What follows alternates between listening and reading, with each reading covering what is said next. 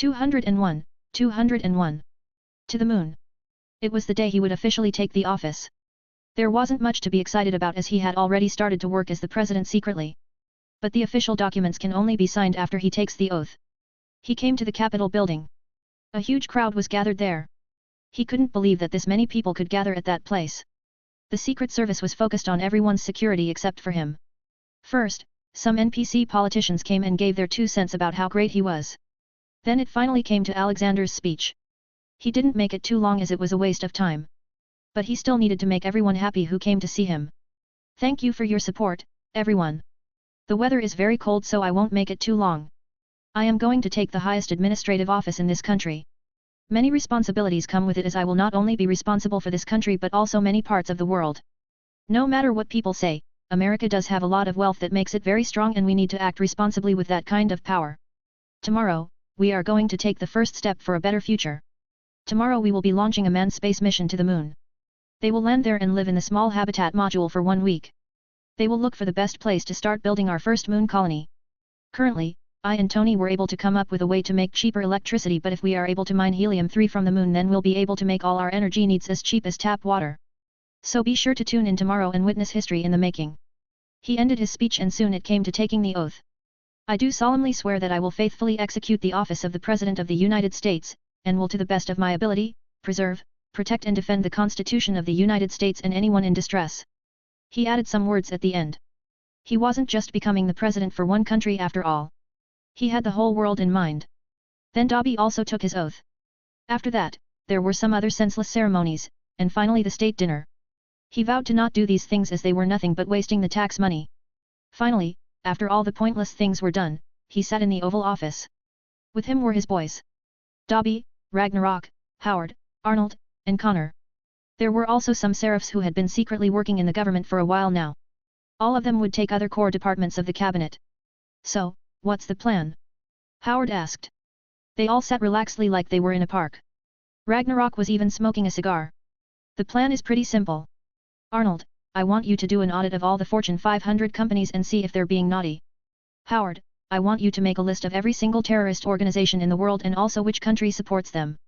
Dobby, scrap the Mutant Registration Act. Connor, use all the resources you need to see which country would be suitable for Phase 1 of the Earth Federation. Our target is pretty simple.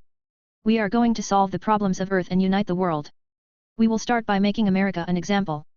It's already night so let's meet tomorrow again at the moon mission's launch site. He dismissed everyone. Alexander then went into Fahim as well. He had not slept in days and wanted to feel that again. The majority of the people in Fahim were already asleep. Except for one certain foodie. He found Golly hogging food from the refrigerator. What are you doing, little Golly? She got spooked and looked behind. Oh, it's you, Grandpa. I thought it was Grandma. I felt hungry so I came to eat. Why didn't you use the big light? He asked. Oh, I wasn't that hungry. I just wanted some ice cream. She cutely said. Alexander laughed and left after patting her.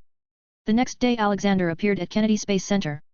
He had selected 5 people to send to space. 2 of them were humans and 3 of them were mutants or enhanced as they go by now. One had the ability of X-ray vision. He'll be useful in detecting if there is ice underground. Not to mention he was a geologist. Then there was a woman who had simple super strength. She originally had a disfigured body but Alexander's medicine gave her life back. She was a scientist and very knowledgeable about chemistry and physics. Then there was a guy who had the ability to live in a vacuum. He didn't really need to breathe. He was going to be staying at the temporary moon base while the remaining come back. The 2 humans were normal Air Force pilots trained to pilot the new spacecraft as well.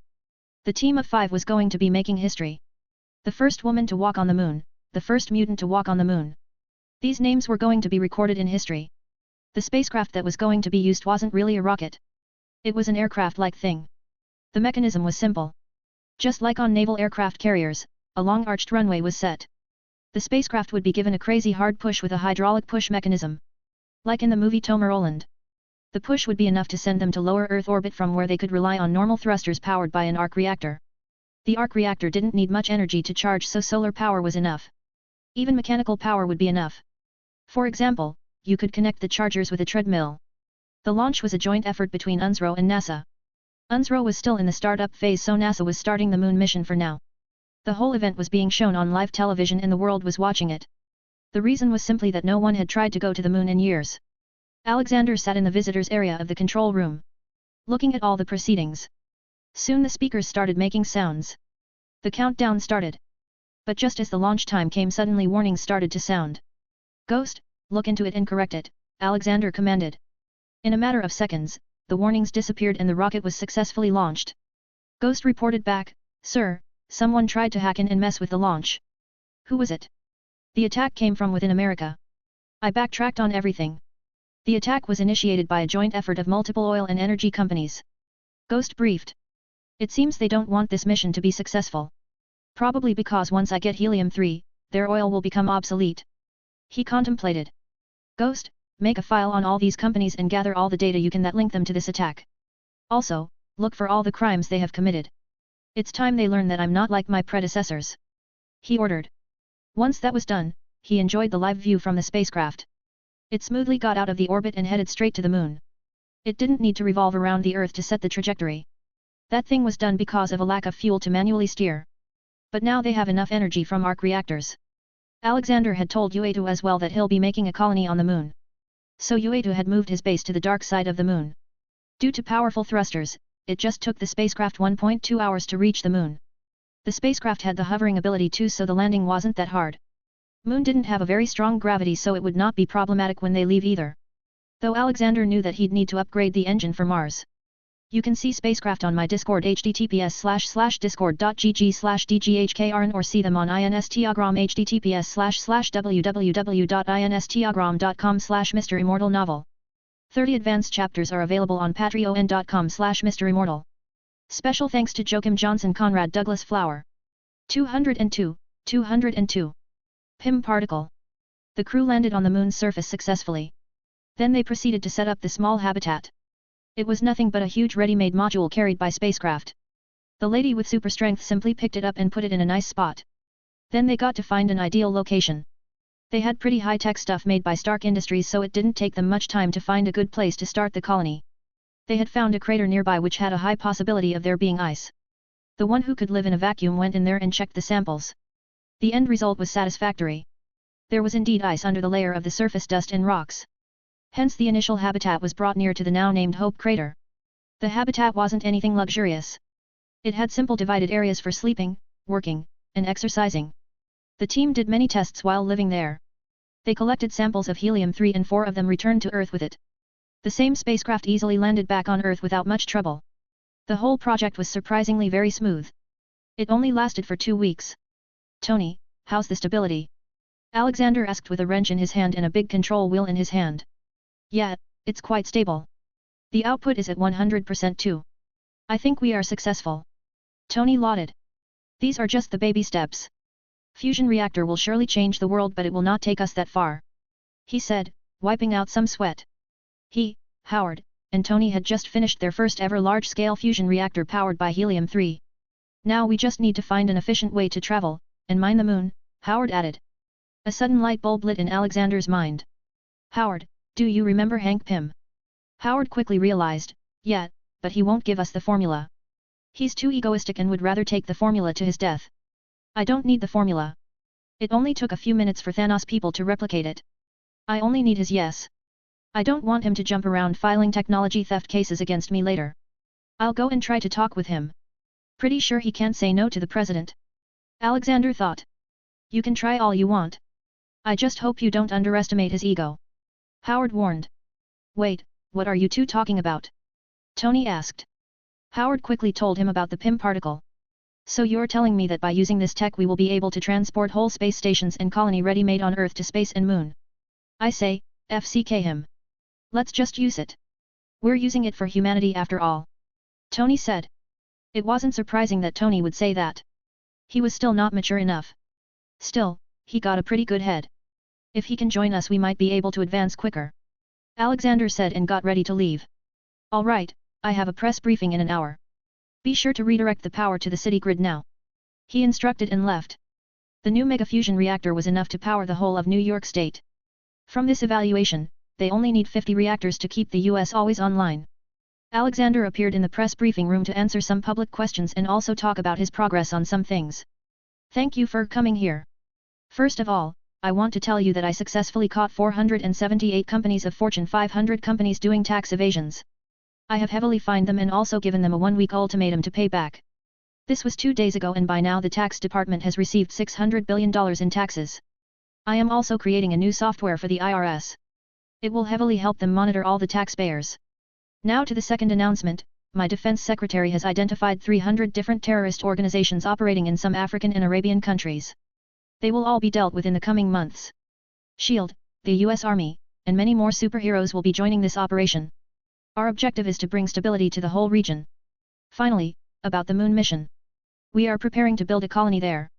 I have come across a very famous scientist and if he joins our work time and expenditure will decrease by half. Another briefing will be done in a week in which we will give you updates. Thank you. Now my VP will give answers to your questions as I have to be in a meeting. Alexander had hinted towards his meeting with Hank because it would put some psychological pressure on him that he should accept his offer. He got into his helicopter from the White House lawn and headed to Pym Estate. It was quite a large place. Hank Pym was surely not running low on funds in this timeline.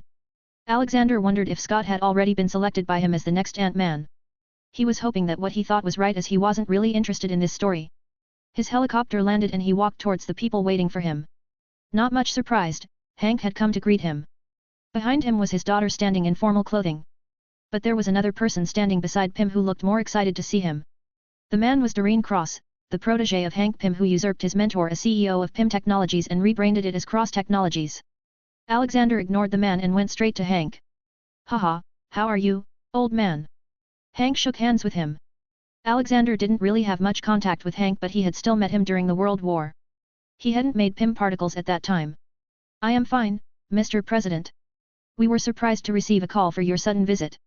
Hank said, hiding some disdain behind the sarcastic voice. Well, I had come across a problem and thought you might be a good candidate for solving it. After all, you are a fellow visionary so I thought you might be interested in helping humanity. Alexander said. Making it impossible for Pym to ignore him as he knew that if he did then he'd be labeled a traitor by the people. Hope saw the tension and spoke. Let's talk inside, Mr. President. Alexander looked at her and smiled, haha. Let's go, child. I heard you are very good at quantum physics. What about joining our space program? They all walked into the mansion. Suddenly Alexander noticed a painting in the lobby. He smiled seeing it as it was the one Amy drew for her first auction. Hank saw him admiring the painting and came to boast, that is one of my finest investments yet. I bought it many years ago and it still gives me a feeling of peace. Alexander just smiled, I know. I was there when you bought it. After all, it was my granddaughter who painted this. His words surprised Hank and Hope, your granddaughter. Oh, my little Amy. The same girl with whom my statue is erected in the War Museum. She was just 10 when she drew this. Alexander replied and remembered those cute moments. Hank remembered the famous picture and statue with a girl on Alexander's shoulder. Then this painting is priceless. Alexander appreciated that Hank thought so highly it. Yeah, it is. Let's go and talk now. After that, he negotiated with him for the right to use Pym particles. But he wasn't bulging. He kept on saying that he doesn't trust the government. Alexander got fed up and decided to leave. There was no point in talking with him, the man had gone senile. Even when his daughter tried to convince him he denied. Alexander secretly ordered SHIELD to take Doreen Cross in custody and seal the Cross Technologies as he knew that Cross was trying to sell Ant-Man-like suits to private organizations. That was also one of the reasons why Hank and Cross were looking at each other in disdain even in his presence. Thank you for finding time for me but sadly this meeting wasn't fruitful. I'll probably just make some new particle that acts like Pym particle. Alexander commented and left. But when Alexander was leaving he felt like a small thing was following him. You can see Moon Habitat on my Discord https://discord.gg/dghkrn or see them on Instagram https://www.instagram.com/MisterImmortal novel. 30 advanced chapters are available on patreon.com/MisterImmortal. Special thanks to Joachim Johnson Conrad Douglas Flower. 203. A short trip to Quantum Realm. Alexander was about to leave when he saw a tiny thing moving. He recognized it as Ant-Man. Why is he following me, he thought. He let it follow him back into his helicopter. Once it was in the air, Alexander pointed his finger at small Ant-Man and sent an electric shock. Return to normal size or I will have you held for attempting an assassination on the president. Everyone knows, killing me is nearly impossible but they would still be angry at you. What will happen to your daughter then? Alexander threatened. His threats seemed to work and Scott quickly returned to normal size.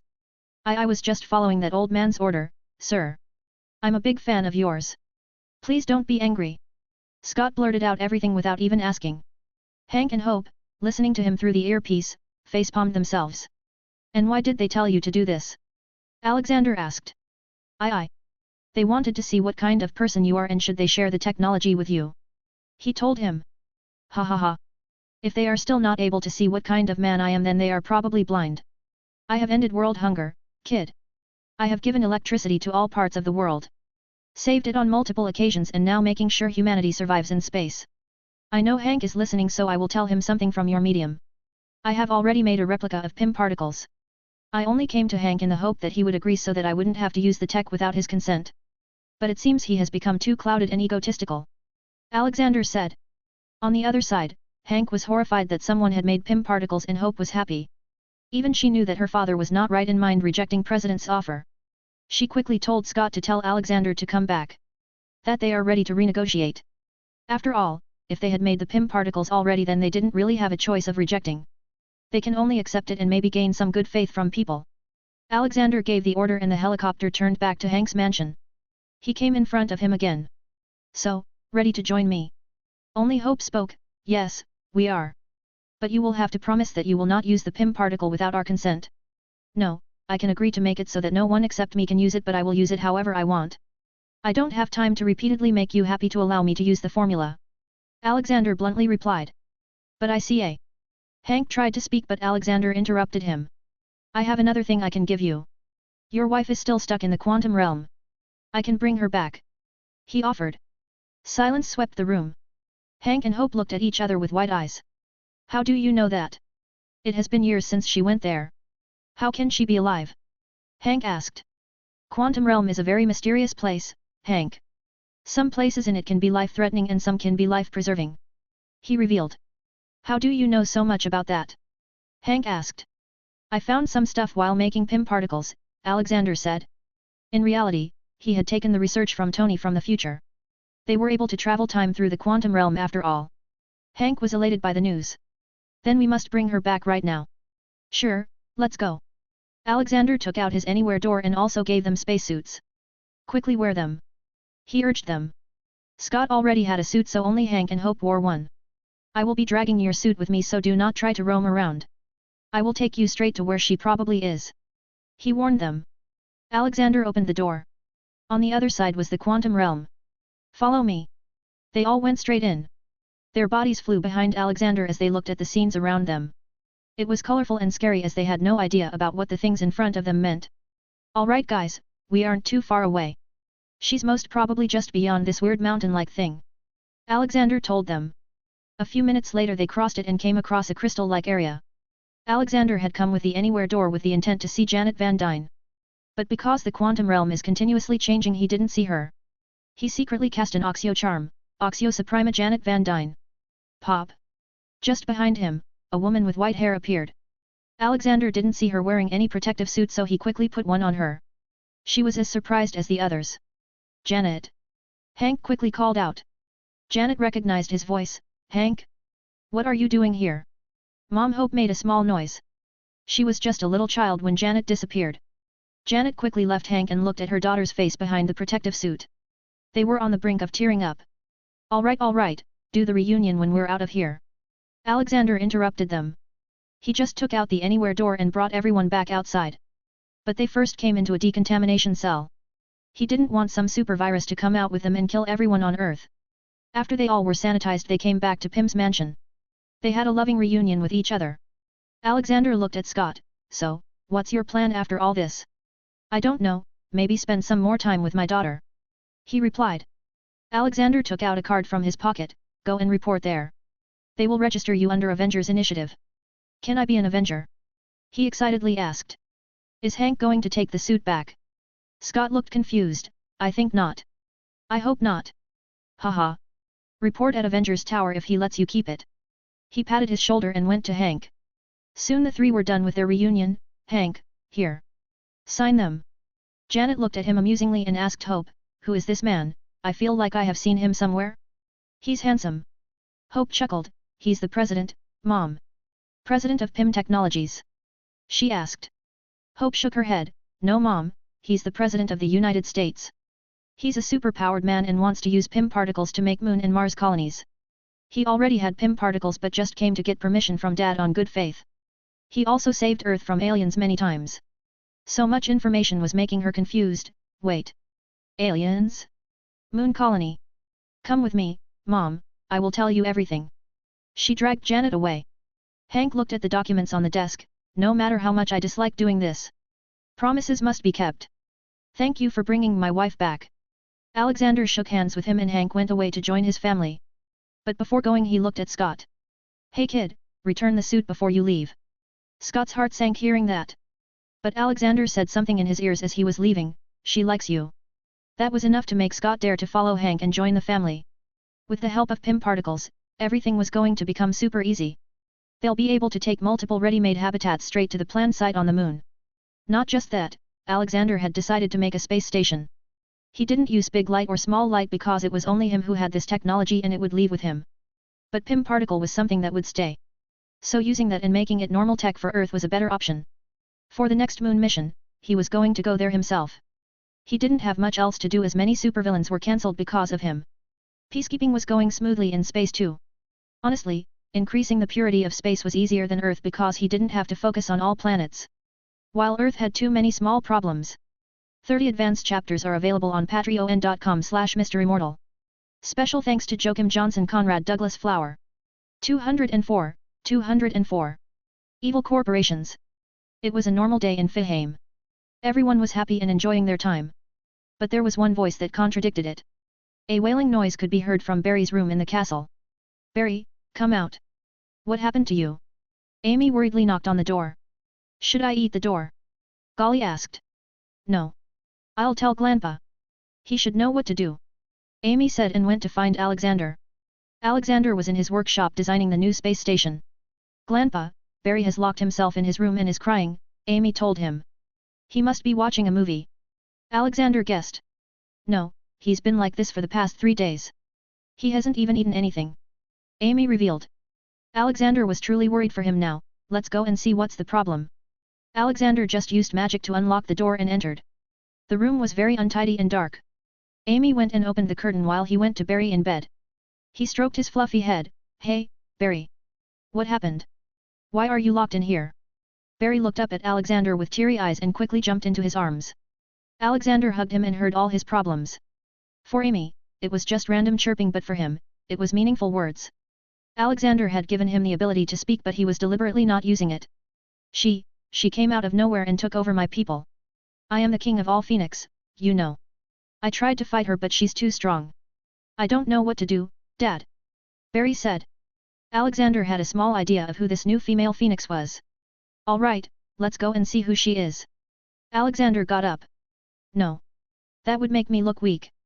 I must deal with her myself. Barry stopped him. Okay, then I will make you powerful. Alexander snapped his finger and did just that. Barry felt the changes and gained some confidence. Yes, now I will go and beat her. Alexander secretly followed him as he was worried.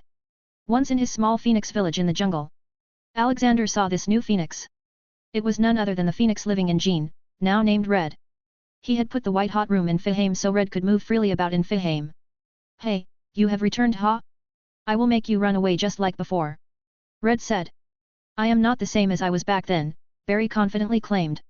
A moment later they started fighting each other. Red wasn't using her primordial powers as she knew she would get reprimanded by Alexander. Still, her physical strength was also quite high. But to her surprise, Barry was able to keep up with her. Soon their fight took an ugly turn and they started pecking each other with their beaks. Alexander had to step in. He grabbed both of them from the back of their necks. Stop this nonsensical fight. Look around you, your people are worried. You two are above all this petty fighting. Now shake hands or I will punish. He released them. Both of them huffed and shook each other's claws. Now, why don't you just marry each other and become king and queen of all the phoenixes? Barry and Red looked at each other for a second. Humph, they quickly looked away. Alright, I won't force you but no more fights, okay? He said that and flew away. In a way, the whole scenario was a bit funny. He was mediating in a fight between two immortal birds. Boss, Odin, and Frigga have arrived in the Universe Tower. Ghost notified him. Alright, give them some drinks, I will come with Olivia in a section. He instructed. Alexander went into his castle and informed Olivia. They both dressed up. Fahim was a bit empty right now, as most of the people were somewhat out. Hella was in space, Rena was somewhere with Golly. Amy just left to shoot her movie. Leonidas was with Natasha on a mission. Edward and Hermione had already toured Fahim and liked it a lot. Alexander gave them a way to come back anytime. Currently, the two were busy exploring the world as there was a lot to see. Edward was more excited because it was the Marvel world. Let's go, Olivia. Alexander grabbed his wife's hand and appeared in Universe Tower. Ha ha ha. How are you, my friend? Odin came to him and gave him a bear hug. Never been better, Odin. What about you? Still getting those nightmares? Alexander asked. No, instead I see visions in which you snap your fingers, and Ragnarok vanishes, Odin said. Hey, what did I do? Another voice came. It was Ragnarok with a fire whiskey bottle in hand. Haha. I wasn't talking about you, my friend. Odin corrected. They all went to the living area and sat down. They drank and ate some snacks. So, what is the reason you invited me and my queen to Midgard? Odin, we have both seen how close Loki has been with Medusa all these years. I think it's time we make them an official couple. I think they were probably holding it till now in fear of me. I'm a bit too protective of my children. Alexander stated. Odin had a happy smile on his face. What can be better than this, Alex? Our friendship will become kinship now. It's a moment worth celebrating. I am sure Loki and Medusa will love this news. Yes, Loki has already told me once that he would only marry Medusa. He seriously loves her. Even more so after he felt the positive changes in himself. Frigga added. Loki was always much closer to his mother. Then let's call in the couple. They are probably being lovey-dovey somewhere. Olivia said and looked in her locket that Leonidas had gifted her. It showed where Medusa was. She then called them back. Medusa apparat with Loki. What happened, Grandma? But Medusa shockingly looked at the people present. Did I miss something important? Alexander walked up to her with a warm smile and caressed her head. No, my lovely child. I was just talking with Odin about you and Loki's marriage. Oh. I thought I forgot some important me. Then she realized. Wait. Really, Grandpa? She loudly exclaimed. Haha. Yes. Who do you think your grandpa is? My happiness lies in your happiness, so of course I would agree. Loki has also shown that he truly loves you, so there is no harm. He admitted. Suddenly Medusa hugged him tightly. Thank you, Grandpa. After that, it was all about deciding when to hold the wedding. Earth would give too much attention to him, so he decided to do it in Asgard. The date was fixed for a month from now. Medusa was too excited and went away to tell her sisters. First, she went to Hela as she was her favorite sister. Odin and Frigga had decided to stay the night and enjoy the Earth's hospitality. It was like their own small vacation. Boss, I have compiled all the important data needed relating to the NASA launch incident. Ghost told him. Alexander got to work and looked into the file. Easy to say, all the oil and energy companies were too much involved in the political world. Alone in the United States, they supported many candidates in their election and lobby many bills that mostly profited them. But Alexander's eyes fell on a name he thought he had heard, Ghost. Who is this Stanley Allen Meyer? Sir, he is the man who built a water-powered engine. He gained quite a popularity back then, but he died suddenly on March 20, 1998, while dining at a restaurant. His brother claimed that during a meeting with two Belgian investors in a restaurant, Meyer suddenly ran outside, saying they poisoned me. Meyer's patents have expired. His inventions are now in the public domain, available for all to use without restriction or royalty payment. Ghost reported. Whoa, so the man had really made a water power efficient engine. And these companies got him assassinated. Ghost, buy the patent at all costs. Also, look for any other research material about him that may have gotten stolen. There must be a reason why no one has made a water-powered engine from his public patents yet. Alexander instructed. Also call the Attorney General to come to me. He's going to be busy soon. He added. Let's see how much I can squeeze these companies dry. You can see Barry and Red on my Discord https://discord.gg/dghkrn or see them on Instagram https://www.instagram.com/MisterImmortal novel.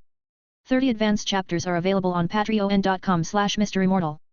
Special thanks to Joachim Johnson, Conrad Douglas Flower. 205.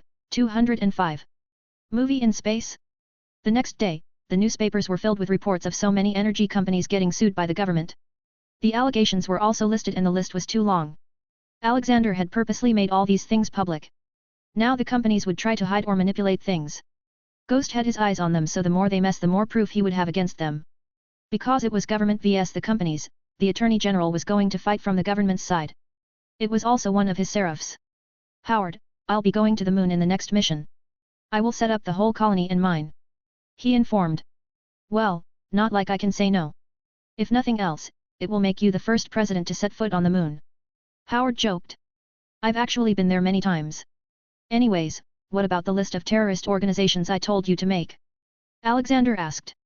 Howard quickly created a holographic projection. Here you go. A total of 300 organizations. Lots of countries are involved. The whole Middle East and a major part of Africa are still in such bad condition because of them. Tell S.H.I.E.L.D. to go ahead with full force at all of them. I will tell the faceless men to start cleaning up too. If any country tries to stop it, then just tell the seraphs. They will change the governments of those countries. I will not let some corrupted people sitting in their air-conditioned rooms destroy the lives of poor people and children who already have nothing. Alexander sternly ordered. Alexander knew how corrupt these governments could be. After all, he had faced it firsthand in his first life. If they could stop a cancer drug from getting released, then he could only wonder what else they must have done. All right, I'll get to work. By the way, some countries are getting agitated by your increasing might. They might join hands. Howard warned. Let them play their games. By the time they will realize that they are just small pawns on a chessboard, it'll be too late. Alexander headed to the Oval Office after that. When he entered, he found his press secretary waiting for him. Boss, you are so famous on the internet. Though mostly in the form of memes, but people still love you. Alexander took the tablet and saw the small video in which a boy looked in his grandma's phone, and Alexander's photo was set as wallpaper with a heart-shaped frame. This is a good thing then. Memes are a nice way to express yourself without offending people. Alexander said. Yes, but I was hoping if you would collaborate with someone. The press secretary suggested. Alexander leaned back in his chair and thought. Wait, wasn't there this YouTuber in my world who had more than 100 million subs? What was his name? Piety, he thought. Alright, I'll see what I can do. I am busy for now though. Alexander said and sent the guy away. At the moment, somewhere in the space on a certain living planet, Peter Quill and his team arrived. Gamera wasn't really in love with Peter yet though, but something was surely happening between them. Because Ronan was dead and the orb was empty, the events of Guardians of the Galaxy 1 didn't happen. But still, Ego found him. The reasons were simple. Nebula from the future knew about him being half celestial. So she forced him to try and harness that power. But because his power was originated from Ego, Ego felt him and came to get him. Ego told him about all his fake harsh life and took them to his planet. Contract Axia. M15512-751-2731X1955KX. Staker and Yondu were having a heavy exchange of words. I don't got to listen to nothing. You betrayed the code. Ravagers don't deal in kids, not just that, you also betrayed the Emperor Universe. He let us enter his planet and do business. You bit the hand that fed you, Yondu. Staker angrily yelled at him. Yondu did feel a bit ashamed. Since he was caught by Emperor Universe, his life had become hell. No one would do business with him. I didn't know what was going on. You didn't know because you didn't want to know, because it made you rich. Staker disdainfully said. Yondu got angry. I demand a seat at the table. I wear the flames the same as you. Staker grabbed his collar and disappointedly said, you may dress like a ravager, but you won't hear no horns of freedom when you die, boy, and the colors of Augurd will not flash over your grave. You betrayed nearly everyone that trusted you. Now you've got to face the consequences. Staker let him go and left with his fellow ravagers. Yondu just stared at Staker's back and thought about his past choices. Back on Earth, Alexander had created new spacesuits for astronauts. They looked more like steel armor without any weapon. He was going to the moon himself with a lot of miniaturized items. First, he would put a new space station in the orbit, and from there they'd go to the moon. Alright, I'll be back soon, Dobby. Make sure you keep an eye on the energy company case. Alexander said. In his absence, Dobby was going to be doing the work of the president. Alright, boss. Though do tell me why you are doing all this? You could just do all this with a snap of your finger. Dobby asked. Because I am not doing this for myself. You must understand that humans are selfish creatures. If I do everything for them, then they'll start taking it for granted. They must earn their worth. I am only showing them the path. He explained. Remind me of never debating with you. You seem to always have an answer. Dobby joked. My friend, I can understand. I feel the same when arguing with Olivia. He patted his shoulder. Dobby chuckled and left. Alexander moved to get into the spacecraft. Now, the launch of spacecraft was not dependent on weather or other factors. It was just a matter of doing it. Alexander was going with 5 more people. And one of them was Amy. She wanted to see the moon. Although she could have gone there on her own, but she was too busy. Now that Alexander was going, she took the chance. She also wanted to spend some time with her favorite person in the world. Alright, everyone. Let's get this bird flying. Mission Control, we are ready to go. Alexander said on the communicator. Soon they received a go from the control room. Alexander pressed the button and the aircraft was dragged at a very high speed and shot towards the sky. It was really a different feeling going to space in an aircraft. The thrusters lit up and they appeared at the first location, low Earth orbit. Alexander wore the suit and got out. He didn't need it, but his actions were being seen on Earth live. There was no safety harness as the suits were highly maneuverable. He took out a small toy-like thing from his pocket and placed it in front of him. He moved some steps back and suddenly a huge structure appeared. It was the new UNSS, United Nations Space Station. It looked much more high-tech and it also had an artificial gravity disk where all the living quarters were. One of Alexander's passengers was supposed to go to the space station and start living there until the staff from ISS migrated to it. The new space station wasn't just a research unit but also a crazy powerful communication satellite. Its helpfulness would be realized when the Mars missions will begin. Alexander returned to the spacecraft and headed to the next destination. Grandpa, can I make a movie in space? Amy asked. Sure, sweetie. But you will need lots of safety precautions. My technology may make it easy to roam the space, but it is still a very harsh place. He warned her. Oh, I will make sure everything is well planned, Amy replied and started to draw her plans. Amy was a big name in Hollywood nowadays. She was famous for hiring lots of enhanced people and making filming easier. For example, she had many superhuman stuntmen, shapeshifters, and also her prodigy, the Illusion Man. He could create any kind of holographic illusions. It saved a lot of money that would have been spent on VFX. You can see new spacesuit and new space statin on my Discord https://discord.gg/dghkrn or see them on Instagram https://www.instagram.com/MisterImmortal novel. 30 advanced chapters are available on patreon.com/MisterImmortal. Special thanks to Joachim Johnson Conrad Douglas Flower. 206. Ego. Alexander had just landed the spacecraft near the temporary moon base. He sent everyone to the habitat and went alone to set up the ready-made dome-shaped habitat he brought with him. It had trees and buildings already made inside it. It would later be expanded by going underground. There was no limit to how big you can make it. All that mattered was how much you wanted to dig. The dome was huge and could house at least 20,000 people. The moon colony wasn't going to get bigger than this as there weren't enough resources to further expand it. Rather, he'd focus on Mars after this. The best thing about the dome was that it came with its own fusion reactor. So the energy needs were taken care of. There were lots of trees, so there was no problem with the air. It was like a whole ecosystem. Boom. He enlarged the dome. Its roof was made of steel glass. Alexander went to the temporary habitat to tell them about the new dome. None of them knew about it. So when they saw it, their jaws fell. This is huge. Here I was thinking we'd slowly build all this. One of them said. Haha. Welcome to the future, kid. Alexander laughed. Whoa. Grandpa, forget the space. I will make a movie on the moon now. It is much safer and pretty. Amy jumped in excitement. Well, let's go in, then. Alexander walked to the airlock. They went in, took their suits off. Then they crossed the last door. They couldn't believe the view. The whole place was filled with trees with only buildings visible being multi-story. The surface will remain untouched like this. All the other facilities are underground. He then showed them around the place and what their work was going to be. They were all scientists and one highly functional plant manager.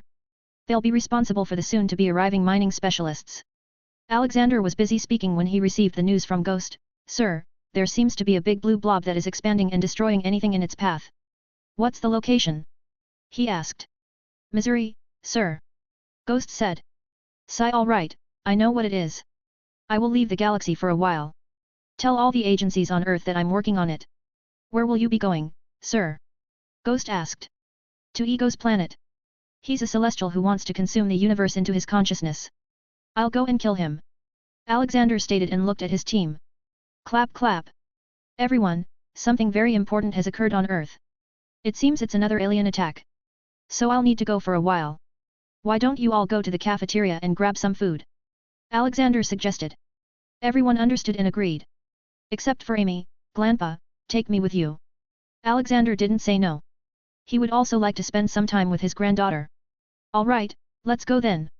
He took out the anywhere door and went to the other side. All the other astronauts just looked at the whole thing with wide open eyes. They checked the ground from where the door disappeared. On Ego's planet.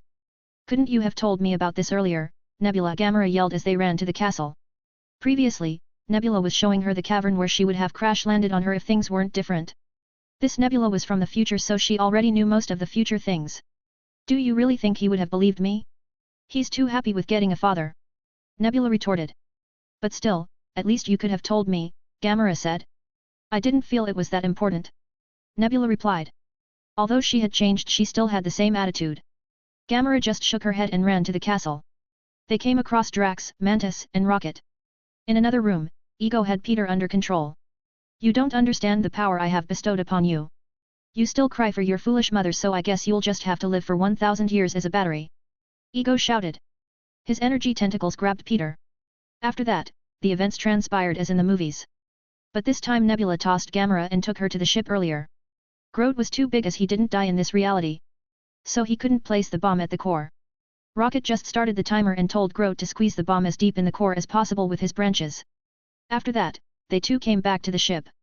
Rocket gave the signal, Kraglin, go. The ship started to fly up. But then suddenly loud music started to come from outside. Alexander arrived in the space outside the planet. He saw the giant face-like pattern on the planet. Ew, that's so ugly, Grandpa Amy made faces. Now just imagine how ugly the man would be. Let's go. He said. They started to fly into the planet. Ghost, play me some music. He ordered. Soon, beats of Take On Me started to play. Whoa, since when did you copy Dobby's music taste? I just felt like it would be good with all the colors on this planet. Ghost clarified. Haha. Alright, reasoning accepted. Alexander laughed. The music was being blasted out of nowhere. It was very loud. Alexander passed by a ship just then. Inside the ship, Nebula noticed Alexander. She exclaimed, I don't think you need to worry anymore. Rocket looked at her doubtfully, why? The music. That was Emperor Universe we just passed by. She revealed. The fight had gone on for far too long. Peter and Ego were exhausted, on their knees, and leaning against one another like boxers after too many rounds. The timer was about to be completed. Ego was weakened and tried to reach the core, but Peter stopped him. He looked at Peter with fear-stricken eyes, listen to me. You are a god, if you kill me, you'll just be like everyone else. Peter looked at his father directly in the eye, what's so wrong with that? Just then Peter started to hear music. Wait, I know this song. Take on me, take on me. Take me on, take on me. Alexander walked in like he was in a park. Behind him was Amy with a nice camera shooting pictures while loudly exclaiming sometimes. Ego was already weakened, but seeing Alexander, his face lost all the colors. I am so proud of you, kid, Alexander said looking at Peter. Peter quickly recognized, old man, it's you. Those songs you gave last time were really nice. Ego then loudly spoke, why have you come here, Emperor Universe? You have already killed all my fellow Celestials. Alexander looked at Ego with disgust. And I have no regrets about that. All you Celestials are the same. Experimenting with people's lives. Do you want to know why only Peter was able to have your celestial genes? Ego looked at him with a hopeful gaze. That is because of the host, yeah, that group of Celestials did experiments on early humans. They were genetically modified by them. Peter's mother probably had the genes that were most compatible with yours, they then got passed on to him. Can we stop talking about my mother? And why do you know about her? Peter asked. I know everything that happens in the world, kid. Now get up and leave. The bomb is just about to blow up. And it won't kill Ego. I'll finish the job. Alexander told him. No, I will not leave until he dies. Peter firmly said. Boom, the bomb exploded and it started a chain reaction. The whole cavern started to fall down. Whoa-ah, Amy exclaimed while clicking pictures. Alexander turned his head and looked at Yondu, take the kid. Consider your ban lifted as well. Yondu was already flying towards Peter in his arrow gear. He picked Peter up and started going up. Behind them, the music still continued. But I'll be stumbling away. Slowly learning that life is okay? Alexander looked at Ego kneeling in front of him, Ego, sadly the life is not okay for you and learning won't help either. Seriously, what's wrong with your species, always trying to mess around? Though I doubt you are even a celestial. No. Please give me a chance, Emperor. I can pay you. I have lots of money. Ego pleaded. Glanpa, what's his sin percentage? Amy asked. Alexander looked at it. Ego, the living planet category 4. Murder 178,544,678,678, all his children. Indirect murder 98,578,544,889. RPR 178,544,987,978. Sin percentage 89%. 89%, Amy, he said. Oh, he's a very bad man, she sounded angry. Yes, Amy. He is bad. No. No. Ego muttered. Your sins are far too many to be ignored. Your ambitions are too deadly for this universe. Alexander stated while he put him in time torture. Ego just experienced 10 million years of getting killed by every child he sired. The whole cavern was still getting destroyed, yet a small part of the core was remaining. So Alex destroyed it completely, finally killing Ego and sending him to hell. Yondu and Peter flew upwards, the planet was exploding behind them, flames licking their heels, huge stretches of the planet caving in. Yondu held a surprised Peter as they soared up into the sky. He looked at Peter and spoke, he may have been your father, boy. But he wasn't your daddy. What? Peter was getting a bad feeling. I'm sorry I didn't do it right. I'm damn lucky you're my boy. Yondu proudly said. Peter felt touched. But then suddenly Yondu slapped the spacesuit disc onto Quill. What? Peter was shocked. Yondu breathed out as completely as he could, emptying his lungs as they exited the planet's atmosphere. Peter struggled to get free, but Yondu held him there, trapping him, but it was also an embrace. Yondu, you can't. What are you doing? What are you doing? Peter was getting restless and tried to take off his spacesuit. Yondu's jetpack soon depleted its supply of fuel, and they stopped in the middle of the space, floating. Yondu's grip weakened. Yondu. Yondu, no. Whistle. Alexander and Amy appear near them. Damn it, Yondu. Stop that pathetic act. You're not dying. A suit that was invisible till now became visible on his body. Yondu felt shocked and embarrassed. Why didn't you do that earlier? Then you wouldn't have said all that to Peter, Alexander replied. Yondu just shook his head and looked at Peter. Forget what I said, kid. That was just a dying man's murmur. Peter scoffed and gave him a hearty hug. Haha. Yeah, sure. Soon Rocket brought the ship to them and they got on. Gamera quickly ran up to Peter and hugged him. Alexander looked at Nebula. How's it going, child? I regret agreeing to your plan to gather all these. Nebula replied with a straight face. Alexander walked up to her while laughing and patted her shoulder. Haha, regrets are a part of being alive, Nebula. You just gotta make peace with it. Alright, time for beers. Hell yeah, I like this old man. Rocket happily grabbed a bottle. You can see Moondome and Ego, the living planet on my Discord https://discord.gg/dghkrn or see them on Instagram https://www.instagram.com/MisterImmortal novel. 30 advanced chapters are available on patreon.com/MisterImmortal. Special thanks to Joachim Johnson, Conrad Douglas Flower. 207. A weird man. Alexander and the Guardians were in the spaceship drinking some fire whiskey. I am Groot. Alexander gave him a chocolate shake. Try this. You'll like it. I am Groot. Haha. See, I told you. Alexander patted the living tree. Wait, you can understand him? Rocket asked. Absolutely, I can talk to all things. Even a small fish. He said. Yes, Glanpa is the best, Amy boasted. Alexander looked at Quill. Come here, kid. He took out a small shining bead-like thing. This little thing is the essence of Ego's power. If you agree, I can put this in you and you will retain your celestial powers. Tell me, what do you want to do? It was really tempting. Are you sure? What if Ego is still in it and tries to take over my body? I am 100% sure that Ego is dead. This thing is nothing but a small part of his powers. Alexander clarified. What if I become like him? He asked. Then that will be on you. Power can make you or corrupt you. In the end, it's your choice. Alexander told him.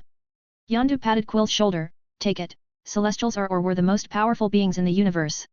Even 1% of their power will be a lot of you. I am Groot. I know, Groot. This will surely make our team stronger. Quill agreed. Will it hurt? He asked. Maybe, Alexander breathed, unsure of it. Alright, I'll do it. Put it in me.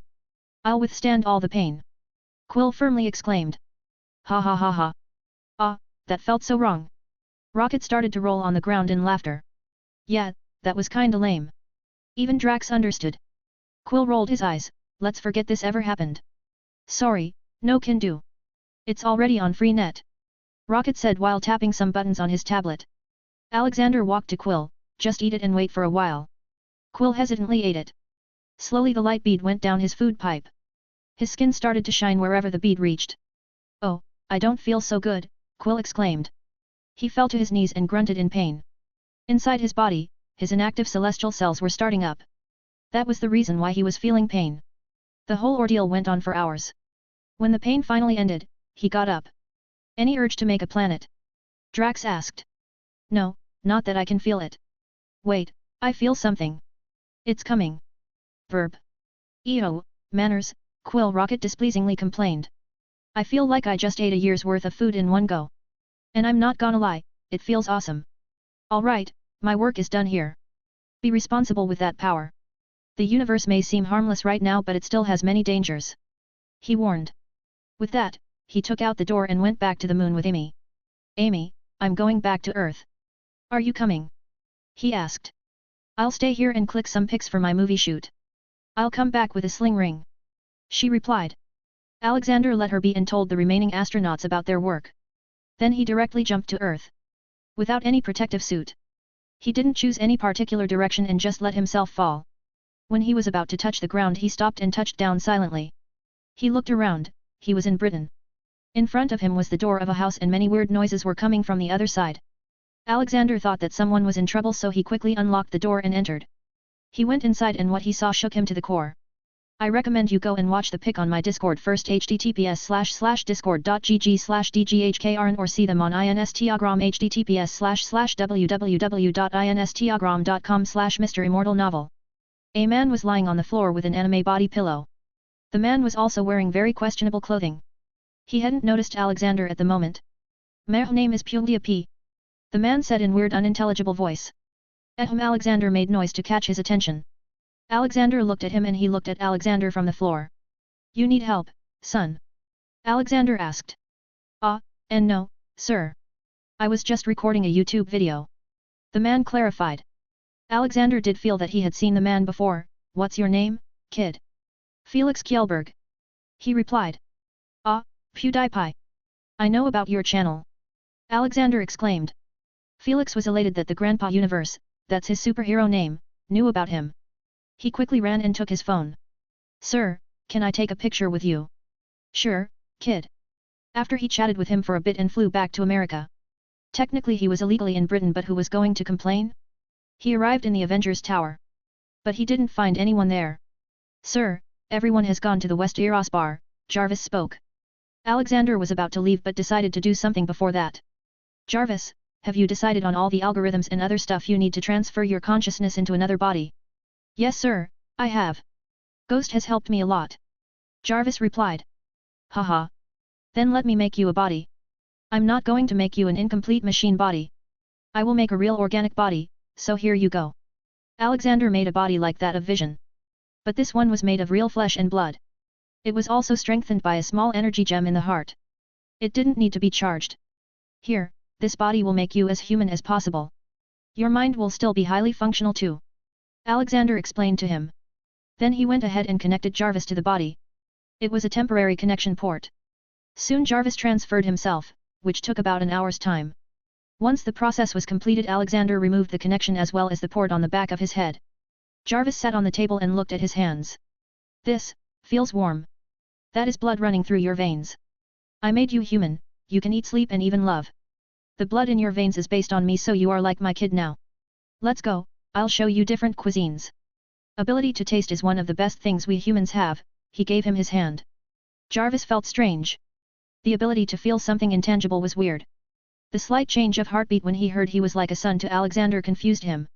This body will take some time to get used to. Jarvis pointed. Haha.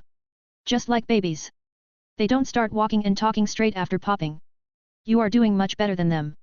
Though I would like it if you had a different name. Jarvis is just an AI right now. While you are a living breathing man. He suggested. Jarvis' pupils enlarged with the thought of having another name. Any suggestions, sir? Jarvis asked. First of all, it's old man for you. Now for the suggestion, what about vision? Vision Maxim Universe. Alexander proposed. Jarvis paused for a moment because he felt it again. He felt his heartbeat fluctuating differently from hearing this name. He also felt happy. I liked it. It's decided then, I will be Vision Maxim Universe, SI. Old man, Vision approved. Ha ha ha. Then let's go and party for this moment of happiness. He grabbed Vision and flew in the air. After flying a bit he showed him how to fly. Vision was very fast at learning that. They reached the Westeros bar and saw the crowd of superheroes there. Dobby was there, at the bar making drinks. Ragnarok was sitting there too, drinking repeatedly. Maria, the wife of Frank Castle, was serving. Iron Man, Bruce, Hank, the Beast, and Reed Richards sat in a corner and debated if having higher IQ makes one smarter. Steve, Peggy, Howard, Clint, and Colonel Rhodes, aka War Machine, sat at another table talking and drinking. Thor was having some drinking competitions with Rena and Gully. Wanda aka Scarlet Witch, Falcon, and Bucky were watching them. Deadpool was also sitting at another table alone. He alternated on chairs and talked to himself mimicking various personalities. It was unknown whether he was lonely or just weird. Leonidas, Natasha, Jean, and Logan were sitting at the bar talking with Dobby. It was really a crazy scene. So many superheroes in one place. His entrance grabbed all their attention and they stopped talking. Hey everyone! I'd like to introduce Vision Maxim Universe. Previously known as Jarvis but now he's as human as any of us. Alexander introduced. The first to come running was Tony. Come on, you did it without me? This was supposed to be my and Jarvis emotional moment. Steve came from behind and shook Vision's hand. Welcome to the team, Vision. Pepper gave him a hug. She had used Jarvis' abilities many times in her work and had grown a likeness to him. Jarvis smiled from his heart. It was a new feeling for him and he liked it. So this is what being human feels like, he internally thought, and joined everyone in fun. 30 advanced chapters are available on patreon.com/MisterImmortal. Special thanks to Joachim Johnson, Conrad Douglas Flower. 208. Ultron deleted. Vision joined the group of intelligent people and Alexander went to his son. If he had gone to the intelligent group then he was sure he could have made them doubt their own existence with his theories.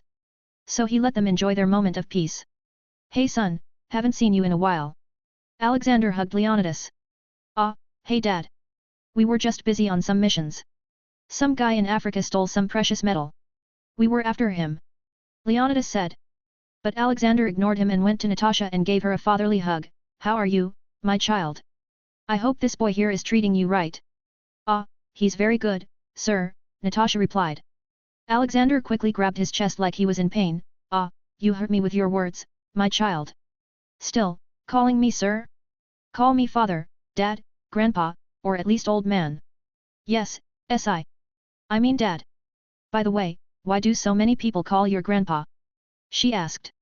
Haha. Because I am old. Leonidas only calls me dad or dada because he's my biological son. Others call me because I am either a grandpa figure to them or just too old in comparison to them. He explained. How old are you, dad? She asked. I stopped counting after 15,765 years. Alexander nonchalantly said and walked to the bar. Hey, my VP, give me a beer. He shouted. Dobby slid a bottle to him. Welcome back. You might want to check up on the evil corporation case. They'll be making a move soon. Dobby warned. Oh, let them do it. It'll be their end no matter what they do. He said and turned back to Leonidas. Son, don't go on any mission now. Medusa is getting married in 3 weeks. Alexander said. Pepper, who was standing nearby, heard him. What? But I and Tony had also planned our wedding at that time. We were just going to announce it. Tony also came, seeing Pepper distraught. His mother must have taught him some hard lessons. What happened, dear? Alexander thought and quickly gave a solution. Then why don't you get married at the same time as Medusa? I'm sure you'll like getting married in Asgard. It's much prettier than here. Wait, you mean Thor's Asgard? Tony asked. Yes, Alexander nodded. I thought we mortals aren't allowed there, Tony said. Thor quickly gave the answer in his drunken state. That is a myth. That's all he could say before passing out from all the whiskey he drank in the drinking competition. Alexander continued, yes, that's a myth. Asgardians themselves are mortals, they just live for a few thousand years. It will surely be memorable to get married there. Tony and Pepper looked at each other. Then let's get married at Asgard. Tony was very excited now. He always wanted to see the mystical Asgard. He ran away to tell his mom. Soon everyone busied themselves in talking to each other. Lots of events had happened and it was already near Christmas. Alexander looked at Tina nearby drawing a Santa Claus. He came closer and asked, "Hey, sweetie. What do you want from Santa this time?" "Hee. Santa isn't real, Grandpa." She smartly answered. "Oh, but he is. Tell me, what do you want and I'm sure he'll give it to you." He said. "I want a squirrel. Just like Monkey Joe. I want to play and talk to him." She longingly told him. Alexander patted her head, "Then just wait for Christmas. Santa will surely come." Alexander left her and walked to Dobby. "Dobby, I will be needing you soon. You are my best friend, I will be Santa this Christmas and you will be the elf. We will travel the world on our sleigh and give gifts to every child in the world." "Yes, boss. Elf Dobby is always ready." Dobby happily agreed. So after the long evening, he went to Universe Tower and started to write down every wish that every child made. No matter which religion, he was going to be everybody's Santa. While he was doing this, nearly 8 oil and energy companies around the world had joined hands to deal with Alexander. They knew they could not kill him, so their only target was creating as much instability in the country as possible. Then also bring down the government's image. All this to stop the moon mining. They were also planning on assassinating some important people in the government. Like the vice president. They didn't know how strong Dobby was. They were also eyeing the Chief Justice of the Supreme Court, who was secretly a seraph. For this task, they had hired the wealthy supervillain, Kingpin aka Wilson Grant Fisk. The super-rich and the politically rooted villain himself had hatred against Alexander as his criminal empire was seeing a downturn since Alexander gave the police new gears to protect. The police had also grown a lot more honest for some reason. He was going to be organizing riots in the whole country. Sadly for him, his plans were already known to Alexander, thanks to the shield. The shield was everywhere these days. Even if you are just a low-level crackhead, chances were, you were already in shield's list. Alexander called for Fury and Howard. "Yeah, they are planning on starting all this on Christmas Eve. I will be busy being Santa, so it'll be on you to deal with him. Just leave the riots to me. I won't even let them start. Your job will be to destroy Hell's Kitchen and Kingpin. The whole criminal syndicate needs to be eradicated. I am not just talking about kingpins. This is an opportunity. No matter what we do in retaliation, it will all be blamed on Kingpin. So why not cleanse it all while we're at it?" Fury was already having secret orgasms by then. It was his biggest dream to deal with all these things, but these crime organizations had their reaches in the political world, so they always flourished. But now, because the president was a neutral man and also a goddamn emperor of multiple galactic empires, he was confident that he'd be able to do it. "It will be done, sir. We already have all the targets tagged," Fury affirmed. "I will let you use the military for this mission. You will need more manpower," Howard told Fury. "That would be very helpful, Howard. I will get to the planning." Fury ran away. Alexander chuckled, he sure seems excited. Everyone has reasons to hate organized crimes and the people behind them. He must too. Howard thoughtfully said. Ring ring. Alexander picked up the phone. "What? What do you mean it went out of control?" On the other side was Reed Richards. He was inspired by Vision and tried to update his AI, but he made it too sentient without giving it empathy settings. So now he had created the Ultron. Alexander remembered that Ultron was originally Dr. Henry Pym's creation in the comics, but things had changed now. Alexander quickly apparat to Baxter Building. He looked around and a lot of furniture was broken. "What happened?" he asked. "Grandpa." Little Franklin came running towards him. "Haha. Come here, you little." He picked him up. Reed walked up to him and told him everything. "Ah. I see, this is why you should never try to make a truly sentient AI unless you have means to stop it too. By now Ultron has probably spread himself on the internet. Can this be reversed?" Reed hopefully asked. "Absolutely, fixing this is as easy as lifting a finger. I just came to make sure you all are okay." "Ghost, delete Ultron from the internet," Alexander commanded. There was no other AI greater than Ghost. Ghost had total control over all electrical things as long as they were connected. "Yes, sir." "What do you want to do with the body?" Ghost asked. "Make it come back. We can't let such things be out there," Alexander ordered. In just a few minutes the Ultron was deleted and his metal body that it had made painstakingly also came back. This time under Ghost's control. Reed and others just looked at everything and marveled at the crazy efficiency. Reed knew about Ghost, but this was on a whole other level. 30 advanced chapters are available on patreon.com/MisterImmortal. Special thanks to Joachim Johnson, Conrad Douglas Flower.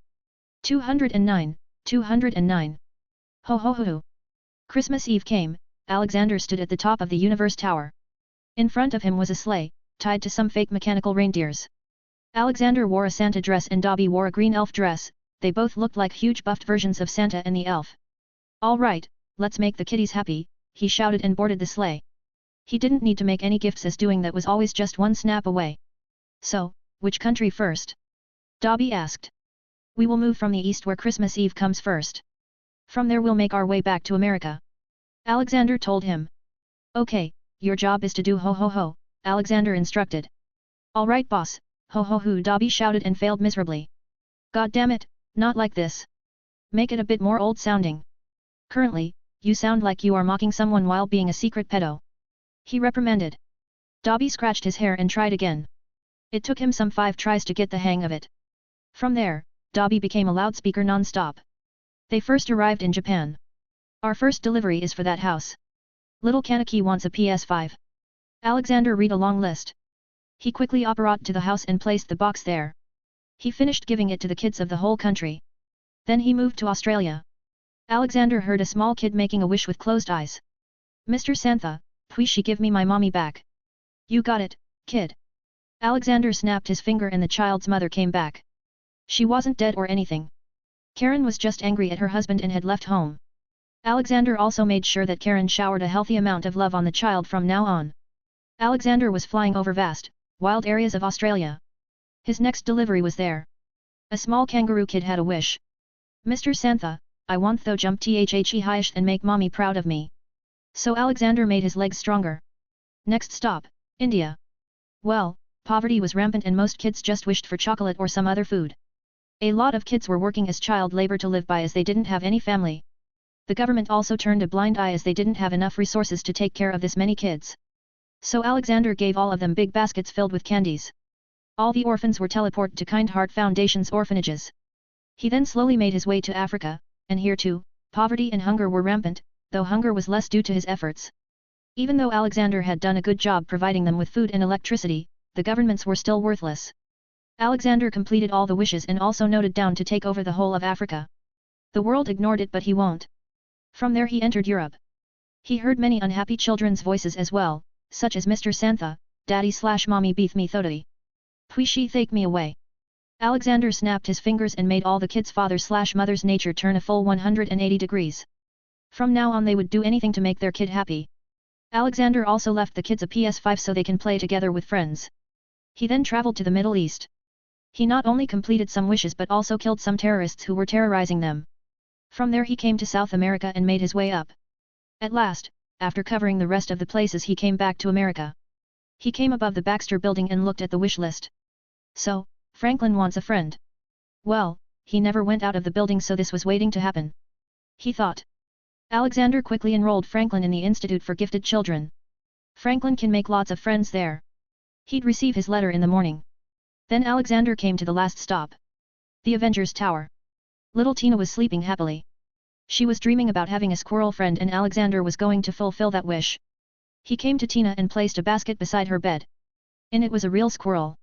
It was just like Monkey Joe. Super strong and could speak. He. Tina chuckled in her sleep. Alexander looked at her cute face and could only imagine what she was seeing in her dreams. Ho ho ho. Where to now, Santa? Dobby asked. To home, our work's finished. All the children in the world will have big smiles for some time now. Alexander smiled.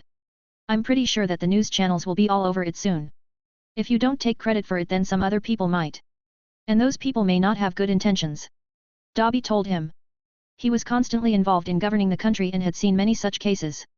Stealing other people's achievements was very common. Ah, I think you're right. I'll tell the media to slowly direct the incident to me without confirming anything. Good night, Dobby. See you tomorrow now. Alexander went to Fulham. Dobby had lots of places where he crashed so he left him be. The next day, Howard went to Alexander's office to report about yesterday's secret cleaning operation. All the drug operations and criminal organizations were removed from the country. Kingpin was arrested by the Shield.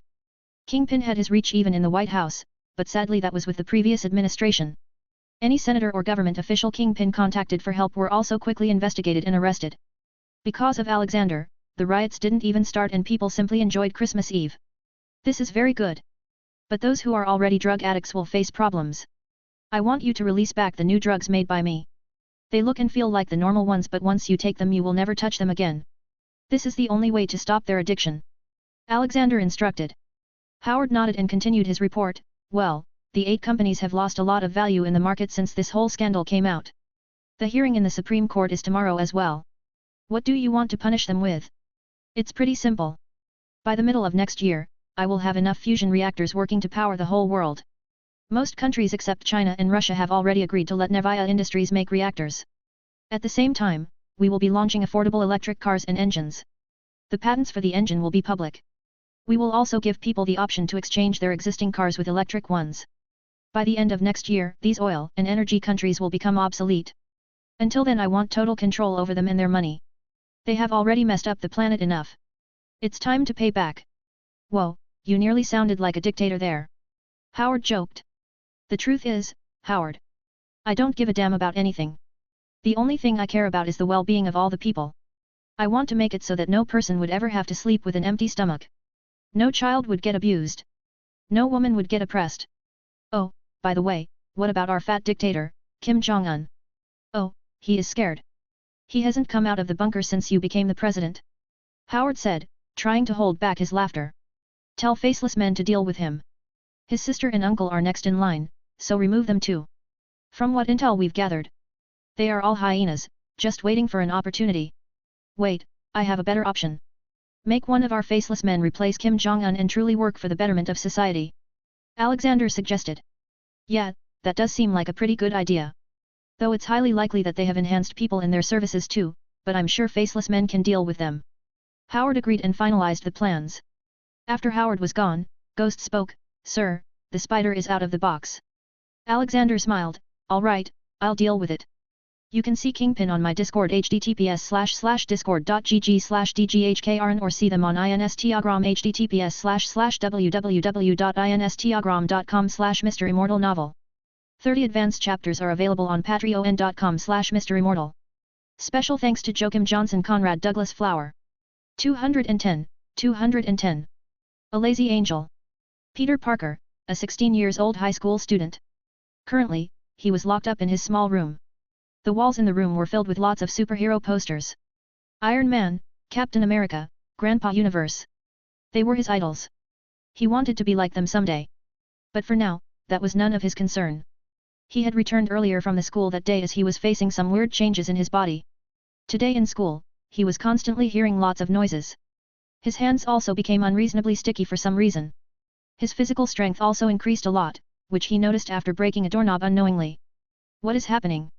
He annoyingly grunted, trying to remove the paper stuck on his palm. But instead of getting it off, he was making even more of a mess. All right, Peter. Let's calm down. Let's breathe. He slowly calmed himself down and tried to remove things stuck to his body. It surprisingly came off easily this time. Whoa, this must have something to do with that spider. He hypothesized and tried to check himself out. He slowly got the hang of his powers. I'm just like a spider. But I hope I don't shoot web out of my back. He felt horrified. After that, he got to familiarize himself with the changes in his body. Meanwhile, something was happening in heaven. Zulruk, the new wannabe god, had pretty much divided the heavens. It didn't affect the working, but now there were 2 sides now. One supporting the rebel and one supporting God. Though there was a neutral side too, and only one angel was in it. Everyone knew why that angel was on the neutral side. That was because he was lazy and didn't want to work. He was treating the current situation like a hack he found to laze around. That day too, the lazy angel was just chilling, but suddenly lightning fell near him and God appeared. Father, welcome. He said, not even getting up from the feather couch. Do not welcome me in my own home. And what are you doing here with all the virgins? They are busy, unlike you. Seriously, how can you even call yourself an angel? God reprimanded him. Haha, you should be happy that I haven't joined the rebel or the dark angels. He argued. Oh please, we all know you are too lazy to join any side. You know you will have to work if you join any of them. God exposed him. But there isn't much work, Father. I also don't want to overwork myself, you know. It's not good for my skin. Angel said and put a cigarette in his mouth out of nowhere. Bam! He received a fist to his head. A big comical bump appeared on him. If you're so concerned about your skin, then stop smoking the god's weed. That's only for special occasions. Alright, this is enough. You need to be taught a lesson. I am banishing you. You will live with your elder brother and learn from him. God quickly made a decision. The angel knew he was in a mess now. Why would he want to go out of heaven and work? He got up and ran to God for forgiveness, but God was already ready to transport him away. Angel Douglas, I hereby banish you to mortal realms. You cannot return until you learn to be empathic and hardworking. You will live under the care of your big brother Alexander and learn from him. Now, begone. God loudly spoke. Douglas could only reach halfway to God when a white light engulfed him and he was sent away to somewhere in the cosmos. On Earth, Alexander was giving a press briefing on the White House lawn. This was a much different briefing than before because here he also sat among the reporters. Everyone had a nice sandwich or a hot dog in their hands, with a bottle of fruit juice. So, Mr. President, what are your views on China and Russia rejecting the Nevia Industries' offer to make fusion reactors? One reporter asked. Alexander had changed a lot of things and the first thing he had done in the news media was remove all kinds of involvement any party had on any channel. He now truly had an unbiased media which only showed or tried to show the truth. Alexander took a large bite of his burger. Well, I can't blame them. Russia saying no is self-explanatory. We didn't have very good relations with them in the past. Now China is a bit special, although they are an open market, it is still a closed society. The common people there don't indulge themselves in worldly matters. Now imagine a foreign company coming there that starts giving them extremely cheap electricity. Wouldn't they start wondering how the world is outside? However, they will have to eventually agree because by the end of next year most of the planet will switch from fossil fuels to renewable energy. All these oil companies will stop working. They will face problems then. He explained to them. Sir, what are you going to do with these companies? We are talking about $1 trillion industry after all. I'm sure they won't sit quietly. Another one asked. Let me tell you the truth, they haven't been quiet since their inception. They have regularly tried to influence politics, change laws, or make deals in their favor. The list of their crimes is long. They will be proven in today's court hearing, so wait for that. Now, on what I'll do to them, the answer is simple. I will scrap them. We should not limit the future of humanity for easy money. Who would want to keep on destroying the Mother Nature when we have a better and environment-friendly alternative? He explained. All his answers were very detailed and each journalist would go happily. Alexander then noticed a pregnant woman sitting in the back. She was a journalist too. Your baby is healthy, Jenna. I can feel his heartbeat from here. May God bless him. He happily said. The journalist flustered a little, making everyone laugh. Boom. Suddenly a white light fell from the sky with a loud thud, leaving behind a man in a black suit and a cigarette in his mouth. Quickly a lot of Secret Service guys in full battle gear swarmed in and made an encirclement around the newly arrived in Alexander. Freagle is under attack. His security supervisor said in his wireless. Freagle is Alexander's president code name. Alexander rolled his eyes at all their unnecessary overprotectiveness. Come on, fellas. This is unnecessary. Don't forget, I really am, unkillable. He shrugged and made his way towards the new arrival. Meanwhile, Douglas was shouting at the sky asking to be taken back. But he only received a mischievous laugh from God. Hey, you from up there? Alexander asked. Douglas suddenly noticed Alexander and realized that it was God's son, Alexander. Brother, send me back. Father has punished me for being lazy. I promise I'll be good now. Come on. He pleaded. Alexander instantly received instructions from God. They were heard by Douglas too. Son, Angel Douglas is a good kid but he's become too lazy. I need you to train him and make him a good boy. Alexander looked at Douglas and Douglas tried to look away in embarrassment. What the hell did you do to get banished? Alexander asked. Haha. I ate, slept, drank, and smoked all day every day. Ah, what a life it was. Douglas started daydreaming. Hey, man. Return to the mortal world. I will take you to my realm soon. Follow these men to a guest room till then. He said. Dobby quickly came and led him away. Douglas seemed to feel Dobby's purity and thought he was an angel too. Ah, another angel brother. Alexander shook his head at the new problem. He just hoped that dealing with Douglas wouldn't be too hard. This was his first time hearing that such lazy angels existed too. Till now he thought that they were either too righteous or had turned evil. Who knew a third kind also existed? He looked back at the crowd of journalists. It seems we will have to end this session. Please have the refreshments before leaving. You all will be notified about the next briefing soon. Thank you. He dismissed everyone and went to Douglas and truly understand the situation. You can see Lazy Angel Douglas on my Discord https://discord.gg/dghkrn or see them on Instagram https://www.instagram.com/MisterImmortal novel. 30 advanced chapters are available on patreon.com/MisterImmortal. Special thanks to Joachim Johnson Conrad Douglas Flower. 211, 211. Peter the V.I.P.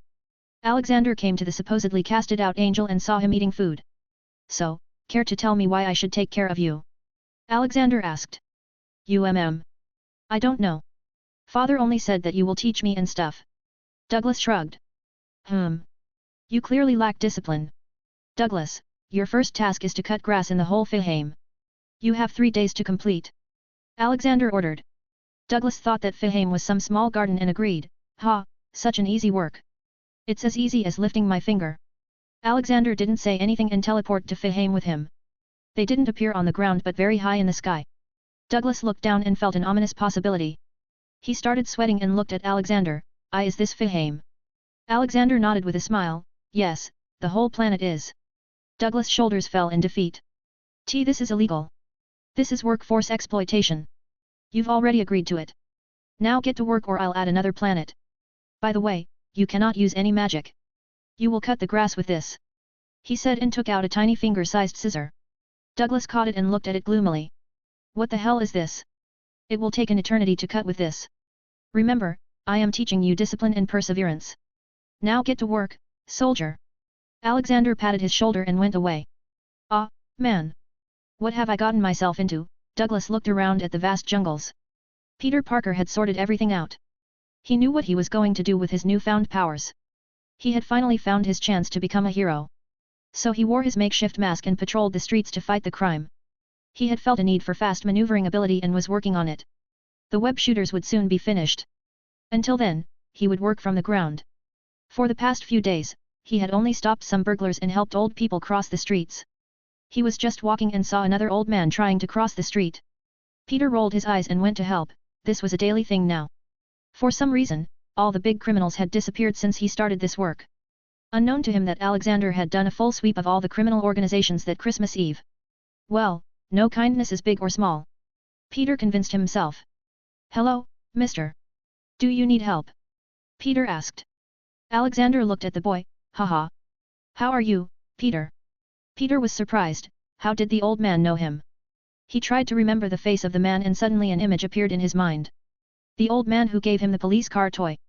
Alexander had made it so he wouldn't recognize him as the president. At least for now. Oh, you're that old man. How did you recognize me? Peter asked. From your voice, kid. It is still similar to what it was when you were small. What are you doing dressing up so weird? Alexander asked.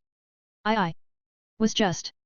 Peter got flustered, trying to come up with an excuse. Alexander laughed. Ha ha ha. It's all right, everyone has secret hobbies. Let's go and grab a burger. Peter agreed and took down his mask. He still had some baby fat on his face. Your face hasn't changed much, you know. Alexander ruffled his hair. He was a lot taller than Peter. Peter embarrassingly laughed. Is this what grandparents act like? He took Peter to a nearby West Eros bar. Alexander secretly showed his VIP card and went in. Otherwise, they'd have to wait for half an hour as there was a long line outside. Peter was marveling at the old themed bar. He had never been to one of these because the food was very pricey. This chain sells the best burgers in the world, Alexander said. I know, I've heard a lot about it. But I never tasted it, couldn't afford it in my $100 pocket money. Peter replied. Alexander was confused. I delivered a check of $2 million in your name that day to your aunt. Oh, Aunt May had told me about it. She said she has put it in fixed deposit and I can use it when I turn 18. She said the money had increased to $3.5 million from all the accumulated interest. He confided. Alexander appreciated it. This really kept Peter to the ground and he grew to be a good-hearted humble boy. Though a little bit socially awkward. Haha. Don't you do part-time jobs every now and then? He asked and ordered 10 burgers and lots of butterbeer. For Peter, there was orange juice. I do, but I end up spending most of it on buying more equipment. Peter suddenly realized he spoke more than he should have. Haha. Don't make that face, kid. I know everything. I currently work in public service and saw you jumping buildings on CCTV. Though no need to worry, I deleted that footage. He dropped the bomb. Peter felt like his superhero career was already in jeopardy. And it hadn't even started yet. He looked at Alexander thinking about what he should do. Alexander felt it and just laughed. Haha. It's all right, Peter. Don't worry, your secret will always be safe with me.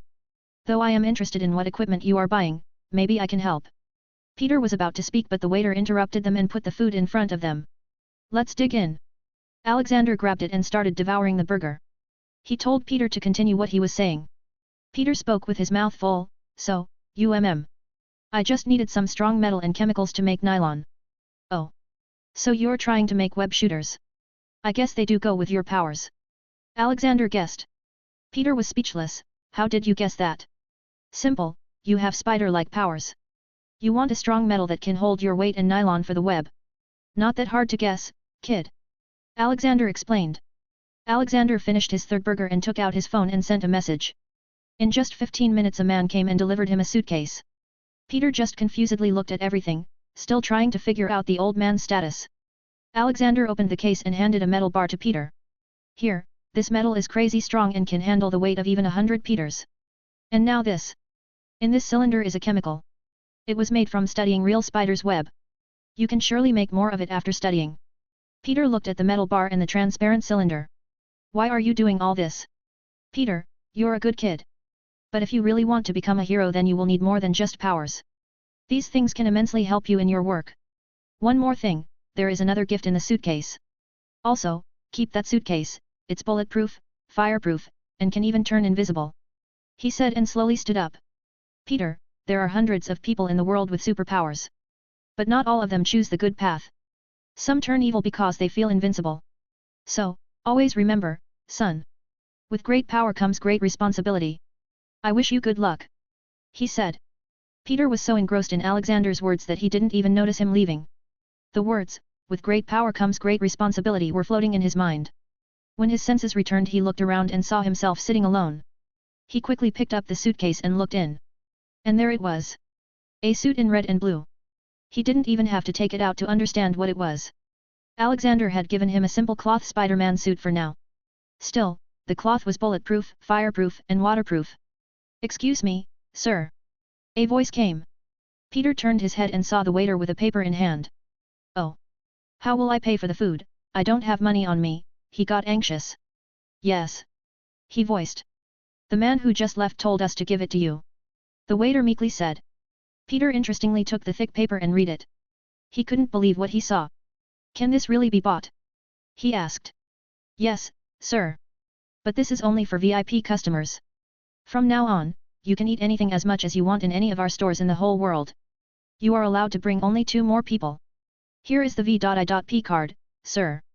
The waiter passed on a golden-colored plastic card. Peter hesitantly took it. I should pay Mr. Oh no, I don't even know his name. May I know how much this V.I.P membership costs? Peter inquired. Oh, it only costs $10 million. The waiter said and left. Leaving behind a shocked Peter. Peter looked at the small golden card as if it was the most precious treasure and quickly put it in his deepest pocket. Ned should never find out about this. He made a mental note and left after finishing his food. 30 advanced chapters are available on patreon.com/MisterImmortal. Special thanks to Joachim Johnson Conrad Douglas Flower. 212. That's why I do what I do.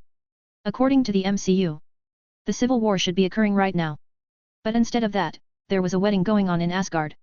Steve was attending the wedding with Peggy, she was pregnant currently. Even Bucky was there. In short, the Civil War was cancelled. Currently, all the guests had arrived for the wedding that would occur the next day. Weddings were more like a carnival in Asgard. Even more so when the people found out that the Prince Loki and granddaughter of the elder, Princess Medusa were getting married. The whole Asgard turned into a giant party. It was evening and everyone had gathered at the Great Hall for the feast. Odin stood up to make the announcement and start the feast. On the long table sat everyone from Alexander's and Odin's family. Plus the Stark family as Tony and Pepper were getting married too. Ha ha ha. I won't lie, since the day I heard my son and our Princess Medusa were in love, I was hoping for this day to come. And now it finally has, with the blessings of my dear friend. Our friendship is going to turn into kinship. And we are not just having one marriage but 2. My other friend, Howard's kid, is getting married as well. This makes this moment of happiness even more enjoyable. So, let's lose ourselves in food and wine as the night is young and we have just started. He picked up his goblet of fire whiskey and gestured to start. The crowd cheered loudly and started eating like crazy. There was a lot of food from both Earth and Asgardian cuisine. Alexander and Odin sat in the middle and talked happily. So, what will happen after the marriage? I mean, you will probably leave this reality someday. Odin asked. Sigh, I honestly don't know, I don't want to force her to follow me, but if she doesn't, it would really make me sad. However, I have nothing else that I can do. She is free to make her own decisions. I will always be proud of her. Alexander emotionally said. Odin saw it and cheered him up. Ah, let's not get all gloomy now. Let's eat. The next day, the wedding ceremony took place. Tony had named Vision as his best man. Pepper was content with that. On the other hand, Thor was Loki's best man. Everyone had gathered in the royal garden. Alexander looked at Medusa with gloomy eyes. He was remembering all his encounters with her. The time when he found her in the chambers. The time when she saw trees for the first time and rolled in mud in joy. The time when she became humanoid and called him grandpa for the first time. All those memories just made him remember how big of a part she had become in his life. She was his first adopted granddaughter. He looked at Rena, who was chomping on food. Ah, I feel relaxed knowing she won't marry anyone. Then he looked at his sweetest Amy. He knew that Amy was an intelligent girl and would someday fall in love with someone. It nearly gave him anxiety thinking that. Then he looked at his Tsundere, Hela. That was the only granddaughter he was sure about, that even if she found some man she would never forget him. Hela never showed it, but she loved Alexander like he was her real blood-related father. It was only because she was already used to calling him grandpa that she didn't call him father. Now that I think, hearing papa from her doesn't sound bad, he smilingly thought. His son, Leonidas, was a different case. Leonidas was already very strong and wouldn't grow stronger anymore if he remained in the Marvel world. So it was normal for him to come with him. Alex, Alex.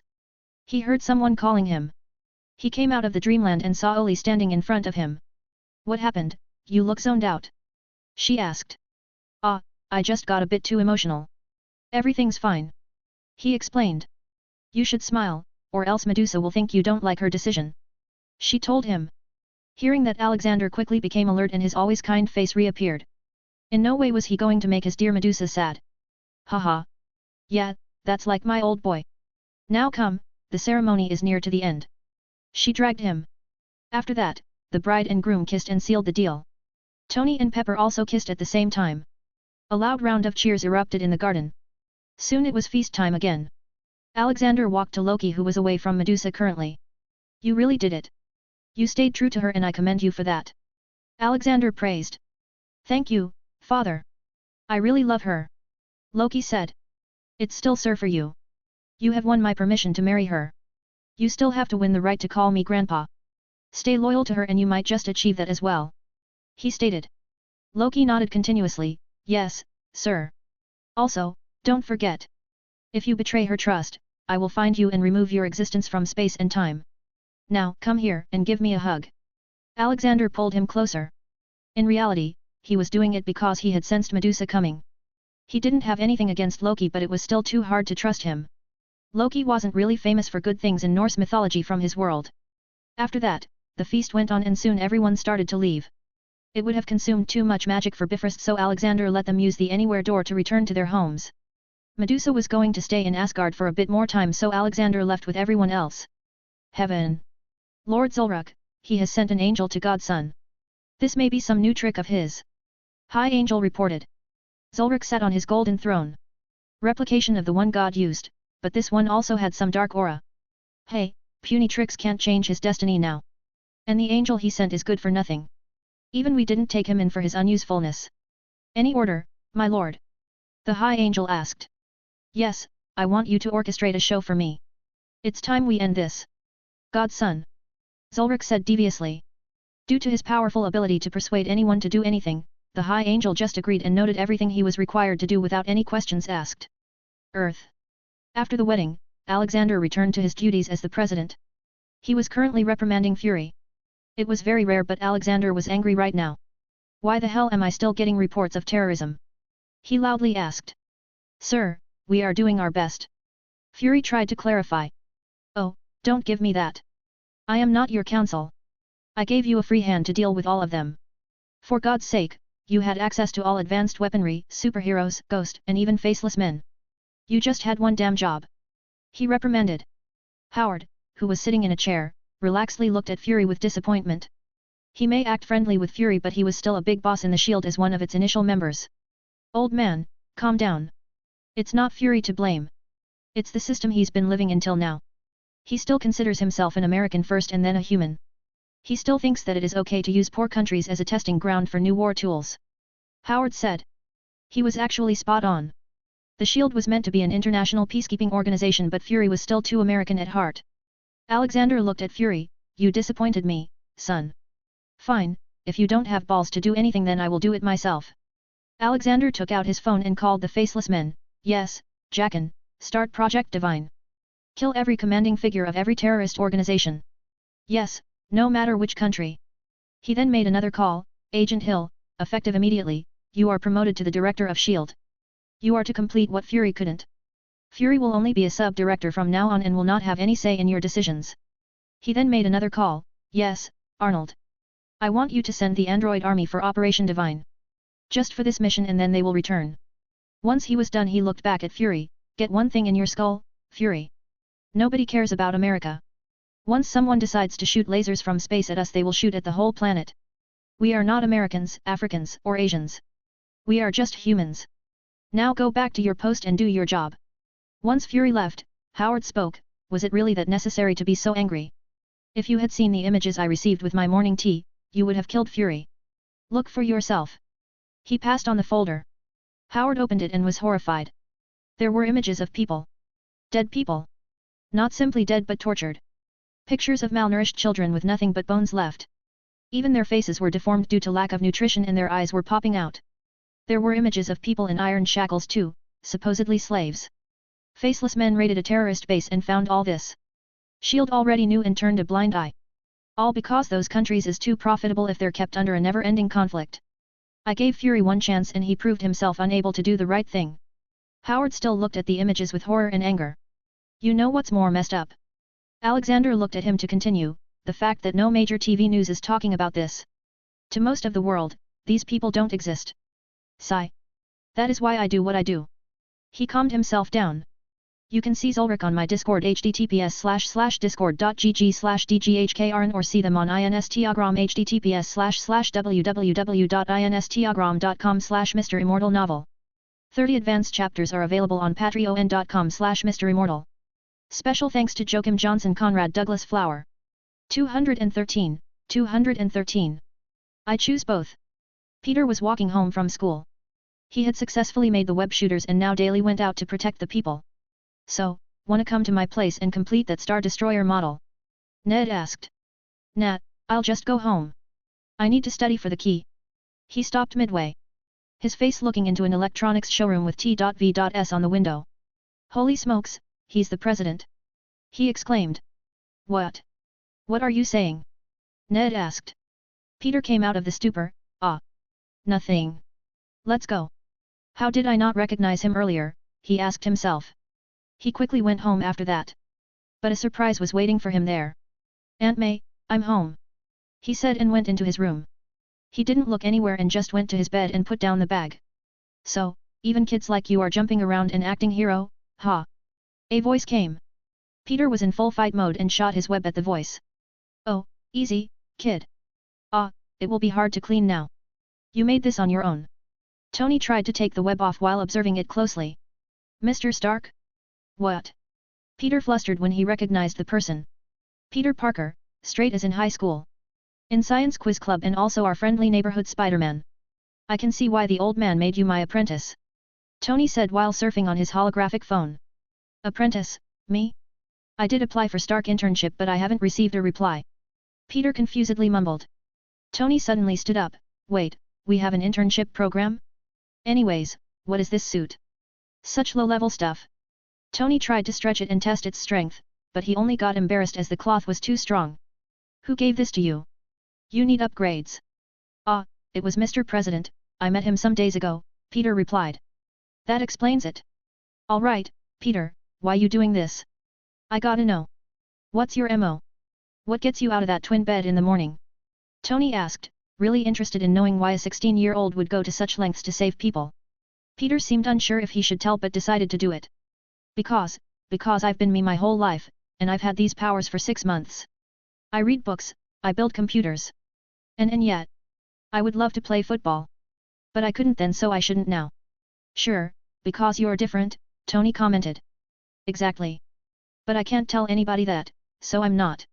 When you can do the things that I can, but you don't, and then the bad things happen, they happen because of you. Peter said while looking down. Tony just realized that the boy in front of him may be a superhero but he was still a kid. He himself was middle-aged when he became a superhero. Captain America became a hero during a war. All of them had a reason to become a hero. But Peter just happened to get these powers and still decided to do good when there was no need to. He could have become an athlete and made millions but no. Peter was a kid with a heart of gold. Tony got up from the chair and sat next to him on the bed and patted his back. So you want to look out for the little guy? You want to do your part? Make the world a better place, all that, right? Peter nodded, yeah, just looking out, for the little guy. That's what it is. Alright, here's the thing, Peter. There's something called the Young Avengers Initiative. You are a member of it and I am your mentor on how to be a hero. Tony simply announced. Peter got really excited, what? Can I be an Avenger? Yeah, but the little one for now. If you want straight A's from me as well then be a good kid and always follow my instructions. Now, let's go out and get some burgers. After that, we'll get you a new suit. He opened the door and started to leave. Iron Man soon took the Spider-Man to Avengers Tower and explained everything to him. He also gave him a suit with his own AI. From then on, Spider-Man was officially in business. In the White House, Alexander was meeting with Connor because his Secretary of State had done a really amazing job. How the hell did you make Russia agree to fusion power plan? Alexander asked. Well, I didn't go through the direct channel. I first contacted every social service organization in the country and then all the oppositions of the current regime. They put pressure on the government and they had no other way than to agree. Just give me another month and I am sure China will agree as well. They will feel like they will be isolated for being the only country still denying the offer, Connor proudly explained. It was really a big deal. It seems you deserve a bonus for this work. Did you know, there are stages of power in many enhanced people? It's like evolving to become better. I know your power lets you make clones of yourself. So here, drink this and become better. He handed him a vial. Connor looked at it for a while, guessing what would the next level of his power would be. He took it and gulped it down. He waited for something to happen but nothing did. Haha, it will take some time now. Go home and sleep. This potion will not only make your body stronger but will also benefit your ability. Though I cannot guess what it will be, so do tell me tomorrow. He said and shooed him away to go home. Connor was a workaholic and rarely took holidays.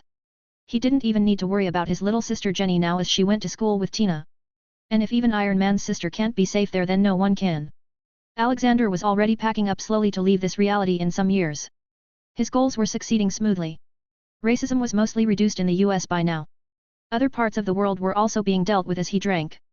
All the terrorist organizations were seeing hell for the past few days. The moon mine was going really well. Nearly 15,000 people worked there and kept a good supply of helium-3. Alexander had already prepared for the next frontier, Mars. For now, he will be sending a huge space station there and also many dome habitats. This will at least start everything and scientists will be able to study it. However, he wasn't just planning on making people live in domes. He was planning on terraforming the planet. For this, he was making a machine. Ah, any news about our Christmas gig, Dobby? Alexander asked him while drinking in the bar. Yeah, there have been. The internet is filled with thank you messages from little kids. The craziest thing is, someone morphed your face to be Santa Claus and now a whole generation of children really believes that you are Santa Claus. You don't know but the White House received 3 million thank you letters written with crayons. He revealed. Whoa, that many?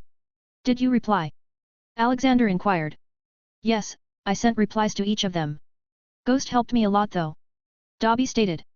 Alexander was quietly drinking when an old man came to him. Oh, Mr. President, can I get an autograph? Alexander looked at who it was, as only important people could enter this bar. And sure enough, it was old man Stan Lee. Ha ha ha. Sure, my friend. Take a seat and let's drink together. He invited him. Stan Lee happily sat beside him. I'm a big fan. Alexander signed the poster. I am flattered. I never thought the embodiment of the universe would be my fan. Ah, you got me. I knew you would recognize me. But this really is my real body. I'm just an old man. Stan Lee said and drank. Alexander was going to speak but he noticed Deadpool coming towards him. Oh hello, sexy old man. I fought Vanessa to let me have you too. She finally agreed and here I am. He jumped on Alexander's lap and started caressing his beard with one hand. Do you want to take me right here or now or should we go to? Boom. Dobby shot him with a shotgun. Go away, Wade. I have already banned you from here. How the hell did you pass the wards? Deadpool laid on the ground in a sexy pose with his ass showing up, ignoring the gun wounds and his blood. What do you think, old man? Doesn't your hot dog want my donut? Deadpool caressed himself. Blarg. Ragnarok, who was sitting nearby, vomited, God damn it, I will shred you to pieces, Wade. Deadpool slowly turned his ass towards Ragnarok. I wanted him but I can bring my expectations down a little. Come now, and ravage me. He couldn't speak more as Alexander sealed him in a vibranium box. Take it and throw it in the ocean, Ragnarok, Alexander instructed. Ragnarok happily obliged. Alexander looked at Stan Lee. Why did you even make him? Sigh. We all make mistakes in our lives, my friend. And sometimes those mistakes got out of control. He said. So you mean you don't have control over him? I'm afraid, yes. He will only grow stronger with time and someday become omniscient. Stan Lee sighed as he said that. Then I guess keeping him sealed is the only option, Alexander mumbled. Then he got to the point, so, what do I owe this visit for? My friend, enemies will be coming soon. I wanted to notify you. Enemies that can destroy everything. Enemies that even I can't control. Stan Lee sternly informed. Alexander got serious. I can probably guess who it is. Do you have any way we can solve this problem? He shook his head. Fighting them is the only way. The universe will have to join hands if we want to survive. Sigh. Sure enough, in Marvel, trouble always finds you. Extra. Ragnarok truthfully went and threw Deadpool into Mariana Trench. Aw shoot, how do I get out now? Hey, anyone out there? Deadpool called out. For a very long time, no one came and he thought he was really done for this time. Vanessa would get angry for not bringing the groceries, he thought. My child, why do you act so naive? A sweet voice came to his ears. Oh, and who are you, Disney princess? He asked. I am Gaia, the Mother Earth. She introduced herself. Deadpool's eyes turned heart-shaped and he started mumbling, oh my, I love you Mother Earth. Thank you for giving me your gases to inhale. Aye. Boom. Go away, Gaia, he's mine. Another voice came. But this was a bit cruel sounding. Deadpool didn't know what was happening as he was still inside the vibranium cage. Go away, Death. This one is mine. Gaia shouted. Then let's ask him. Death said and took Deadpool out. But Deadpool died instantly from so much water pressure. Death brought him to the surface and he came back to life. Tell us, Undying One. Who do you want, me, or this plant freak? Death asked while trying to entice him by showing her legs. Dear Wade, tell me you love Mother Earth the most. Gaia sweetly said. Deadpool looked at both of them multiple times. Ooh, she got nice legs. Oh, and she got nice assets and. Oh, no, no. What are you doing, Wade? There can only be Vanessa and Old Man. Maybe Mother Earth too. Oh. Vanessa will kill me for this. I choose both. You can see Gaia and Death on my Discord https://discord.gg/dghkrn or see them on Instagram https://www.instagram.com/MisterImmortal novel. 30 advanced chapters are available on patreon.com/MisterImmortal. Special thanks to Joachim Johnson, Conrad Douglas Flower. 214. Primordial 1. Alexander thought about the warnings of Stan Lee and decided that he couldn't do anything even if he wanted to. He had no way of measuring his strength with the enemies. He got out of his bed and went out of the castle in Fihame for morning tea. There he saw Douglas. So, how's work going? Arg, only 20% of the grass is cut. But you know what? I am liking this work. In the beginning, these unicorns tried to annoy me by pooping in my cutting way but I just ignored them. I really know how it feels to be calm now. Douglas said like he was some saint. But Alexander saw through his act. Don't try to fool me to get away. Your work will only be done when you completely cut the grass. Douglas angrily stood up and threw the tiny scissor away. This is harassment. Come on, cut me some slack. Here, you deserve a bigger scissor now. Alexander took out and gave a scissor just 1 inch bigger. But Douglas was very happy. Yes, this will help. See, such small things can bring happiness too, Alexander stated. Douglas also felt it. If it was any other day he wouldn't have felt so happy seeing a scissor, but now he was on cloud 9. He did realize at that moment that Godson was really teaching them something. Yes, but this is still labor exploitation. He complained and ran away. Olivia walked to him. Why are you so hard on him? I'm not, Oli. I'm trying to make him better. Heaven will become a battleground someday and if he wants to live and fight, he needs to get stronger. This training is just the beginning. The real stuff will start later. He said. Amy then came running with some documents in her hand. Grandpa, please sign this permission to shoot a movie on the moon. Did you do all the safety checks? Yes, Grandpa. I also made everyone take 1 week astronaut training. She proudly informed. He ruffled her hair and signed it. Good job, Amy. All right, Ollie. I'll go to work now. Olivia shook her head as she sat alone. She hoped that whichever world they went to next would be nice and easygoing with no crimes. So that they can relax a little. She had seen Alexander overworking recently. New York Hospital. Dr. Stephen Strange, he had a sister named Donna, who drowned after getting cramps while swimming. Unable to save his sister, Strange decided to become a doctor to save lives. Strange went to medical school and eventually graduated with an MD and PhD at the same time, using his photographic memory to learn all of the information incredibly quickly. He earned his medical degree in record time and entered a 5-year residency at New York Hospital, where his rapid success made him arrogant. Plus, with the new Nevia Industries tech, he was even more successful with his hands. But after Stephen's mother, Beverly, died near the end of his residency, work became more and more impersonal for the bereaved surgeon. Strange's talent remained, however, and he became a wealthy and celebrated neurosurgeon before he turned 30. Egotistical and greedy, cold and callous, Strange's interest in his patients generally began and ended at his bill. He had forgotten the starting purpose for why he became a doctor. Ah, why do they keep on rejecting me? Dr. Strange grunted while reading a letter from the Nevia Industries Hospitals. A multinational chain of hospitals with the world's best and most affordable treatment. This was his 3rd time applying for the empty neurosurgeon position. Dr. Christine Palmer, his girlfriend until they broke up due to his egotistic personality, tried to console him. It's all right. They don't deserve you. Don't pity me like I'm a child. I am the best neurosurgeon in the world and they still reject me. There must be some reason. He angrily yelled at her. Christine rolled her eyes. She had enough of this egotistical man. The reason is as it says in the damn letter. You lack empathy for people. Something that Nevia Industries is known for. Why do you think they'll hire you? She left after her saying that. Dr. Strange angrily left for some party. Now, many things had changed in the world, so it didn't make sense if he was again in an accident. But that is exactly what happened. Alexander doubted that Kamar-Taj must have some hand in it, as Dr. Strange was meant to be the best of them and they probably didn't want to lose him. So, after that accident, Strange spent all his money on possible treatments.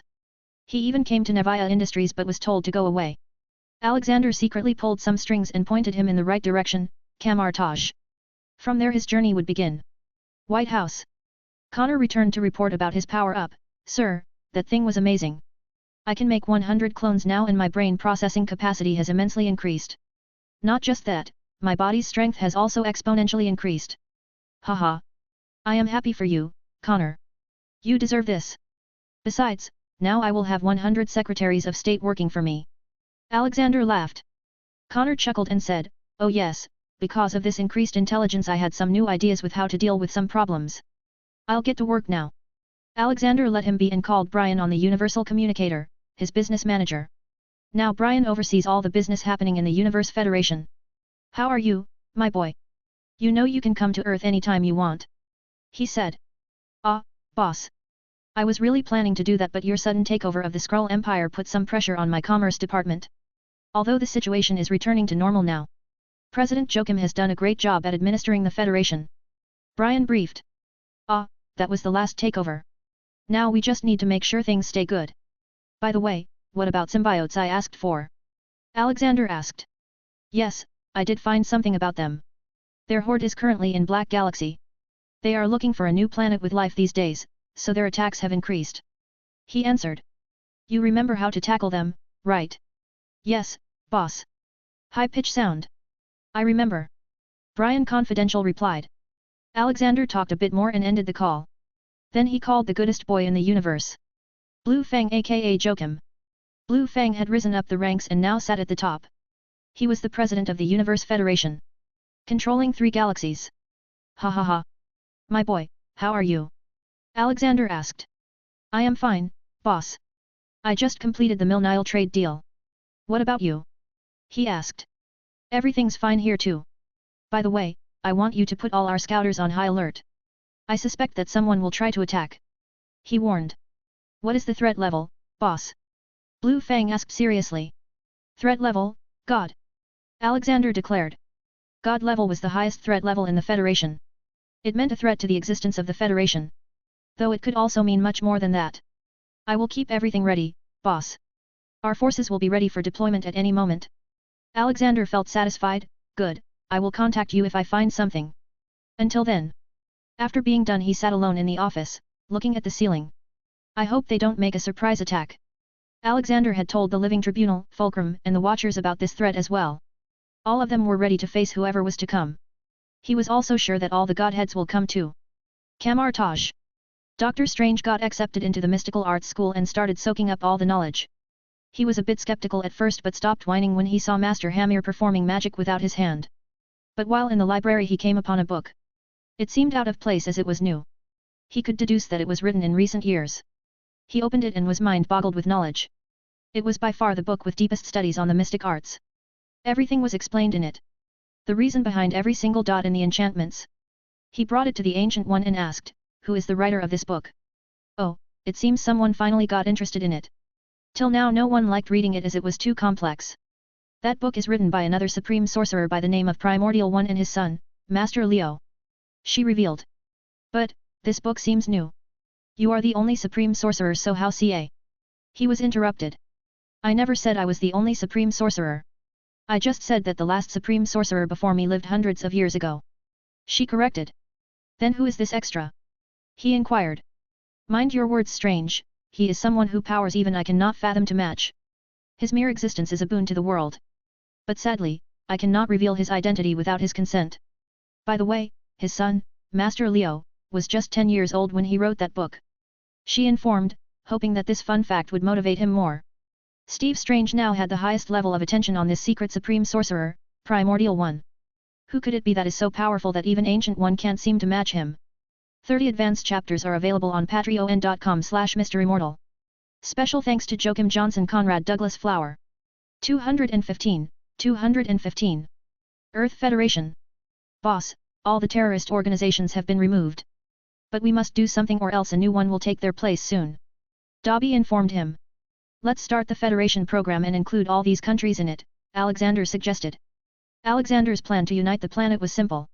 He needed to remove boundaries for that. There should also be one law for everyone. So all those countries that join the Federation will have their people free to go anywhere in those countries and work. English was already widely spoken, so it will become a working language. The laws will be the same throughout the Federation.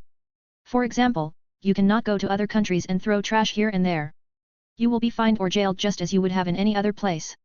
Racism was also a problem, so combining and mixing people would cause problems for a short while, but with high vigilance, these can be solved. Slowly, only cultural individuality shall remain and countries will lose their individuality. The countries will not have a prime minister or president, just an elective representative who will sit on the main Federation Council. The countries will be divided into small states so they can be administered efficiently and also so that one of them doesn't become too powerful. Each such small state will have a seat on the main Federation Council. The Federation will hold elections every 6 years to elect 10 members of the Upper Council. These will not have too much power, but they will be responsible for the respective states that chose them. Then there was the Council Head, who was selected from among the Upper Council. The office of Upper Council and Council Head will be cursed for a lifetime by Alexander, as these were extremely powerful positions in their own right, and if someone got too ambitious then they can inflict too much harm to the world. Yes, but the problem is, many of these Middle Eastern and African countries either don't have a working government or the one that exists is worthless. Dobby said.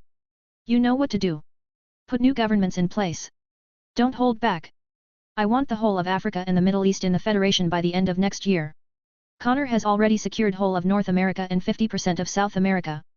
European countries are still hesitating, but hopefully, they will agree too. He thoughtfully stated. Dobby then left and got to work. He told the faceless men there to start working. In the Avengers Tower, all the superheroes were told to come. It was not just the Avengers but all of them. It was a call from Alexander. So, what's the deal? Steve asked Tony. Don't know, buddy. There are some big announcements. By the way, when did so many superheroes appear? I probably only know 1% of them. Tony asked. The Avengers Initiative is small. These people are from the superheroes' voluntary registration. Steve informed. A small distance away, Peter was there meeting with many superheroes, excitedly looking around. Hey, why did you copy my style? A voice came from behind him. Peter looked back and saw another guy in a red suit. Who are you? I am the almighty, all-holy Captain Delicious Pants. Who are you? Deadpool asked. Oh, I am Spider-Man. He couldn't say more as Deadpool walked too close and started checking him out. Oh. So do you shoot web from your butt as well? He questioned. Actually. Deadpool again interrupted him. Don't tell me. Show me. Catch me, okay. Deadpool ran straight into the window and jumped out from the 120th floor. He fell down on the concrete on the ground with his head and legs twisted in ways not possible. Peter back at the Avengers Tower was still in a stupor of what happened and then suddenly heard a loud "Should, God damn it, Spider. You were supposed to catch me." Other superheroes also heard but just shook their heads. Deadpool was probably the most known superhero to them as he had already messed with all of them. Alexander just came to the Avengers Tower and walked to the lift. But he saw Deadpool on the ground with his crumpled body in his way. Deadpool noticed him. "Oh, hey, my love. Don't worry about me, I am all fine." Alexander facepalmed himself and looked at Dobby. "How did he get out of the cage?" "I have no idea, boss." Dobby sounded confused. While walking, Alexander waved his hand, and Deadpool got teleported to a hospital. His bloody body was too gruesome for passers-by. On the top floor, he saw all the superheroes gathered. Alexander chuckled when he saw even Doom being there. Around 200 superheroes were there from all around the world. Though he only invited those who held him in the highest regard. "Alright everyone, thanks for coming. I called you all here because I was planning to start the Earth Federation. Meaning, a planet without borders. A planet ready to venture into space and meet other space civilizations. Many countries have already agreed to join it and soon the world will. But I have decided that this Earth Federation will have your role in it as well. Alongside the Earth Federation, another organization, called the Federation Protection Unit, will be made. It will have all of you in it. Now, before anyone asks. No, you will not be subservient to anyone. Your job will be to keep peace on Earth and fight any danger from space. You will have a leader not just elected by you but also by the world. You will not interfere in the Federation administration and neither will they. SHIELD would still exist and would act as a watch and inspection department for the two. I will also make sure that no corruption ever takes root in any of these organizations so you can rest easy. Now if any of you who don't agree can leave," he announced. Simple to say, all of them stayed. They were all specifically invited because of their support for Alexander after all. Doom may still be stingy but he was bound by the contract. "Good, let's have a small party now. The big one will be when the Earth Federation starts," he said, and soon many nanny bots brought food in. Tony walked to Alexander. "So, you're really doing it, huh?" It was never a matter of if. It was always when. The civilizations in space won't recognize America, Russia, China, or any other country. In their files, it will just be Earth. Earth where backward people live who still fight due to the color of their skin and refuse to unite. They will use our differences to take over the planet without us ever knowing. Alexander explained. "Well, from all your and Dad's accounts of space, I really want to stick to Earth. But I'm also very excited at the same time," Tony added. "Even if we delay it now. Someday we will have to go up anyway," Steve said. Alexander smiled. "You are correct, my boy. How is Peggy? When is she due?" "Next month, it's twins." Steve blushed while saying that. "Haha. So I'm going to have 2 super grandkids. Tony, what about you? When are you giving Howard grandkids?" he asked. Tony rolled his eyes like he was asked that many times. "Come on. Stop peer pressuring me. Ha ha ha. You have no idea how much Howard is looking forward to it." Alexander persuaded him. Howard rants to him every day about how cute Morgan was and how much he wants her. He even asked once to go and meet her but Alexander denied. Knowing that he shouldn't mess with their reality anymore. "Old man, you should worry about your own grandkids. I haven't seen Natasha and Leonidas in a while."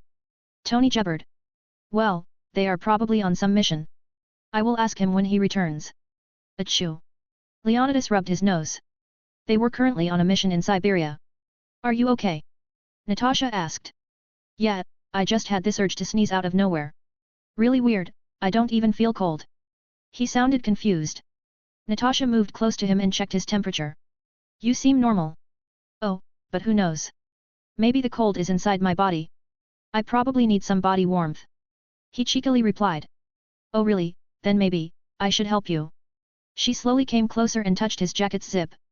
Leonidas was totally in the mood now from seeing her amazing eyes and face up so close. But mission first, she zipped his jacket till his neck and moved away. "Oh. Come on," he complained. "You can see Earth Federation map on my Discord https://discord.gg/dghkrn or see them on Instagram https://www.instagram.com/MisterImmortal novel. 30 advanced chapters are available on patreon.com/MisterImmortal. Special thanks to Joachim Johnson Conrad Douglas Flower. 216. 216. A Bad Doctor. Kamar Taj. Doctor Strange had read the hell out of the book, Deep Magic by Leonidas and Old Man. It had given him a good boost in learning the magic. He closed the book and went back to the library. Oh, hey, Wong. I need some more books. Something complex this time. He said and went to the cabinets. Wong was his bro now, so it was all right. He went to the forbidden section and took down a book. He had felt like the book was calling him. All the answers to your questions. All the power you can even desire. Come and take it. The voice hissed. Even though Doctor Strange felt alert, he still went ahead and opened it. He expected something to happen but nothing did. Instead, he heard a loud curse from behind a bookshelf. God damn it, Yao, I lost. Here, he handed Ancient a stack of $100 bills. Ancient One smiled and happily took her earned money. See, I know Strange more than you. His thirst for knowledge will take him to an early grave someday. They had made a bet whether Strange would open the book or not. Alexander lost. The two came out in the open to a confused Doctor Strange. Doctor Strange recognized Alexander and quickly asked. What is the President of the United States doing here? He sounded shocked and confused at the same time. Oh, you even read my book and don't recognize me, Alexander said with a sad face. Doctor Strange's brows furrowed. I can't remember there being a book written by you. No, there is one. Ancient One chimed in. You just finished reading it. She added. Now the dots were connected in his head. Why was Ancient One being so frank with the President? Why was the President there? This can only mean that he is also a sorcerer. You are the Primordial One? He asked. Yep, but I'm rarely called by that name. They usually call me Grandpa Universe. Alexander said. So the President is a sorcerer supreme. No wonder you can do so many common sense defying things. Doctor Strange stated. Actually, he was already quite strong even before he started learning sorcery. Ancient One told him. Doctor Strange was shocked by that news.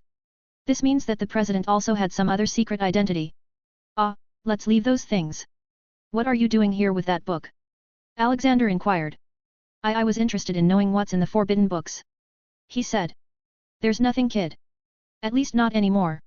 Whatever that was useful was taken away by Caecilius and the other stuff was about the time stone. Now there is no time stone so that knowledge is baseless. Let's get out and eat something. I'm pretty sure this Caecilius will be attacking soon. His words surprised both of them and they followed him behind. Alexander saw Wong sitting in his post and said hello, what up, Wong? Here you go, your favorite sushi. A big plate with colorful fresh sushi appeared in front of him. It was a very common thing for Wong as this had happened many times before. So he just thanked and dug in. When outside, Strange asked him something that had been irking him for a long time. You are the owner of Nevia Industries, right? He asked. Alexander transfigured a table and 3 chairs in a balcony and sat down. He took out some tea and biscuits. The Ancient One also sat down without even asking. Only Doctor Strange was surprised by this feat of magic. No, I was. Now it's my wife. I'm the President and I cannot hold another office of interest. Though I do have absolute control even now, Alexander corrected him. Tell me, I was the best neurosurgeon in the world. I applied to Nevia Industries but got rejected multiple times. Why? He questioned. Alexander ignored him for a second and slurped the tea. Annoying Doctor Strange. He was yet to learn patience, it seemed. Tell me. Doctor Strange. Do you believe in hell or heaven? He asked. No, I don't. They are made up. Doctor Strange immediately replied. Haha. You are studying sorcery and yet refuse to acknowledge it. Let me make it clear. They do exist. Now, answer this question truthfully. Where do you think your soul will go after you die? Keep your medical career in mind as well. He asked. Doctor Strange thought for a long moment, certainly not heaven. Exactly. Now, why do you think my company, whose name spelled backward is heaven, would employ you? Tell me, if a mother came to you asking for your help because her kid fell while playing on a swing. His head was hurt. She wasn't able to afford the operation procedure. Would you help her? Think from your past self's perspective. Doctor Strange took a long breath. He knew where this was going. I would have ignored her and told some less proficient doctor to do the surgery for a cheap cost. See, that's the kind of man you were.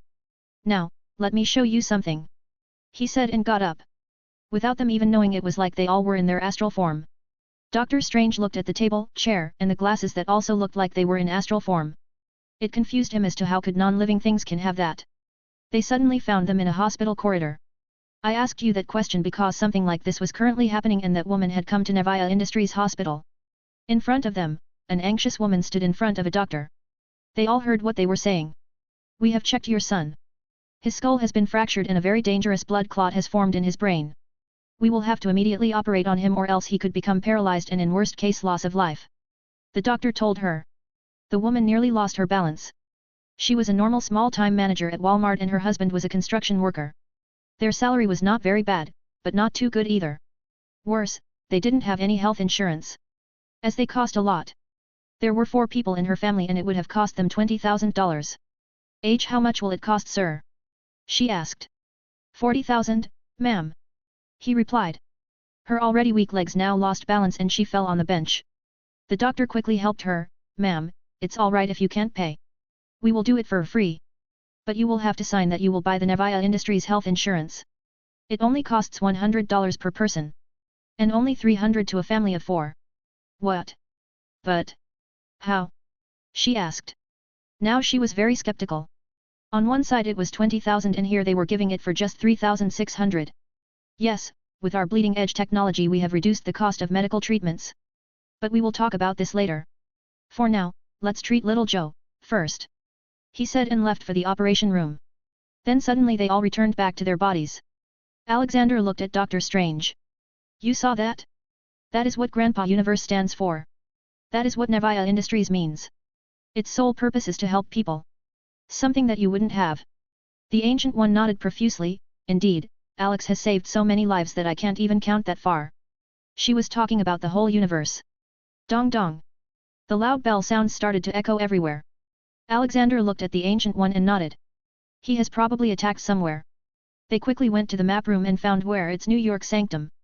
Ah, it's always New York, isn't it? Sometimes I doubt it might be a cursed city. Alexander commented. Strange, follow me. I'll give you some fighting experience. He said and took out his anywhere door. Strange looked at Ancient One for permission. Go, he is the best teacher you can ask for. 30 advanced chapters are available on patreon.com/MisterImmortal. Special thanks to Joachim Johnson Conrad Douglas Flower. 217. Dormammu, I've come to. Alexander and Dr. Strange appeared in the New York Sanctum. Go on, kid. Fight them. I will help if you are in trouble. Alexander said and went to a nice sofa and sat down. Aren't you going to teach me? He asked. But first I'll have to see what I need to teach. Alexander shrugged and a nice bottle of fire whiskey appeared in his hand. Dr. Strange was about to refute but they heard a sound coming from downstairs. He went there and saw 5 people just about to kill Daniel Drum, the master of New York Sanctum. Alexander knew it and flew to them. Caecilius' eyes twitched seeing him. Nice mascara, boy. Didn't know you were into this stuff. Alexander commented. He waved his hand and Master Daniel Drum's beaten body flew towards him. Now, my student here, Dr. Strange, will fight you. Wait, there are 5 of them. Strange complained. Alexander relaxedly sipped on his drink and spoke, you won't know unless you try. Strange couldn't say anything as he was attacked. The fight went on for a while. It seemed that Strange really had some talent in martial arts. He was successfully able to segregate them and beat them one by one. But he was still falling short. Stop sitting there and help me. He should as he was thrown through the corridor. Alexander waved his hand and the cloak of levitation flew to Strange and helped him. Not yet, you haven't learned your lesson yet. Alexander denied. What lesson are you talking about? He asked and ran back to fight. Master Daniel had recovered now and was drinking tea with Alexander. What do you want to teach him, Primordial One? Oh, I haven't decided that yet. Alexander blurted. His response nearly made Master Daniel choke on tea. In the corridor, Dr. Strange finally dealt with the runts and focused on Caecilius. Alexander finally got up from his chair and started walking to them. He slowly went to the crimson bands of Sidorak and threw them on Caecilius. Just like in the movies, he was restrained by them. Why are you even trying so hard, Caecilius? He asked. You won't understand it. Dormammu is not the end of the world but a new start. He can give us true immortality. Caecilius preached. Alexander uninterestingly looked at him. You know, you totally sound like some worshippers of an evil sect that I destroyed some years ago. I mean, look at your face. I'd rather die than be immortal looking like that. And don't forget, there will be no movies, burgers, pizza, or wines in Dark Dimension. To me, it seems like a very bad deal. Dormammu is ripping you off, I'm telling you. Yes, make fun of me. But I will have the last laugh when Dormammu comes. Caecilius said.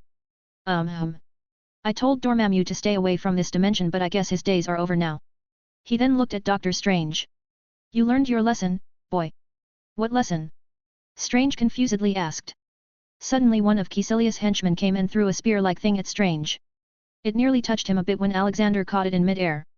See that, boy? Never lose your sling ring.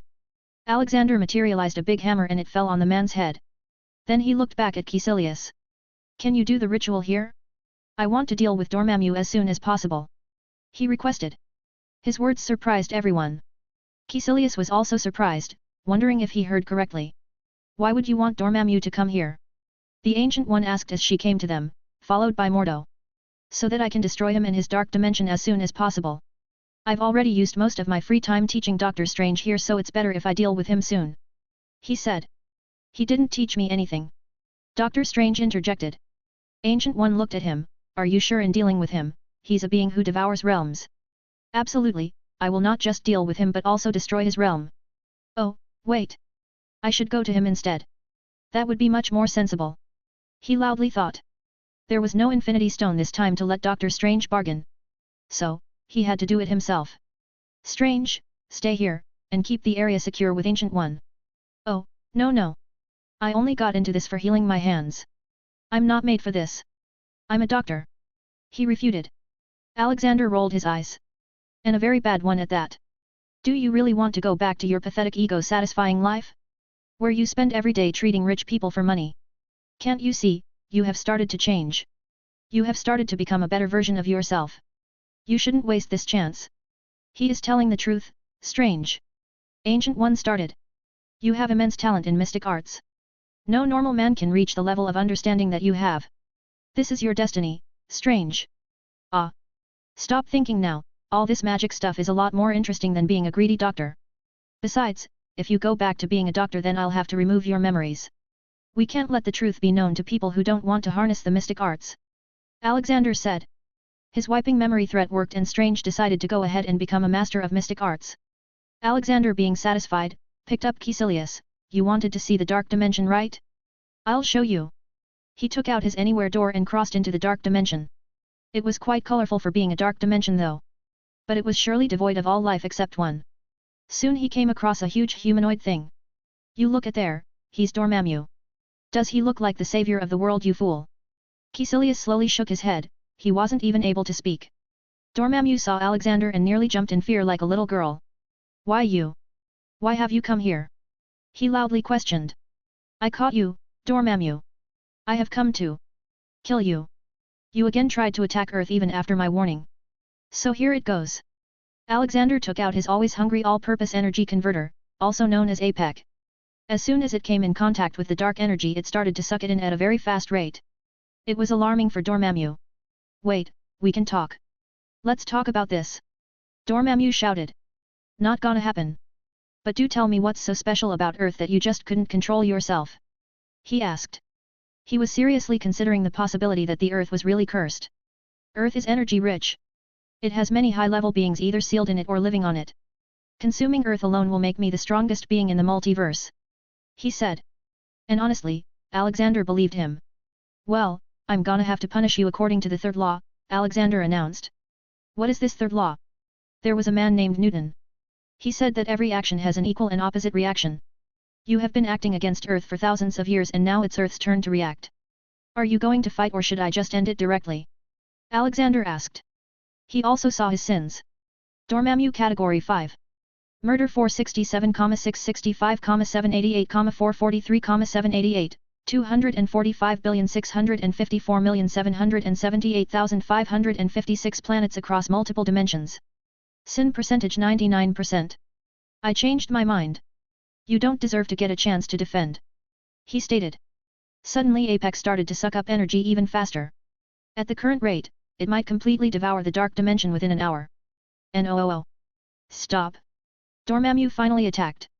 You can see Dormammu on my Discord https://discord.gg/dghkrn or see them on Instagram https://www.instagram.com/MisterImmortal novel.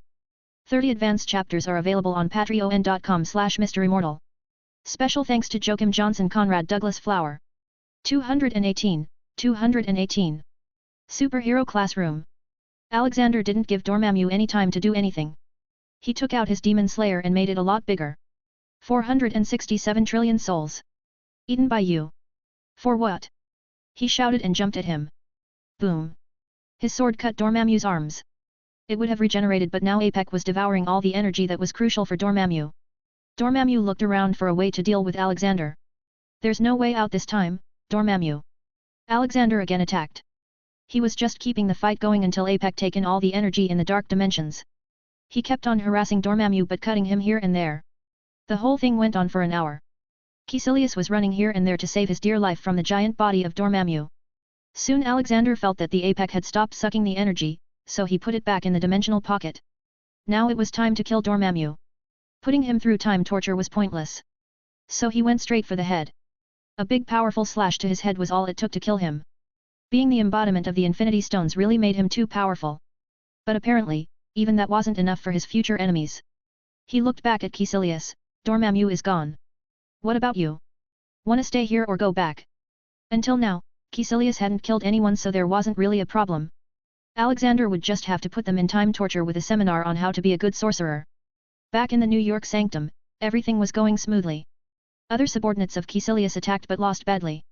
Because 1, there was Ancient 1 and 2, because Dormammu was dead, Dark Dimension was nothing but empty space. Hence they weren't receiving any power boost. A pink door appeared and Alexander came out, dragging Caecilius behind him. Hey, guys, you all won't have to worry about Dormammu anymore, he declared. Everyone from the Mystic Arts School showed happy faces and the others showed sadness. He made bad guys sit in a big room with a TV screen in front of them. On it was a long seminar on how to be a good sorcerer. It was shot by Leonidas when they were living in Camartage. He put them through 500 years of torture. If this much time couldn't change them, then nothing could. He looked back at everyone. So, one of our biggest enemies is dead. This deserves a feast. But then Alexander's phone vibrated. It was from Vision. He was currently the overseer of the Young Avengers initiative. Yeah, old man speaking. It seems you forgot, so I called to remind you. Your seminar for the Young Avengers is scheduled in about 10 minutes. He said. Alexander paused, moving around, and facepalmed himself with his free hand. Damn it, I've grown too old. It seems I had forgotten. I'll leave for there right now, he said and hung up.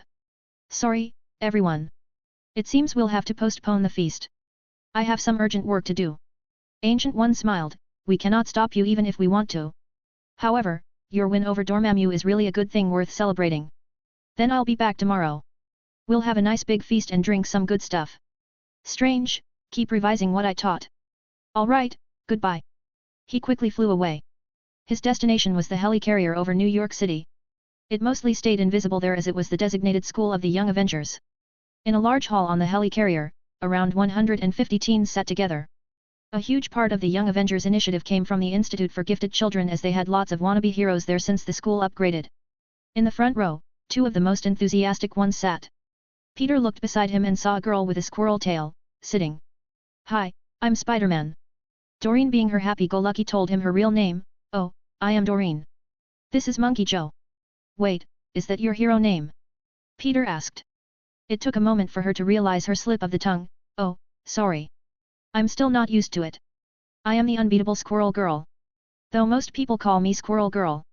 So, what do you think we'll learn today? He asked. He was just bored and tried to strike up a conversation. Doreen thought for a bit. I don't know. This seminar will be from Grandpa Universe, so I can't say anything. He's very unpredictable. Peter chuckled. Hee hee. Yeah, he does seem like that. Not long after, Alexander appeared in front of them on a platform. He looked at everyone proudly. Haha. In my life, I've been a soldier, a doctor, a scientist, a superhero, a galactic emperor, a businessman, the president, and finally, I've become a teacher. Before we start, let's start with names. Start from the front left. State your name and the reason why you want to be a superhero, he said. One by one they all answered. He saw many known faces there. So, Can someone tell me what is the biggest part of being in a superhero team? He asked. Power. Intelligence. They made guesses but only one succeeded. Teamwork. Doreen said. It was obvious she would know that. After all, she's been working with multiple squirrels as a team. Very good, Doreen. That's the right answer. In my days of fighting, I've seen Captain America save Black Widow, Hulk saving Iron Man or Thor saving Hawkeye. If this wasn't a thing then these people would have been dead. You all are new so you think as an individual. And having individuality is a good thing.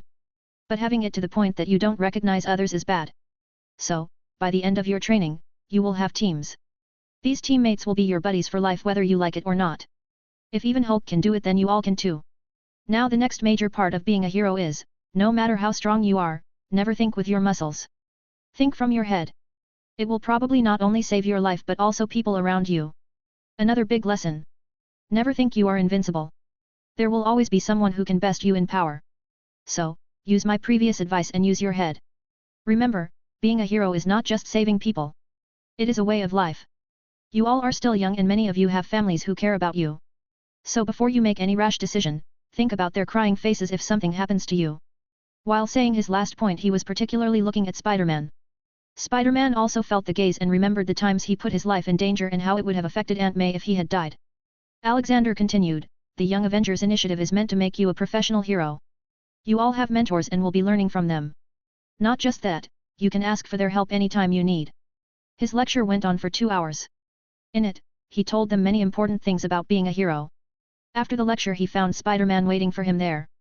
Sir, can I ask you something? He asked. Sure. Why am I being taught business management and other business-related subjects? I'm not interested in them. I told them to change it but they told me that you requested for it. Peter inquired. Young Avengers were taught many subjects in their training but he was being forced to study business subjects. Well, Peter. You are a very talented kid. I can assure you that these subjects will help you a lot in the future. You know that one day you might even become the leader of the Federation Protection Unit. Alexander answered. It confused Peter but he eventually accepted it without much thought. Unknown to him, he was going to have a headache in a few years. 30 advanced chapters are available on patreon.com/MisterImmortal. Special thanks to Joachim Johnson Conrad Douglas Flower. 219.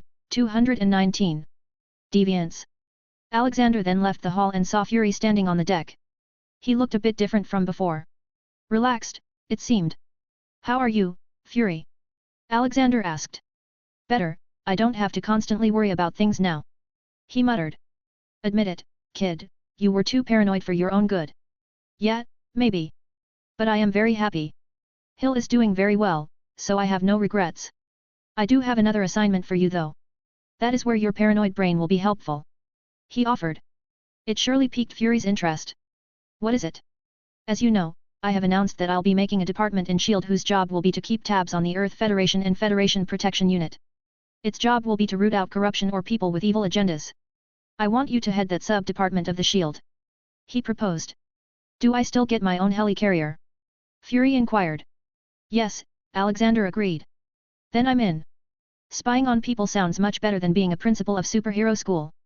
Fury grunted. Alexander left after that. He came to the White House and saw a lot of journalists gathered there. He tried to remember and knew that no such briefing was scheduled for that day. He secretly went inside the White House and found Dobby. Why are there so many journalists outside? He asked. Boss, the news about the Earth Federation has come out in public and some countries have accused you of expansionism. They think that you are trying to take control of the world. Dobby informed. And I presume you have taken necessary measures to stop such rumors from spreading. Yes boss, I told our guys at Faceless Men to start spreading correct information on the internet. I also detected that some organizations are trying to tarnish your reputation. Dobby said. Sigh, they will never understand, would they? Anyways, how many have joined the Federation by now? He asked. Well, North America is completely in it. Mexico did reject in the beginning but we just changed their incompetent government. Venezuela, Colombia, Brazil, Peru, and Bolivia have also agreed. Others are in the midst of doing it.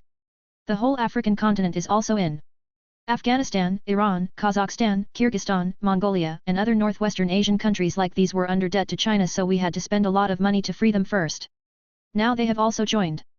Saudi Arabia is still a bit problematic but it will join soon.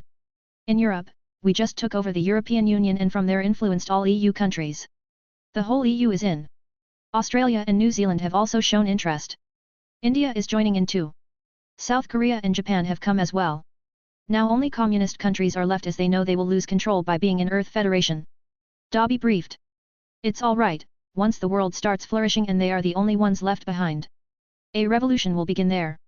Now, go and handle that journalist crowd out there. He instructed. Now Alexander was more focused on bringing Earth into harmony. There were a lot of species living on Earth secretly. Some of them were also hostile. So he went to deviants. They were actually in a very pitiful condition. They looked bad physically and didn't have power. Alexander could at least give them a good life and tell them the truth about Celestials. As a pre-human race having conquered and ruled Earth before the rise of humanity, the deviants were considered to be among the elder races. The deviants were by no means good people though. They had their own flaws. The biggest of their flaws was being xenophobia. The city of deviants wasn't that far either. The deviants used to live in a small continent in the Pacific Ocean once. But 20,000 years ago at the time that the second host of the extraterrestrial Celestials destroyed the deviant empire in the event known as the Great Cataclysm. After that, the deviants scattered for a while and fought each other to become kings and finally, a deviant by the name Brother Toad became the king of deviants. Their new city was located just below New York City. Alexander didn't know the way to reach that place so he just used the reality stone and made himself pass through the surface. He kept on going down for a long time. After a while, he finally came onto an open area. It was really a big underground city. Even though only 10,000 deviants live there. He looked straight down and there was the biggest building in the whole city. Going by common sense, it was possibly the ruler's dwelling. He went straight into the biggest chamber and saw a huge toad-like man. He was talking to his Prime Minister, Rhaegar. So, food storage has again gone empty. What about our coffers? Brother Toad asked. Nearly empty. Prime Minister Rhaegar informed. Our troubles seem to be increasing. It was easy to get food from humans earlier but since the new president has come, the whole world's food supply is being monitored. I'm afraid we'll have to come out someday. Brother Toad theorized. Alexander then used mind arts and made Prime Minister Rhaegar ask some questions to the Brother Toad. Your Majesty, why don't we use that same medicine that helps mutants? Maybe we can look like humans and live on the surface too. He asked. Brother Toad shook his head. I tried. The day that medicine came out I had ordered testing. But sadly, it doesn't work for us as our genetic makeup is different from mutants. So, should we attack? Prime Minister Rhaegar asked. No, I saw it in my dream. A very strong being lives up there. He even beat the Celestials. Sell my gold and buy food for the people. He ordered. Alexander also learned something from looking into the Prime Minister's brain. The deviants were surely not good people but they weren't purposely bad either. They were more like anti-hero types. Alexander then made himself visible and slowly floated down. What if I fix all your problems? I can give you both medicine and food. Brother Toad and Prime Minister Rhaegar were alerted. Just one glance at Alexander made them recognize him. Why you? What are you doing here? What do you want? The Prime Minister fearfully asked. Calm down, I come in peace. He looked at Brother Toad and started to speak. You must already know about my attempts at uniting the world. I want to bring you all in too. He proposed. Why do you think we would want to live around puny humans? Brother Toad asked rudely. Sigh, must we do this? You don't even have food to eat and you talk about who is better? Let me show you something. Suddenly a scene started to project in the air. During their first host on Earth, 1 million years ago, the Celestials collected the Wanderers, a tribe of Homo erectus. Gaminon the Gatherer collected the ape men and sent them to Xiron the Tester who mutated them to have an unstable genome, creating the deviants, Homo descendus, a race with destabilized DNA expressing into various mutations, who were then released and went hiding in the caves. With other subjects. Nezar the Calculator then created the Eternals, Homo immortalis, hairless, upright tall beings able to tap into the cosmic power. They were themselves released, flying out of the Celestials' laboratory ship. Finally, Oneg the Prober created a latent gene for the expansion of human potential. This information did shock them a little, but due to their heavy mutation, all the deviants didn't hold much feeling of care or love. Those who did kept it hidden. The only thing deviants had in common was that they were all uncommon. Alexander knew that deviants wouldn't even agree to take the medicine he brought that would make them humanoid and also heal their brains. So he used some of his Mind Stone's powers to influence the whole deviant population. The hologram was shown to everyone and it was told that those they worshipped as gods were nothing but their exploiters. That they were born from the same genes as Eternals and humans. When can you give us the medicine? Brother Toad asked. Alexander took out a big crate full of vials. Here you go. You can see Deviant City and Brother Toad on my Discord https://discord.gg/dghkrn or see them on Instagram https://www.instagram.com/MisterImmortal novel. 30 advanced chapters are available on patreon.com/MisterImmortal. Special thanks to Joachim Johnson Conrad Douglas Flower. 220. Wakanda not forever. Things went smoothly. He was able to get all the deviants to drink the medicine. It made them change into human forms. Though he had to use Mind Stone to make them human-like from thinking as well. Or else they'd probably try to secretly take over the world while living among people. The city was huge and now it was empty. So he reinforced it to even withstand hundreds of nukes and told S.H.I.E.L.D. to make it a base and also an emergency shelter. From the nukes, he remembered that the world was still vulnerable as long as countries had them. The ideal situation would be if Earth as a planet had them and only pointed them towards the sky for an enemy and not at each other. Wakanda. It was a normal day in the secret advanced city. Because Hydra was no more and Bucky was also a good guy from the start. The old monarch, T'Chaka didn't die in any bombing. But he sure was old now and had planned to give up the throne to his son. Baba, we received a letter from the American Secretary of State again. This Mr. Connor seems to think that we'll benefit from joining the Federation. T'Challa spoke to his father. And we really might. One day, we will have to come out in front of the world. Maybe joining this can make it easier. T'Chaka thought loudly. What can they give us? We already have everything. If protection is what they offer then we have the blessings of Bast. T'Challa proudly said. But his father seemed to disagree. You still have a lot to learn, my son. We as Wakanda are strong, wealthy, and happy. But what about the rest of the planet? And a being who can kill cosmic beings cannot be stopped by just Bast. Are you talking about the American president? Yes, my son. He is no ordinary being. He was able to remove world hunger and end all wars within such a short time. Something that we couldn't even do in our region. Maybe it's time we meet him and... Knock knock. He stopped speaking and let the guard enter. My king, the work in the mine has halted. The people doing inspection found something when opening a new area to mine. This surprised both T'Chaka and his son. What could be so major that it stops the whole mining? My king, it seems there has been a theft. Please come with us and take a look. The female general said. T'Chaka and T'Challa quickly went with her into the mine to check. Inside they saw a crowd gathered and looking at a recently mined part. The crowd split up and he walked to the front. The mining in charge came and told him everything. My king, we had just started mining this part and found this empty space. It's like the whole chunk vanished. And we also found this. T'Chaka took the small paper and looked at it. Not much was written on his except, thanks for the vibranium. With a small picture of Alexander in a pose. T'Chaka didn't show the image to others and quickly put it in his pocket. It's okay. I will look into it. You all can resume the work. He returned to the palace with his son while mumbling, it seems we need to meet President Universe. Achoo.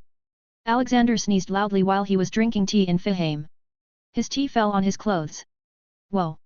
This was the first sneeze in like thousands of years. Maybe you're getting old, Douglas the lazy angel commented. You want to mow another planet? Alexander frankly threatened. Don't bully him now, Alexander, Olivia said and gave Douglas more cake to eat. Grandma, you're the best. He happily cheered and dug in. Although he was an angel and quite old from humans' perspective, the angels also had a very long maturity time. So he was still in his late teens if compared with normal humans. And he honestly liked Grandma Universe. Don't spoil him too much. Alright, after eating, you will go to Ragnarok and learn to fight from him. You may have cosmic powers but what's the point when you can't use them? He will teach you how to fight. Alexander ordered. What will you teach me, then? He asked. Magic. That's what I'll teach you. Alexander said. Alright, I am looking forward to it.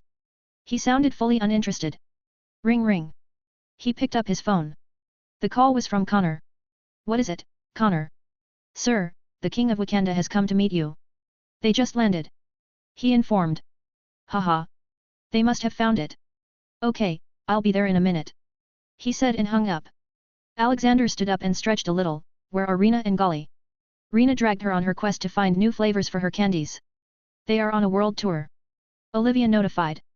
Alexander just shrugged and left. His whole family was the definition of exaggeration. Whatever they did was on a crazy scale. T'Chaka and T'Challa were greeted by Dobby as Alexander was away. They were taken to the White House and were being shown around. Tell me, Mr. Vice President, you have been with President Universe the longest, what kind of person is he? T'Chaka asked. Well, he's kind, honest, and indiscriminate. All he cares about is the well-being of others. Dobby briefly replied. He showed them around more and soon Alexander appeared. He led them to his office to have the meeting. Welcome to America, King T'Chaka and Prince T'Challa. I hope I didn't keep you waiting for too long. Alexander gave them a basic greeting. T'Chaka didn't say anything and simply put the piece of paper on the table. Alexander picked it up and laughed, ha ha ha. It took you 71 years to find it, ha. Both father and son looked at each other. Wait, we thought you took it recently.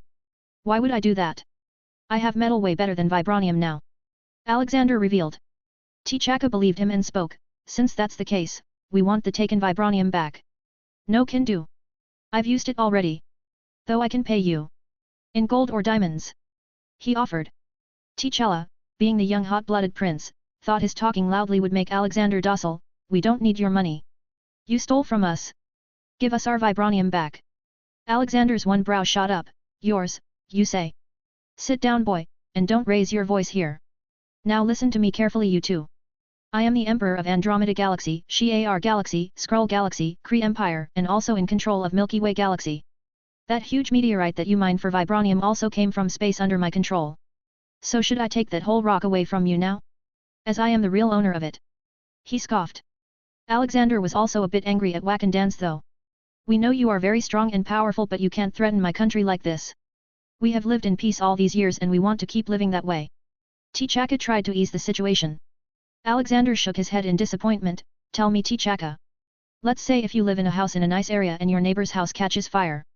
You have the means to put that fire out. What would you do? I would help the neighbor. He answered.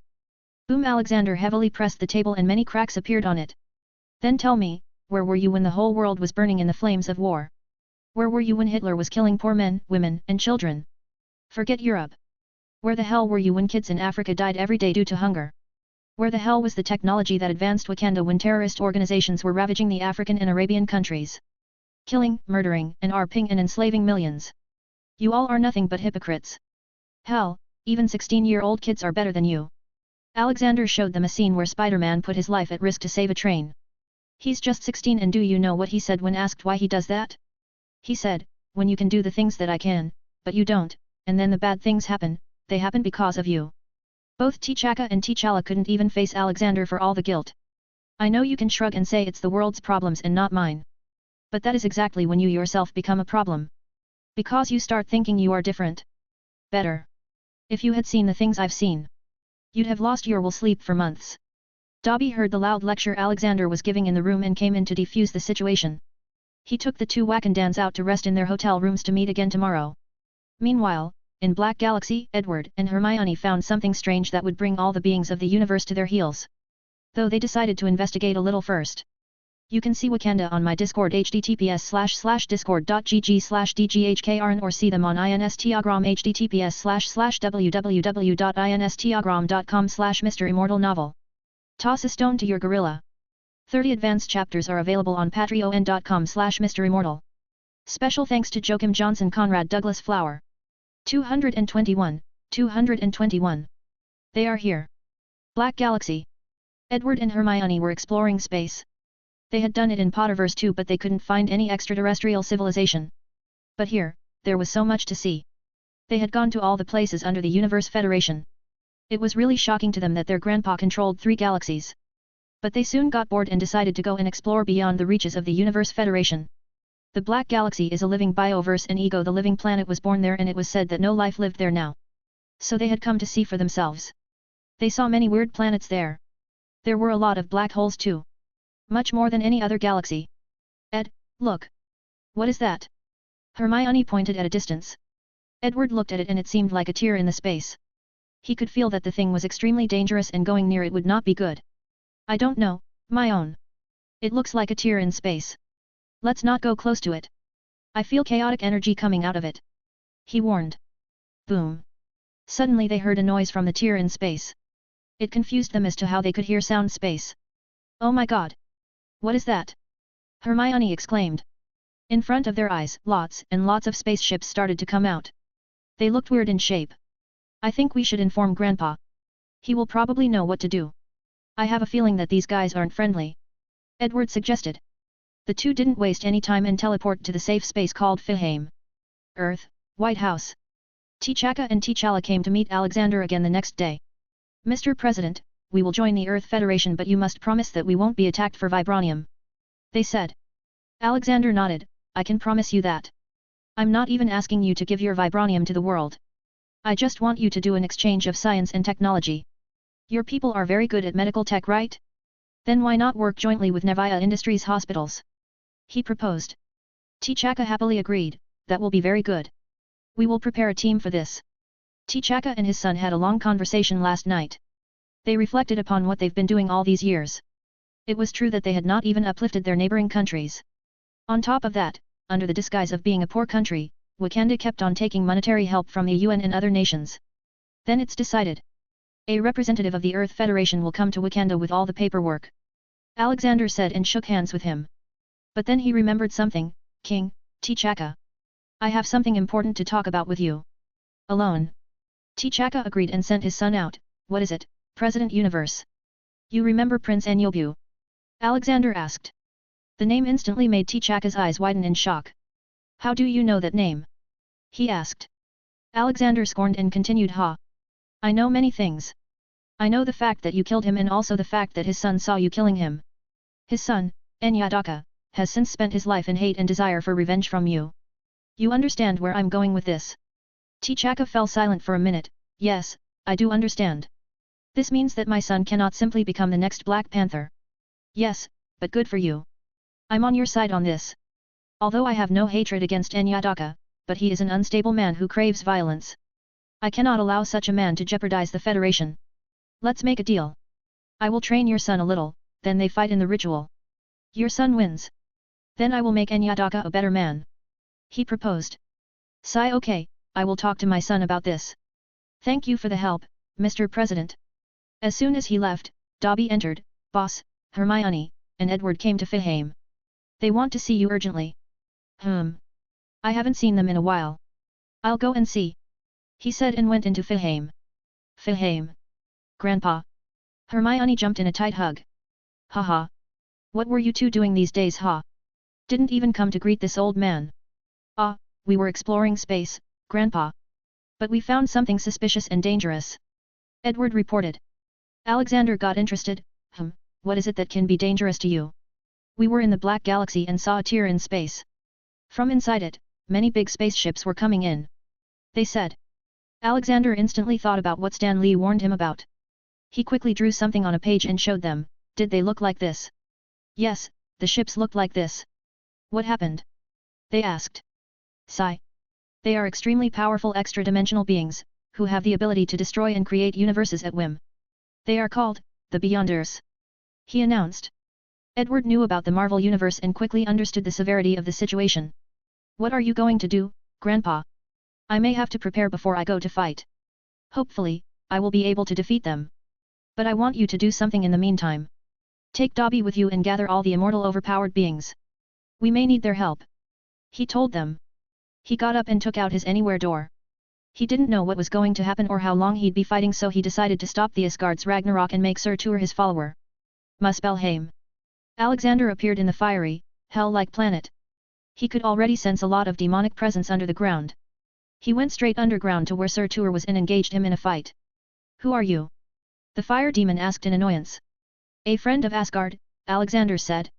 He had not done it till now, but he did it this time. Snap. He wished for Surtur to become his eternal faithful follower and that his minions would fight the Beyonders in the coming battle. It was very simple to do that with the power of stones. Surtur, gather all your minions for the Great War. After that, he decided to go to the Black Galaxy. But before that, he sent a message to his family and told all of them to go back into Fihame. The safest place to be. On a Beyonder ship. Haha. Master Zulrich trusted me with this responsibility. I must fulfill it at all cost. An angel turned dark angel from under the command of wannabe god, Zulrich was secretly controlling the Beyonders to attack. For a being of his level, messing with the multiverse was nothing much. He was also boosted by the blessings of his revered god, Zulrich. He was sitting calmly in one of the command ships and saw the whole mess going on outside. Out of nowhere, Godson Head himself appeared to get butchered in his hand.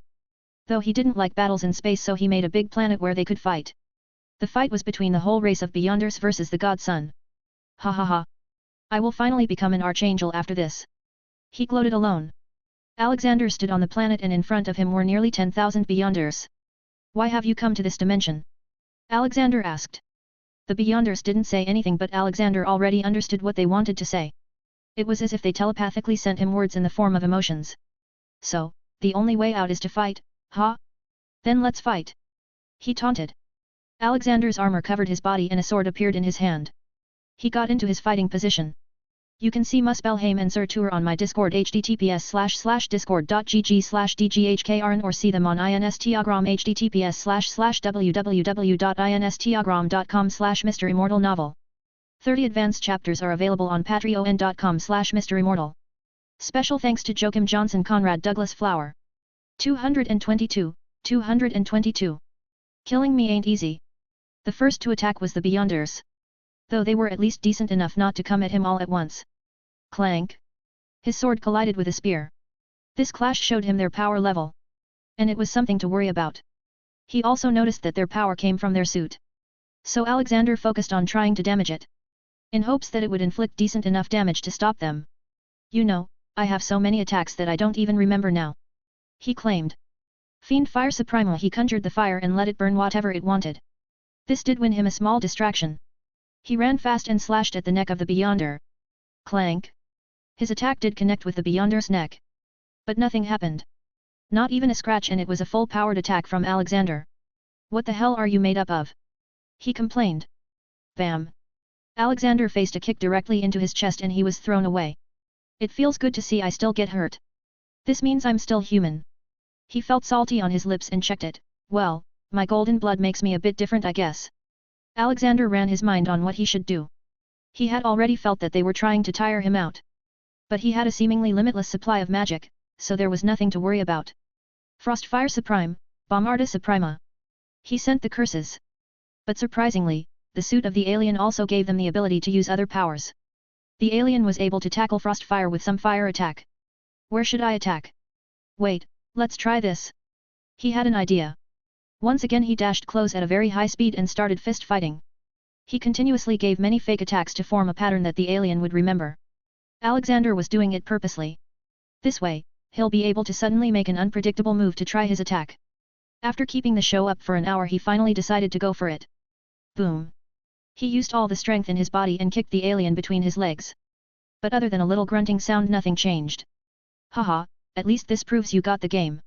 Alexander laughed as he retreated. Snap. Alexander used his big attack. But as he expected, nothing happened. If the Beyonders could kill the living tribunal who himself was stronger than the Infinity Stones, then it would make Beyonders way up in the food chain. What the hell do you want from this realm? He asked. He received no reply. So he started fighting again. It was going nowhere. They were in a stalemate. Alexander was also getting more wounded as the time went by. His armor had chipped from here and there. The Infinity Stones didn't work, so now he only had raw power. He overloaded his sword and armor with magic, which started giving him some gain. He was able to push back the Beyonders and also injure him. Finally, deciding to end him, he jumped in mid-air with his sword pointing straight at the alien's chest. But while in mid-air he saw a red light coming towards him from one of the ships.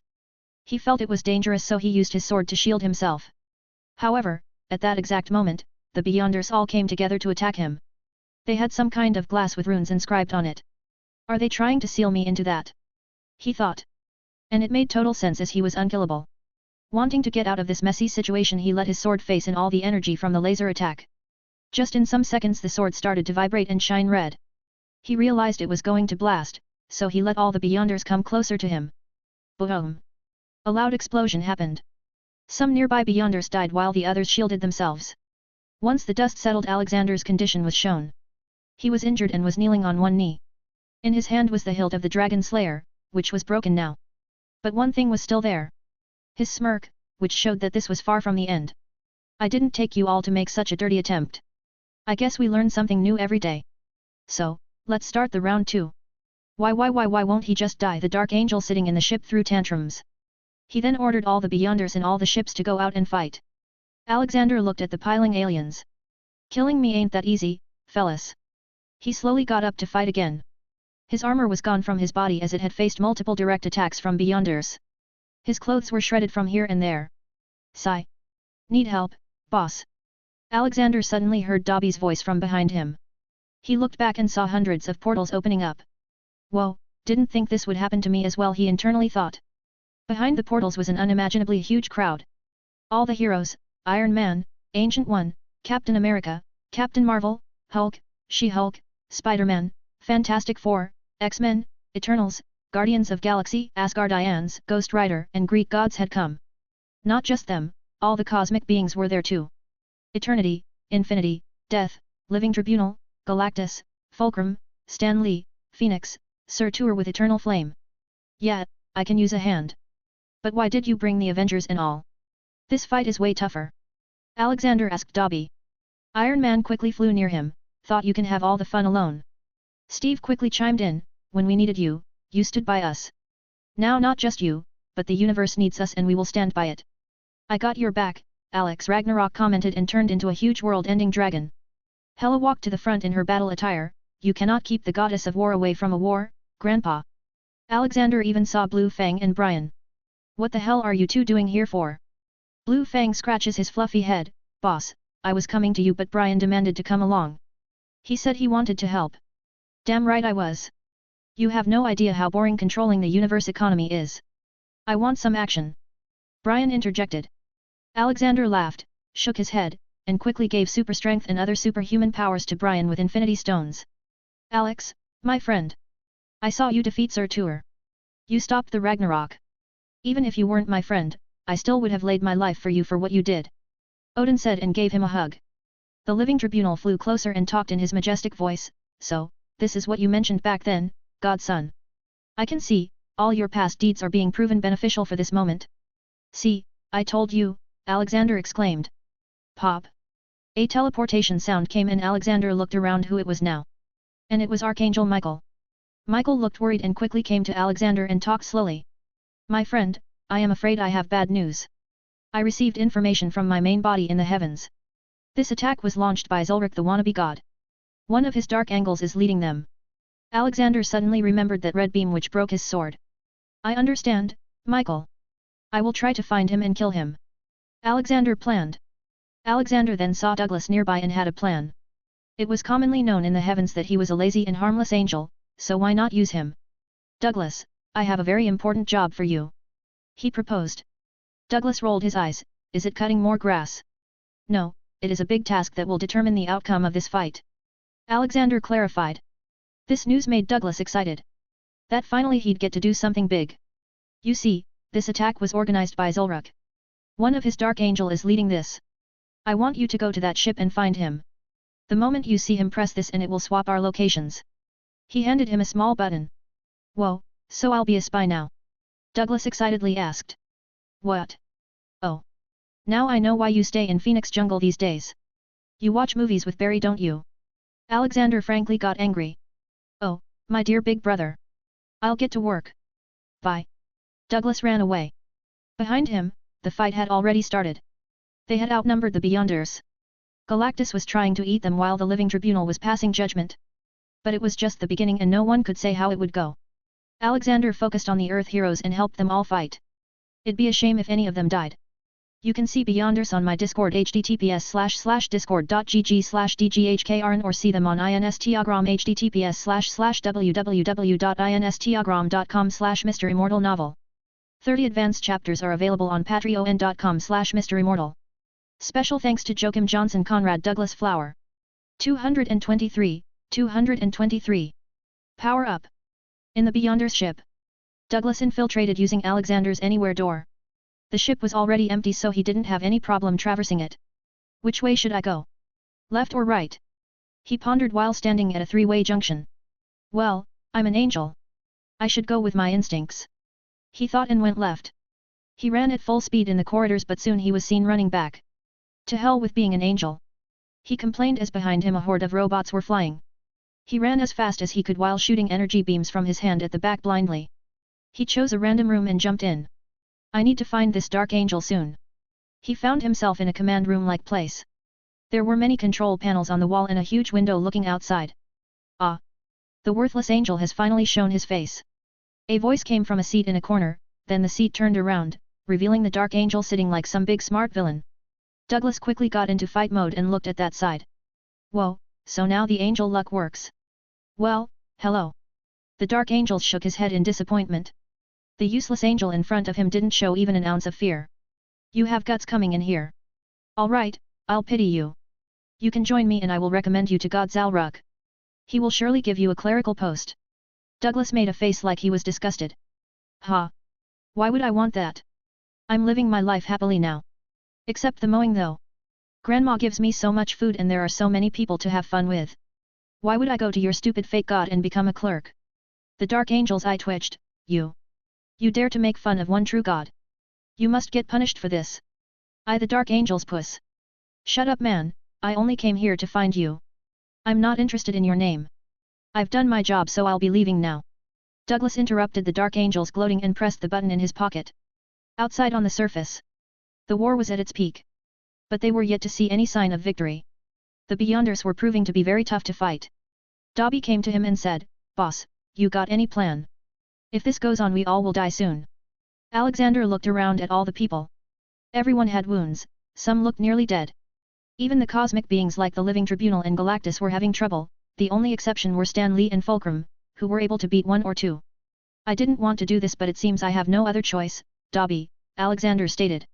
What are you talking about boss? He asked confusedly. The only thing that I haven't eaten till now is APEC. I didn't do it because I doubted I'd be able to gain the ability to absorb limitless energy like it does. But I am ready to take this chance now. He said and took out APEC. Dobby, gather around me with others. Don't let them disturb me. We don't know what will happen. He ordered. In an instant, Dobby, Ragnarok, Michael, Blue Fang, Iron Man, Galactus, Brian, Leonidas, Edward, Hermione, and others circled around him. He picked the APEC and made it small enough with the small light of Doraemon.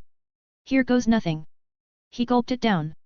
He could feel it slowly going down in his body and then stopping when it was in his chest, closest to the heart. Then, to Alexander's surprise, it somehow jumped out of his food pipe and attached itself to his heart. He felt a slight pain at that moment, but then... Arg! Suddenly he felt extreme pain in his chest. He fell down on his knees. Leonidas worriedly ran to him. Dad, what happened? I don't know, son. No one can knows. Alexander groaned. He felt that APEC was sucking down his body's energy. He started to feel weaker every second. His face started to lose color, looking like all the blood got dried. Everyone looked in horror. What the fuck happened? Tony worriedly shouted. Alexander knew he needed to reassure them that he would not die. Don't worry. No matter what happens now. Do not believe that I am dead. I am unkillable so even if I disappear I will be back in a minute. Don't stop fighting. Alexander knew that the scene of him getting drained to nothingness by APEC would not be good for their morals so he teleported to the center of Black Galaxy. He shouted in pain for a while there as his body slowly imploded. It was taking so much time because of the 7 Infinity Stones in his body had too much energy. He doubted he'd be able to use the snap now as he couldn't feel their power in his body anymore. Arg, just end it already goddammit! He shouted. Then all of a sudden, he was reduced to nothingness. Earth. Connor was the elected successor to the president and he was filling the office temporarily.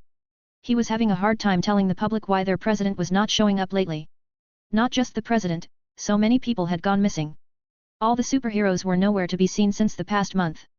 Rumors were starting to grow so he had to give them something. So he gave an official interview with his statement. All the superheroes of Earth and many powerful beings of space have gone away to fight an enemy. An enemy strong enough to destroy our universe.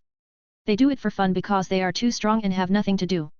President Universe detected them some time ago so he prepared all the heroes on Earth. Many enhanced people have also gone with them so you might see some people missing. However, there is no need to worry as we all know, the president is not someone who can be easily defeated. Thank you. He then deployed all the faceless men, Unsullieds, androids of Alexander to keep peace on Earth. He was afraid that some people might try to take advantage of the situation. He came back to his office and stood by the window. I wanted to come but you had to leave me behind. He cursed. He was very powerful right now. His cloning ability plus superhuman strength was a very deadly combination. But that was also why Alexander told him to stay as his ability could be helpful if something happened on Earth. Black Galaxy. Alexander woke up and looked around. He tried to move but realized that he couldn't feel anything. No hands, or legs. What the hell happened? He thought. He quickly checked what was happening inside his body and didn't feel anything except there being an endless void. He quickly conjured a mirror and looked at himself in it. But he couldn't do that either. He stood in front of the mirror and he couldn't see himself. Wait a minute, why is this mirror so huge? He asked himself. Then it hit him, what if I am small? Now, he didn't know how small, so he conjured an electrical super microscope. Holy, I'm the size of a molecule! He exclaimed. His brain ran at full speed and quickly came up with an answer. That the APEC must have consumed his body in order to integrate himself with it. This meant that now his body was APEC. That's why he could not see anything inside himself except an endless void just waiting to be filled with energy. Haha. On another note, I think I can beat Golly and Galactus in an eating competition now. Though I wonder if I even need to eat anymore. Is this what father feels like? He started to mumble as he flew into the supermassive black hole. The black galaxy was a pretty large one and had many black holes in it. The best thing was that its center not only had a supermassive black hole but also many more smaller black holes surrounding it. It was a supercluster of black holes. So, Alexander went on and started absorbing them. It felt strange to him at first, but he got used to it soon. He was really imagining from the perspective of a normal human.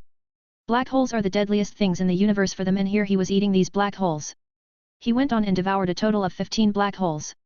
By the end of this whole process, he was back in his normal human form.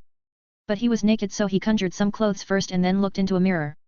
I've grown more muscular and taller. Nearly 13 feet tall. Well, nothing matters as long as I can beat those aliens. He tightened his fist and operated back to the battlefield.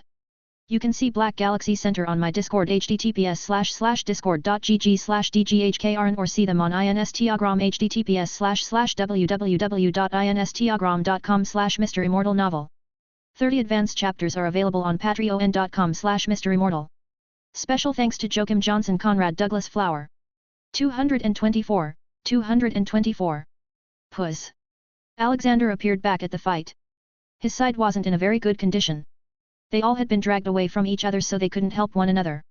Alexander didn't know how powerful he was, so he just went and grabbed one of the Beyonders.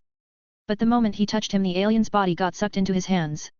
And Alexander instantly felt like he had become stronger. He quickly caught another one and checked the reason. After a while he finally confirmed it. 1. He was not under the control of his power yet. 2. The suit that Beyonders used was powered by multiple miniaturized quasars. So consuming them was like consuming many black holes. Though he felt very weird eating them. But if this is the only way, so be it. He loudly shouted and ran around the battlefield, touching any Beyonder he saw. After devouring around 200 of them, they all realized that they were in danger. So they all left whatever they were doing and came to attack Alexander at the same time. Haha, greet your death, Alexander shouted with open arms. Just when they were about to reach him, Alexander's skin suddenly changed and in its place was dark black space with starry texture. Just like eternity. All the Beyonders who came close felt threatened and tried to stop, but were pulled towards Alexander like he was a black hole. Alexander also slowly got the hang of his power and now could choose who he wants to pull towards himself. After killing 9,900 out of 10,000 Beyonders, he stopped. Now, the remaining you are all lab rats. He announced. In that moment all the heroes attacked them together. Tony and Howard were surely interested in their tech. Alexander also caught one and tried his physical strength on them. But he was faced with disappointment. Damn it, I became overpowered again. The Beyonder died after just 2 punches from him. He looked around again and finally they were in a good position. It was more like training for them now. Beep beep. About time, Douglas. He exclaimed and vanished from the place and appeared where Douglas was. Douglas, go and practice on the remaining Beyonders. I'll take care of this guy. He said and let him go. Douglas excitedly folded his sleeves. All right, it's my time to shine. Haha ha. Once he vanished, Alexander looked at the man with black wings in front of him. Tell me, are your wings black from the start or did you dye them? I'm confused, wouldn't having dark wings make it hard to blend in the heavens? Alexander mockingly asked. The Dark Angel's face twitched, haha. Finally, I get to meet that old fool's protege. But don't worry, I will make your death quick. Consider it a mercy from true God Zalruk. Now, prepare yourself for the Great Puss. Out of nowhere, Deadpool in a Japanese kimono appeared from behind the Dark Angel. 1,000 years of pain, ... He shouted and poked in the Dark Angel's butt with his 2 index fingers. But nothing happened to the Dark Angel. It only annoyed him. What is wrong with you all, not letting me say my name? He enraged. Deadpool stood back up disappointedly. Oh man, it didn't work. I did exactly like what that man did to the blonde kid. Maybe I should go back and ask. Just as he came, he again disappeared. Alexander only shook his head in helplessness. He was sure that Deadpool was going to be a pain in the ass for him no matter which reality he'd go to. He suddenly remembered the Dark Angel. Yeah. You were saying something, Dark Angel. The Dark Angel's eyes were bloodshot red in anger now. My name is not Dark Angel. It is Puss. I am a Barbie girl lion. Alex quickly picked up his phone. Damn it, when did he change my ringtone? He cursed Deadpool. Yeah, what is it, Dobby? Boss, we've killed all the Beyonders. What should we do now? He asked. It will take me some time to deal with this Dark Angel so you guys can go ahead without me.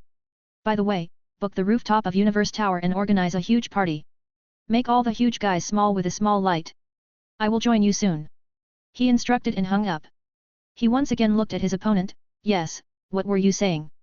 This time the Dark Angel didn't say anything and charged at Alexander. I will effing kill you. Alexander didn't know how strong the Dark Angel was, so he used all his strength to stop the physical attack. And it was surprisingly not too much. If I knew Apex would make me this strong, I would have eaten it before. But again, I'm sure the Infinity Stone also contributed a lot. Then Alexander tried to make his doubts clear. He tried to use the powers of Infinity Stones like Reality Stones. He was able to do it, but it was not the same as before. He could just change his surroundings as long as he was supplying the energy. He tried this with each stone's powers and it proved that now he only retained some powers of the stones as individual things. He couldn't do the snap anymore. But this wouldn't mean that he was weaker, because now he had the ability to limitlessly absorb energy and grow stronger. However, he didn't know where he could find such energy. He punched back at the Dark Angel's mouth, causing some of his teeth to fall out. Tell me, why did Zalruk send you? What is he planning? Alexander interrogated. Not in his wildest dreams had the Dark Angel thought that the situation would turn out like this. Haha. I'd rather die before I tell you. I wasn't asking. Alexander used mind arts and broke into the angel's mind. This particular Dark Angel wasn't a high-ranking, so his knowledge was limited. But he did see his final enemy sitting in a throne room with his army of demons and angels bowing to him. Alexander also saw that this Dark Angel wasn't dark to begin with. He was convinced by Zalruk to become like this. He was originally just a normal worker in heaven. He hadn't committed any crime yet. Alexander took pity and removed whatever was making the angel subservient to Zalruk. In an instant, his wings turned back to white from black. Alexander helped him get up. Do you remember anything? What? Where am I? Who are you? He asked while looking around. I am God's son. Father will explain everything to you, so don't worry. What is your name, by the way? Alexander asked. Oh, I am called Pussy Tart. Keeper of Heaven's lusty records. Angel informed. Alexander did his best to control his laughter. He couldn't imagine why the angel had such a name and why he was trying to announce it earlier. He looked up and called his father. Father, I have found this angel named Pussy Tart. I have removed the corruption, so take him back. God quickly replied, oh, what a good job, my son. Pussy Tart was a very important angel who kept records of all the pleasurable things that happened in heaven. I thought Zalruk wouldn't want him, but I was wrong. I will recall him back to heaven, son. Thank you. The angel quickly disappeared in a white light soon, leaving behind just him and the huge spaceship. Alexander couldn't decide what to do with it. It was too advanced for Earth. So instead of just handing it all to them, he broke the ship into pieces and also made 200 books on every knowledgeable thing about it. It took him a while to do that. All the quasars that powered the ships were consumed by him. Quasars were too dangerous to be kept on Earth. Just one mistake could easily destroy the solar system. After that, he went back to Faheim to get fresh. But the moment he entered, he was tightly hugged by Rena and Amy. The two weren't outside in the fight, so they must have gotten worried. Grandpa, are you okay? Are you hurt? Amy worriedly asked. Alexander lovingly caressed their head. Your grandpa is perfect, my kids. Even better than before, can't you see, I've grown taller. Alexander had to return to Earth, so he then made himself return to his normal height for now. But forcibly changing height was making him feel uncomfortable. What is your grandma doing? He asked. Oh, she was preparing to go out. She said there is a big party. They said together. Haha.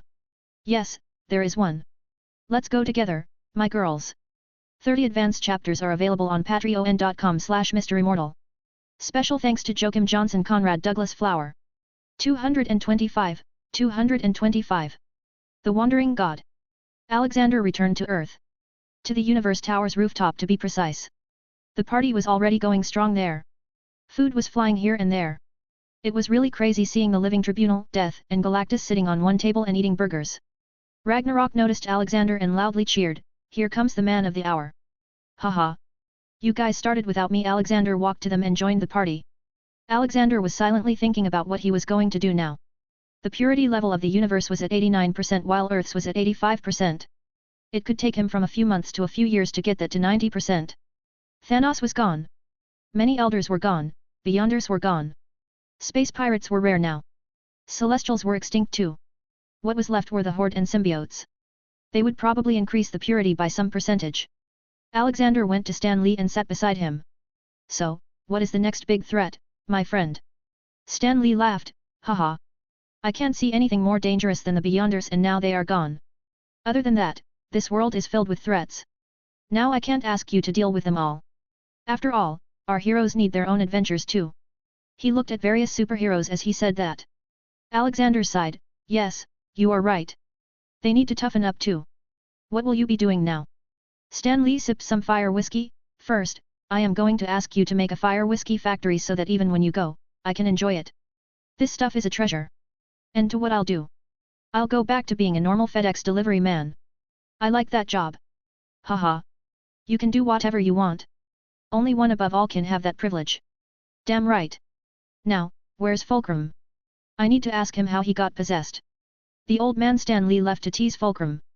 Alexander sat alone for a while until Leonidas approached him. Dad, can I have a minute? You can have a whole day, son. What is it? Alexander asked. Dad, I was thinking. I haven't gotten any better lately. All the fights seem easy. You take care of all the strong ones so I never get a chance to grow. I want to know if there's a way I can get stronger too. He inquired. Alexander was instantly hit with the realization that he had neglected his son for such a long time. My boy, I will think of a way. But until then, I will spar with you every day. So start preparing for bone-breaking practice sessions. Leonidas felt elated and cheered, all right then. I'll be waiting. You aren't really going to break his bone now, are you? A slightly angry voice came from behind him. Oh, of course not, Oli, why would I do that? He's our lovely son. Alexander clarified. You have become more and more careless lately. Do you have any idea how scared I was when you ate that thing? She complained. Alexander could feel her worry in her eyes. Ah! My beautiful wife. You know I cannot die. Also, this is the last time something like this will happen. He assured. He was quite sure his body could not change more than this. His internal body was an endless void now, for God's sake. You and your stupid promises. I don't believe you. She huffed and left to talk to her beloved Natasha. Archangel Michael soon walked up to him. That was a close one, Alex. Yes. Indeed. Any news on what's happening up there? He asked. Yes, but it's not much. Zulrich has started to reach into Egyptian pantheon. From this, we know what are his plans. It's chaotic up there. Michael informed. Sigh. Let's just hope we all can come out of this safely. From what I've found out about this Zulrich, he would break the world if he succeeds, and we already got enough problems. Then he looked at Dobby. Dobby, fasten the plans for Earth Federation. If they don't agree to join, then start a public revolution in their regions. We don't need any self-centered people running governments. He instructed. Then he looked at the president of Universe Federation, Joachim, Blue Fang. I want you to map all the territories in space and point out all the problematic places. We need to make everything good. Yes, boss. Blue Fang acknowledged and went away to call some people. Then Alexander looked at Brian. How are the economic conditions going? It's all fine. I've automated nearly everything. So as long as nobody comes and destroys the Federation, it will keep on growing and getting richer. Good job, Brian.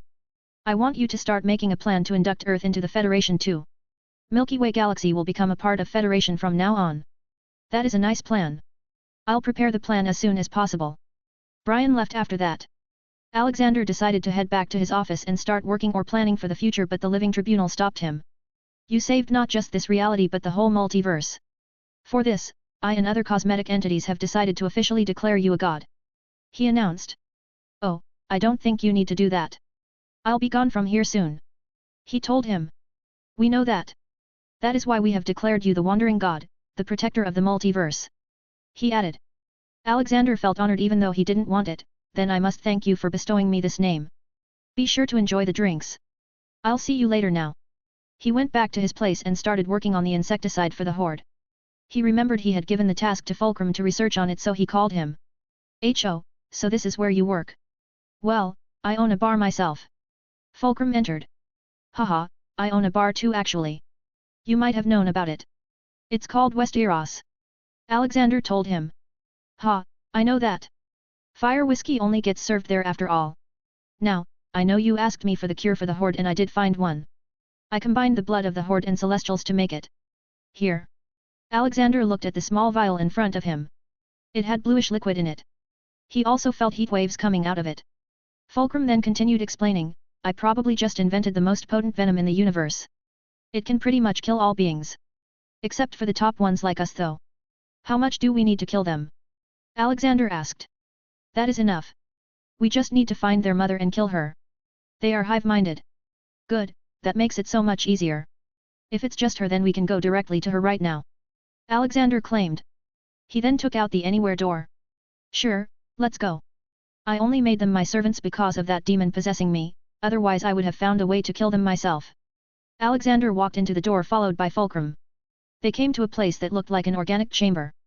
The ground, the walls, everything was covered in ugly meat texture. Both of them felt disgusted and didn't step on it and just hovered in the air. They slowly went deeper into the chamber. As they reached the center they started to see long wire-like things coming out of a large ugly thing at the center. That's it, right? Alexander asked. Yeah, that's the mother of Horde right there, Fulcrum affirmed. Alexander slowly hovered closer while looking at its sins. Mother Horde Category 5. Murder 57,654,678,546,788. Sin percentage 95%. Sigh. Alexander threw the vial at the ugly thing and simultaneously shot at it with a gun as it was above the thing. The vial shattered and the poison fell on it. As soon as the liquid touched its skin it started to burn and loud shrieks started to resound everywhere. Haha. Mission successful, I guess. Fulcrum stated from the side. Let's not leave until we are sure. We don't want them to come back as a shock. They both waited for an hour or so. When the loud shrieking stopped they became sure that it was done.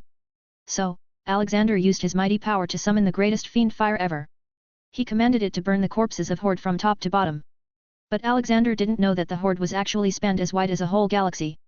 So, the area would keep on burning for years and it would go down in space history as the event called Heaven's Fire and the location would be called Burning Galaxy.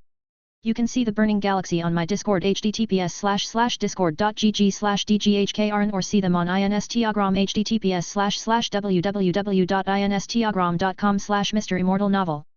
30 advanced chapters are available on patreon.com/MisterImmortal. Special thanks to Joachim Johnson Conrad Douglas Flower. 226. Sorting things before leaving. Days went by and became months. Then even those went by and became 2 years. Alexander's plans were coming along perfectly. Now the whole world had joined the Earth Federation. Once that happened, he started erasing borders. He completely made the world free and accessible to everyone. Though the road wasn't easy. Many problems arose. For example, people flocked to first world countries for a better life and jobs when having visa became unnecessary. But that just made things worse for them. So Alexander had to come out and do a makeover of the whole planet. He understood why some countries were first world and some third world. One of the major factors was culture. In some countries, religion was given more importance than anything else and in some the money was. Bad economic policies and corruption also played a big part in it. Now the world has one single economic policy.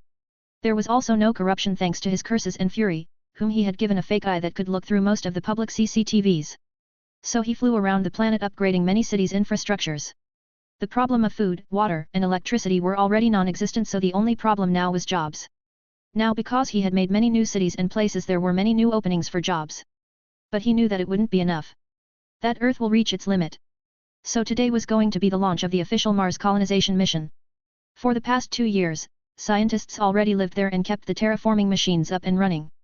Now, Mars was just like Earth. In fact, better, as it wasn't tainted yet and he was going to keep it that way.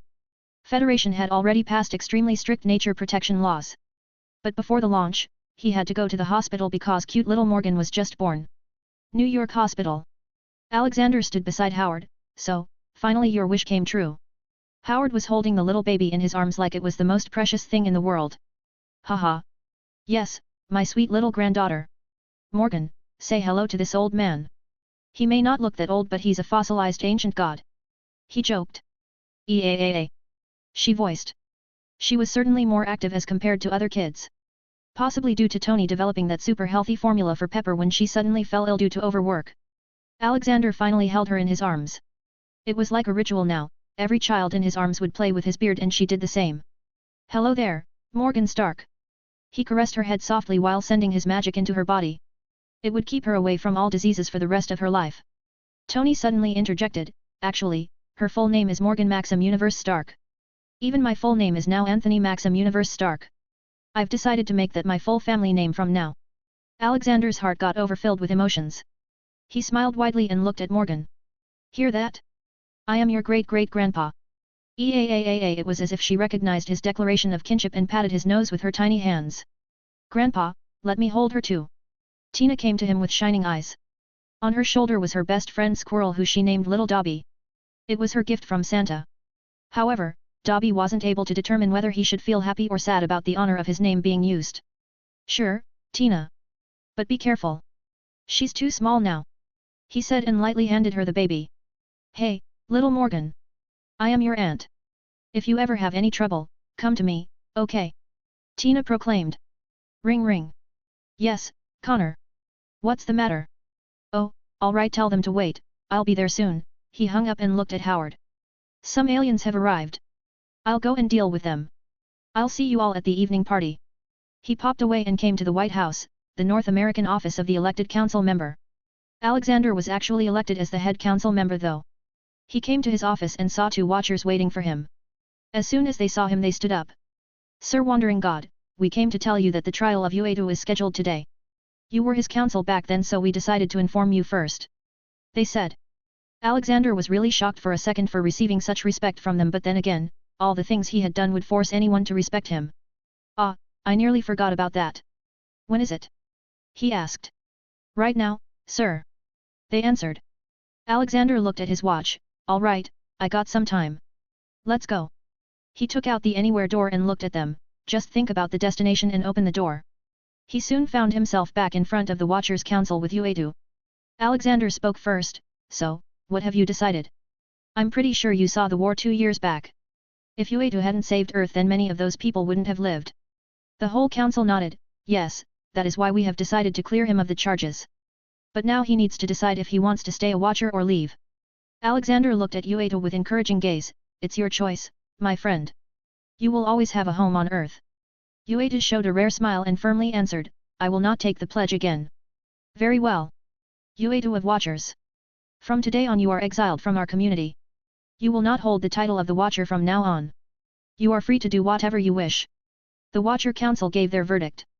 Haha, so you are going to be the first alien to publicly dwell on Earth. Let's go back and announce you. He patted his back. A week later. Something big happened in this week. He found Venom using the body of Eddie Brock. He knew that Venom was one of the better ones of his species so he made a deal with a blood contract that he'd never try to harm the human civilization and in return, he can live on Earth. Venom also gave him the location of his primary planet where the rest of his species lives. He also told him about 3 more symbiotes like himself on Earth. So Alexander first dealt with them and then went to their home world. He cast a big fiend fire and burned them all. Other than that, Alexander successfully launched the Mars colonization project. Currently, he sat in the West Eros bar, signing some papers. Dobby was in front of him, cleaning some glasses in his beloved bar. It was just the two of them. Boss, what is the purity level now? He asked. The universe is already at 90% and Earth is at 88.9%. So it won't be long before we go somewhere else again. He added. Yes Dobby, we will. Though I hope we now go somewhere where we can rest. A place with no fighting or corruption. Alexander hopefully wished. Haha, you know that won't happen, boss. But I am also a bit tired now. We did too much work here. Though I feel a bit weird leaving so many people behind. Dobby stated. I feel weird too. But we can't take everyone with us. Even so, this is a temporary goodbye. When I attain the ultimate godhood, we will meet them all again. Alexander said. Yeah, how much boost did you get after that fight? Dobby inquired. Oh, I am now 25% equal to Father's powers. Though I'm pretty sure I won't receive any more big jumps in power anytime in the future. Places filled with extremely strong artifacts like Marvel are not that common. He contemplated. What are you going to do with all your inheritance? Dobby asked. Well, they will all go to various people. The Nevia Industries hospitals will go to Jean. She is a very good doctor. Peter will get the Nevia technologies. Little Tina will inherit the Nevia energies. Steve will get the whole Kind Heart Foundation and all its food and water production branches. I think that's about it. He summarized. That was exactly what he was signing on papers for. Bells sound. Someone entered the bar. Alexander looked back and it was the usual gang of regulars. Seeing them he felt bad that the time to say goodbye was near. Tony came to Alexander and complained, "Help me. Morgan is too energetic and constantly demands attention. She sleeps when I'm up and wakes up when I'm sleeping. Pepper has Stark Industries to handle, so I am the nanny. Ha ha ha, just consider it another part of your father-daughter memory building process. Because before you'll even know, they'd be grown-ups," Alexander advised. Steve, who was now experienced in handling twin superhuman toddlers at home, came and patted on Tony's back. "Yeah, give it some time. You'll start enjoying it before you know it." But Tony shook his head. "I don't think I can ever enjoy changing 10 diapers every day. How can babies poop so much?" "Ah, come on, Tony. I'm eating here." Howard complained with his mouth stuffed with burgers. Howard too had dark circles under his eyes like Tony. Dobby gave him a glass of water and asked, "So, you've been staying up too?" "Arg. Don't even ask." 30 advanced chapters are available on patreon.com/MisterImmortal. Special thanks to Joachim Johnson, Conrad Douglas Flower. 227. Burgers. Bringing up the Earth's purity to 90% was very hard. Mainly due to too many little problems, and they were hard to rectify. 2 years had passed since the birth of Morgan. She was quite intelligent. She was just 2 and already spoke like a saleswoman. "Grandpa, what's this?" Morgan asked. Alexander was working in the Universe Tower, making Earth's unified controlled artificial intelligence. It would be used for warning systems and business management. Vision was officially hired to operate it for as long as he lived. He looked up and saw a plasma cutter in Morgan's hand. His heart skipped a beat and he quickly used magic to swap it out of her hand. "That was a dangerous thing, Morgan. I told you not to touch anything." She jumped down from the table and walked to him on her small feet. "But I am getting bored, Grandpa." She attacked him with her big puppy eyes, and it worked on him. "All right, let's go out and meet your Grandpa Dobby and Ragnarok." She quickly started to jump in excitement. "Yay! But let's fly there. I wanna fly, Daddy never lets me." "Sure, we will fly." He walked to her and picked her up like a small teddy bear with both his hands. He went straight to the open balcony and jumped out of the 130th floor. "Whoa, haha." Excitement-filled shouts of Morgan were continually heard the whole way. After a while, they finally landed near the front gate. "That was so fun, Grandpa." She sat on his shoulders. "Haha. You know what's more fun?" he asked her with a knowing gaze. Then they both spoke at the same time, "Burgers." They went in and found only Dobby and Ragnarok sitting. Morgan quickly jumped down and ran to the counter. "Grandpa Dobby, I want 2 burgers today." She showed her 2 little chubby fingers. Dobby chuckled, "Be careful, Morgan. Too many burgers are bad for your health." "Oh, no worries, I exercise daily." She showed her non-existent muscle on her biceps. It was never boring with Morgan around. She seemed to have become the favorite of the whole Avengers team. Morgan had also given nicknames to all of them. For example, she called Leonidas and Natasha Lovey and Dovey. Thor was Uncle Sparkles, Hulk was Uncle Green, Captain America was Uncle Perfect. Alexander let her have her important conversation with Dobby in the kitchen while she looked at him cooking. He on the other hand went to Ragnarok and sat beside him. "So, when are we leaving?" Ragnarok asked. "Say tomorrow evening." Ragnarok took a big sip of his drink. "I had grown accustomed to all these people. Little Morgan will be hard to forget too." Alexander glanced at Morgan in the kitchen and couldn't agree more with Ragnarok. "Yeah, I cannot forget all the people here. So, I've decided that once I reach the highest realm of strength we will return to the exact moment when we leave, so for them, it's like we only left for a short time. I don't want Morgan to be sad. Not just here. We will bring all the people we've been close with. Even Daenerys, Jon, Alexandra, and all the others. We will make many more relationships as we go forward, so let's not forget them. I will make my own realm, where we all can live happily," he firmly said. "Then I am looking forward to it. What about this bar? Dobby has been crying over it that he doesn't want to leave it behind." Ragnarok inquired. "Oh, I already dealt with that. I made a replica of this place with a miniaturization function. He can roam around with his bar in his pocket now. I've also asked my father to give me the ability to send people to the Multiverse FO." They were interrupted by Morgan, who brought a big plate full of burgers. "My dear grandpas, here you go." For the next few hours, they all chatted and ate. though it was mostly Morgan talking about how much of a klutz her father was. Leonidas and Natasha may not have gotten married, but they already considered each other their soulmate. They just never had free time to marry because they were either working or busy in some closed-door activities. For the past 2 years, Alexander had trained not only Leonidas but also Natasha. Because he wanted them to be extremely strong if they were to travel the multiverse independently. For this, he went ahead and killed the elder called the Collector and took away all his collection of antique items and plants. Plants were regrown in Faheim while other objects were put in the locker. All the living people were freed and given refuge on Earth. Alexander created a cosmic serum for the two, which would upgrade their bodies so they can grow stronger without limit.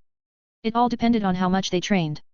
In fact, Medusa and Loki, Edward and Hermione, and Hela had also jumped to the opportunity and asked him to send them to the multiverse as well. So he gave them the serum too. Loki had proven himself a good son-in-law by now, so there was no problem. So, 2 years of hellish training made them the strongest non-cosmic beings in the universe. Now they were ready to go. Alright, you 7. Are you ready? He asked them. They all had some standard things with them. One was a world purity checker, in the form of an indestructible watch. The second was a demonic presence checker. Other than this, they all had the ability to call Alexander if the situation was too bad. Yes, we're ready, Leonidas affirmed excitedly. Yeah, Grandpa, can't wait to go on new adventures. Edward excitedly said. Although he was very old, he still had the same fire in him. Okay, you know the instructions. You will do what I told you to do. Make the worlds you go purer. If you find any demonic presence, call me. He instructed. They did not have the ability like Eye of Judgment, so they'd have to work much harder to make the world better. But thankfully most of them were proficient in legilimency, so they'd find some help with it. They will go to different worlds in 4 teams. Even Alexander didn't know where they would go, but all he knew was that they would not be sent to extremely dangerous worlds like Marvel or DC. After a big round of hugs and kisses, they all stood on a platform. Alright, Team Lovey-Dovey. Come forth, he called. Haha, I'm going to miss Morgan. Leonidas bubbled. Alexander then used his new power to send them away. A white light fell on them and took them away with it. After that came Loki and Medusa. The second last were Edward and Hermione. Finally, at last, it was Hela's turn. She had grown a lot more patient and smart now, so he had confidence in her that she would do good. She was taking her tigress with her too. Alexander had made the tigress stronger, or else she would have died with a normal body. Take care, my child. Never forget, Grandpa is always proud of you. Alexander said. It made Hela a bit embarrassed before leaving. He then looked behind at Rena in her small form and Amy sitting and looking at everything. You two wanna go somewhere? Suddenly both jumped and ran up to him. Rena hugged his leg as her height only allowed that, and Amy hugely his waist. Alexander was in his unleashed form right now, in which he was 13 feet tall and buffed. This was his original state, and being in a smaller size makes him feel uneasy. Both spoke in unison, never, I will never leave Grandpa. His heart was overjoyed and made them both hover over his chest and hugged them. And Grandpa will never leave you behind. Alexander looked down and Golly, who was looking at him too. Alexander just waved his hand and she always flew into his arms while giggling. He had talked with Galactus and he had agreed to let Golly come with him.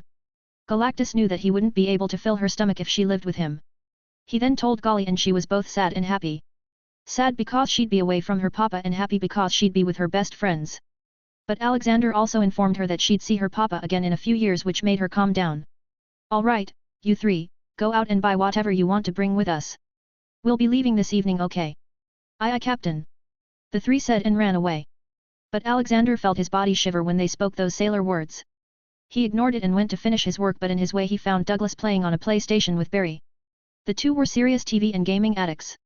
Even the Phoenix, now named Red and also the partner of Barry, reprimands him, but to no avail. He went ahead and switched off the TV. Back to work, you two. It's just morning and you're already at it. But I worked so hard for you, Douglas argued. That was 4 years ago and you only killed 1 Beyonder. Even Zeus's duck killed 4. Alexander stated, making Douglas embarrassed. Barry suddenly started laughing, ha ha ha. You said you killed 100. Ha ha ha. Even a duck killed more than you. It soon turned into a catfight among them. Alexander grabbed the two and threw them out of the castle. Barry, go and check up on your village. Douglas, the grass has started to grow more.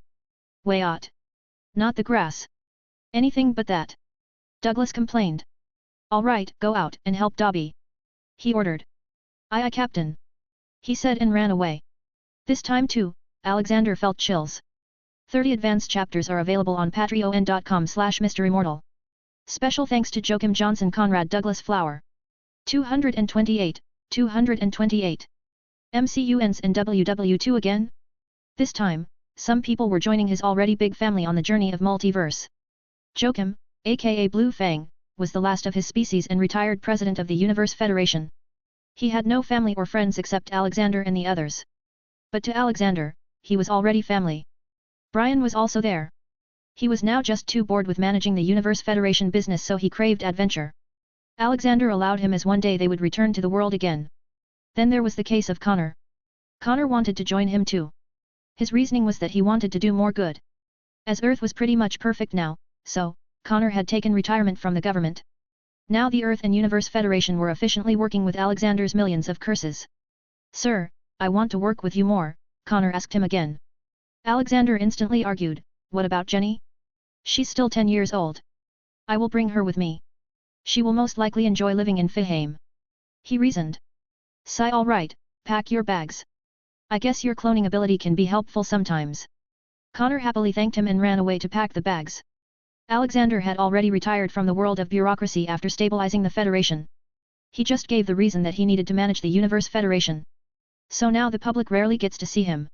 He had personally selected a new young man to lead the Earth Federation as its head counselor, named Cole. He was very social and a kind-hearted man with a firm will to make the world better. After a few hours, everyone gathered on the roof of the Universe Tower. Odin had also come to say goodbye to his best friend.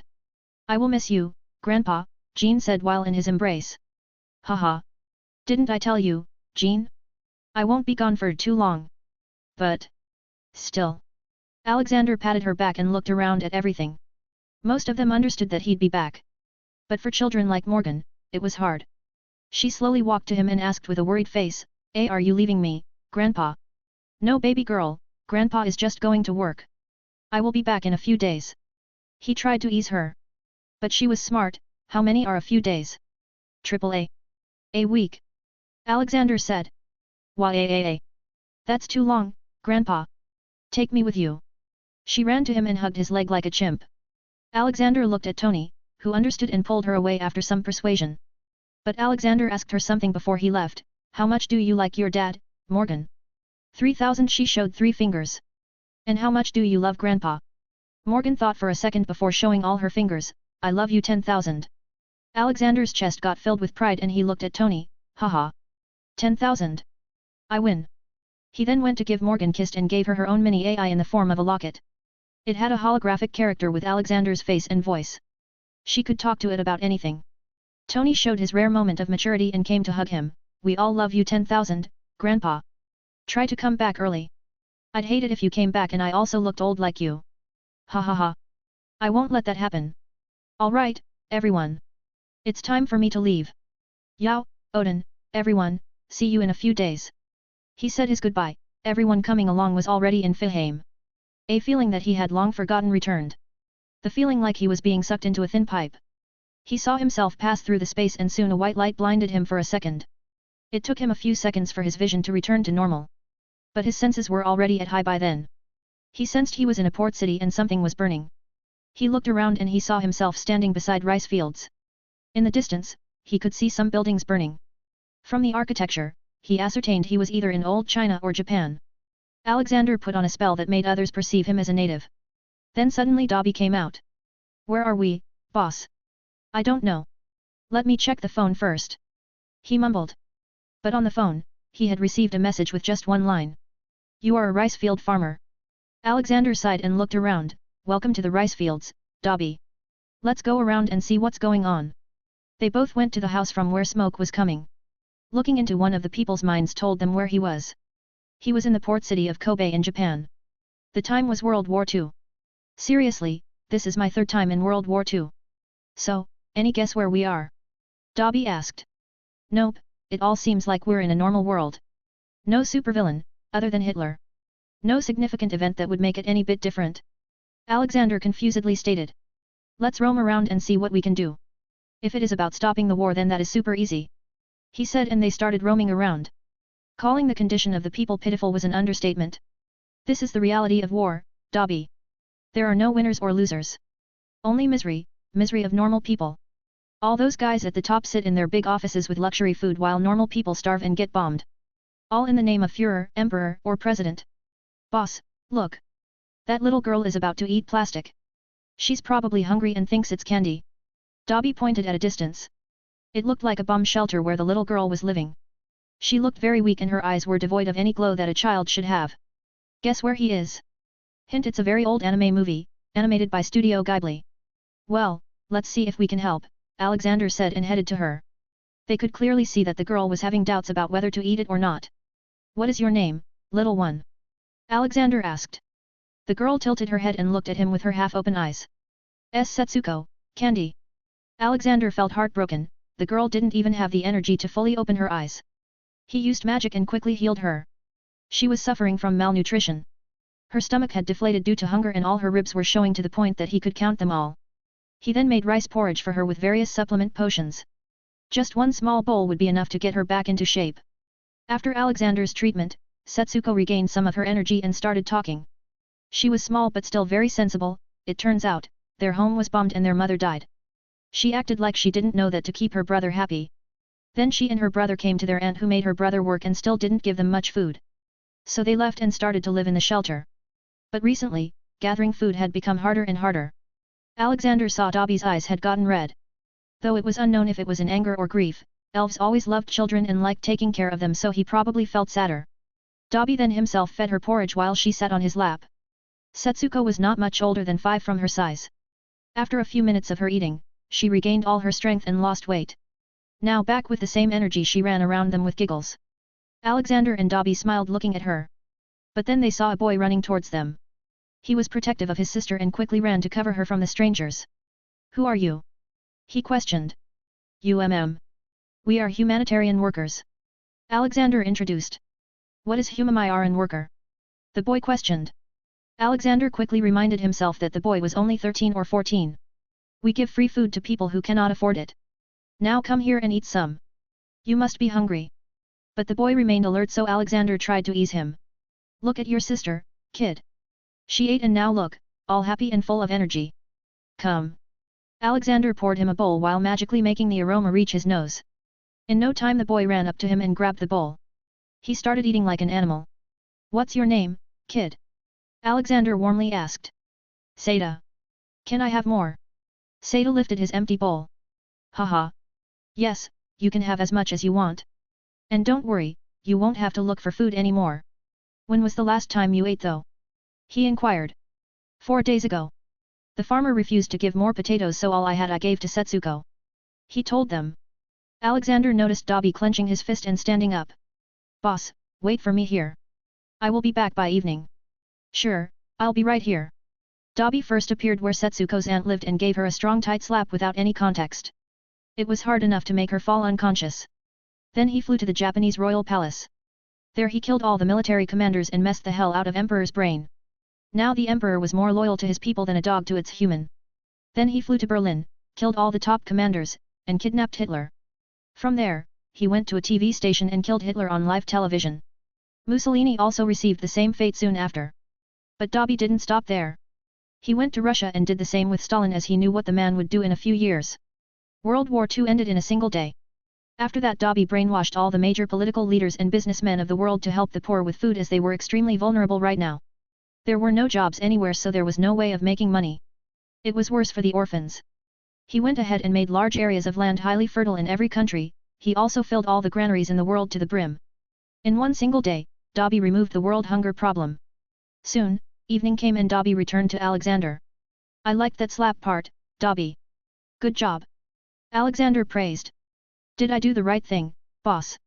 Dobby asked. It was normal for him to doubt himself. This was the first time he did something like this. Especially for a kind-hearted elf. But he only received laughs from Alexander. Ha ha ha. Dobby, you brought this world's purity to 91% in just a single day. What can be better than this? Alexander said. Though he didn't tell him that Alexander had silently put the whole world on a curse which will force people to be nice and not corrupted. Alexander then looked at Setsuko and Seda. Kids, let's go to the police station. From today, you will start receiving food there every day for free. After that, they took the 2 kids to show them that what they said was real. Once they got them settled, Alexander again left the world. This time, feeling a bit extra proud of his best friend. Movie name Grave of the Fireflies. If you haven't watched it then go and watch it. You can see Setsuko and Seda on my Discord https://discord.gg/dghkrn or see them on Instagram https://www.instagram.com/MisterImmortal novel. 30 advanced chapters are available on patreon.com/MisterImmortal. Special thanks to Joachim Johnson Conrad Douglas Flower. 229. MIB and One Piece starts. The white light vanished and Alexander found himself standing on a footpath. He looked around and he felt pretty sure that he was in New York City. Surprisingly, Dobby was already out this time. They were both in their military uniforms for some reason. Look at the phone, boss. Dobby reminded him. For some reason, Alexander always forgets to do that. He took out the phone and read the message aloud. We are two aliens visiting Earth. Dobby looked at him suspiciously. That's it. Yeah, that's all there's written. Well, let's see where we are. He put down the phone and looked around. Alexander and Dobby were about to move but suddenly something touched their heads from behind. Don't move. Alexander and Dobby instinctively turned around. Dobby may not recognize it but Alexander did. The two guys in black suit and tie were Will Smith and Tommy Lee Jones. Looking at their attire he had some idea where they were. I told you not to move and you turned around. Will Smith shouted. Alexander looked at the tiny silver gun. Does this thing even work? And who are you? No. It's me who will ask questions. Who are you? And what are you doing on Earth? Will Smith asked while getting a bit extra violent with his gun. Alexander looked at the old man beside him. The old man sighed and made Will Smith lower his weapons. Agent J is new, he's still learning how to de-escalate a situation. He was in the New York City Police Department before so he still has a lot to learn. K, you told me you'll let me handle this one out. Agent J complained. That was until you got violent with your gun. Agent K replied. Then he looked back at Alexander. Sir, we are MIB, I am Agent K and this is Agent J. We detected that you illegally entered Earth. Do you have the documents? Alexander was clueless. I don't think so. Then I'm afraid you'll have to come with us. You have illegally entered the Earth. Agent K informed. Wait, but I'm a human. At least half. So you are a hybrid. Who are your parents? Agent K questioned. Alexander shook his head. I seriously don't know that. I'm an orphan. Wait. How did you know I came here? We detected a spatial anomaly here. This is mostly how super high-tech alien civilizations travel. Now, please follow us. They came to their car which was a 1987 Ford Ltd Crown Victoria. It was a pretty big car but for Alexander who was 13 feet tall and Dobby who was 7.5 feet tall, it was small. Agent K suddenly realized that their car was too small. We're gonna need a bigger vehicle. Haha. It's all right. Just open the door. Dobby interjected. Once the door opened Dobby cast an expansion charm and entered the car. Alexander followed behind. Agent K looked at this gobsmacked. He quickly peeked in and was surprised how big the back seat had gotten. How the hell did this happen? Haha. Magic. Alexander laughed. Agent K shrugged and went to the driver's seat. J, let's go. Agent J, who was using Neuralisa on people came back and got into the car. But then he noticed the huge space in the back. What the fuck? Don't ask me, kid. Agent K shrugged and stepped on the accelerator. The whole time Alexander was thinking about what was the purpose of his coming there. He looked at the purity level of the world and it was at 85%. Beep beep. Alexander received a message on the phone and finally understood what he was supposed to do. It read, oh, son. I forgot to tell you. A demon has secretly taken over a secret organization there. You just need to deal with them. Alexander shook his head at the old man's memory problems. Man.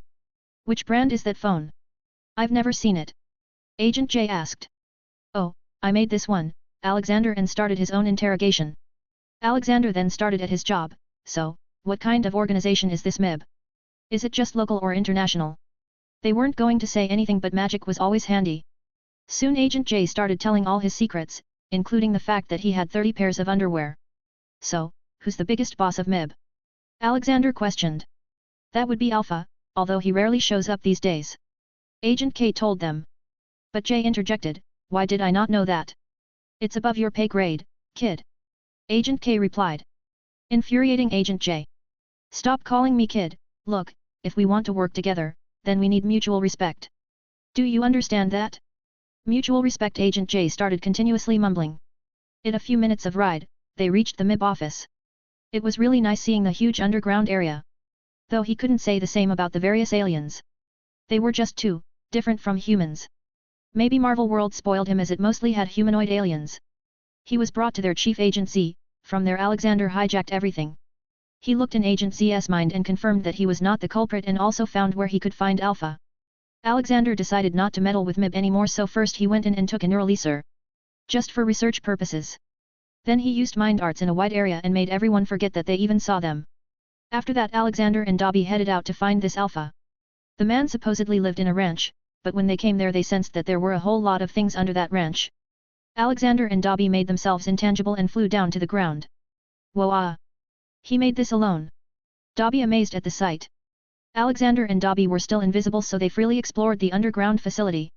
After a while, they finally found him in a lab. Alpha. Alexander voiced. His words spooked him and he quickly pressed the panic button which started up some defense droids. The droids fired hundreds of bullets on Alexander and Dobby, but they fell down as soon as they touched their skin. Alexander and Dobby's skin was just too thick. Who are you? Alpha questioned. Alexander rolled his eyes. Seriously, I could feel your demonic presence from a mile away. Alpha made a face like he just realized something. Oh, is that so? Then you must be from the heavens, to be able to sense me. Alexander scratched his beard. Really? You don't know me? I'm kind of famous in both heaven and hell, you know. Nope, never heard of you, Alpha repeated. Wait, when was the last time you went to hell? Alexander asked. Why would I go to hell? I've been living here since even before humans started to evolve. That explains it, but I can't let you go. I have a duty and you don't have very good plans for Earth. I'll have to purify you. Alexander started walking up to the demon. Wait, stop. I will kill you if you come closer. The demon stuttered. Alexander ignored his threats and went straight to put his hand on his forehead. A beam of white light came out of his palm and easily killed him. Alexander also killed the man the demon had possessed because the man was also a villain. He had done tests on his body and upgraded it with alien tech, in hope of destroying MIB and ruling Earth. Alright, Dobby. It seems our work here is finished as well. Now let's see where we go next. I hope it's a relaxing place. Dobby went back into Faheim while Alexander stood there waiting for his call. The feeling of being pushed out vanished as he opened his eyes slowly to look around. His nose was already telling him that he was near the sea and his ears were telling him that there were birds. He inhaled the smooth cold fresh air and looked around. The scene was amazing. Beyond beautiful. He was standing on a cliff looking at the ocean. There were two ships. One that he recognized was his modified Yamato warship and the other was an old-looking sail ship. It was also very weird because at the bow of the ship a figurehead in the shape of a dog with a bone in the mouth was erected. Alexander read the words on its sails. It said Marine and HQ.3. Alexander had no idea what the words meant, but it at least confirmed that the world he was in wasn't too advanced. But he came out of thought as he heard a loud laugh from behind him. Wahahaha. Look at me, I'm so much younger than you and still look like your age, old man. A loud robust voice said. A turned around and saw a big old man sitting on the ground, picking his nose. In front of him was a small table with a bottle of fire whiskey on top. Alexander was really shocked because the man was more than 9 feet tall. How could a normal human be like that? But then suddenly the time stopped, he had not even seen his phone yet and the memories started to pour in. This time they felt so much more real. Like he was really present at all those moments. You can see the nose-picking man on my Discord https://discord.gg/dghkrn or see them on Instagram https://www.instagram.com/MisterImmortal novel. 30 advanced chapters are available on patreon.com/MisterImmortal. Special thanks to Joachim Johnson Conrad Douglas Flower. 230. Admiral Alexander Maxim Universe. Memory. Year 1467, 55 years before the main story. Alexander Maxim Universe found himself standing on the deck of a huge sail ship. He only remembers small things about his life before this moment.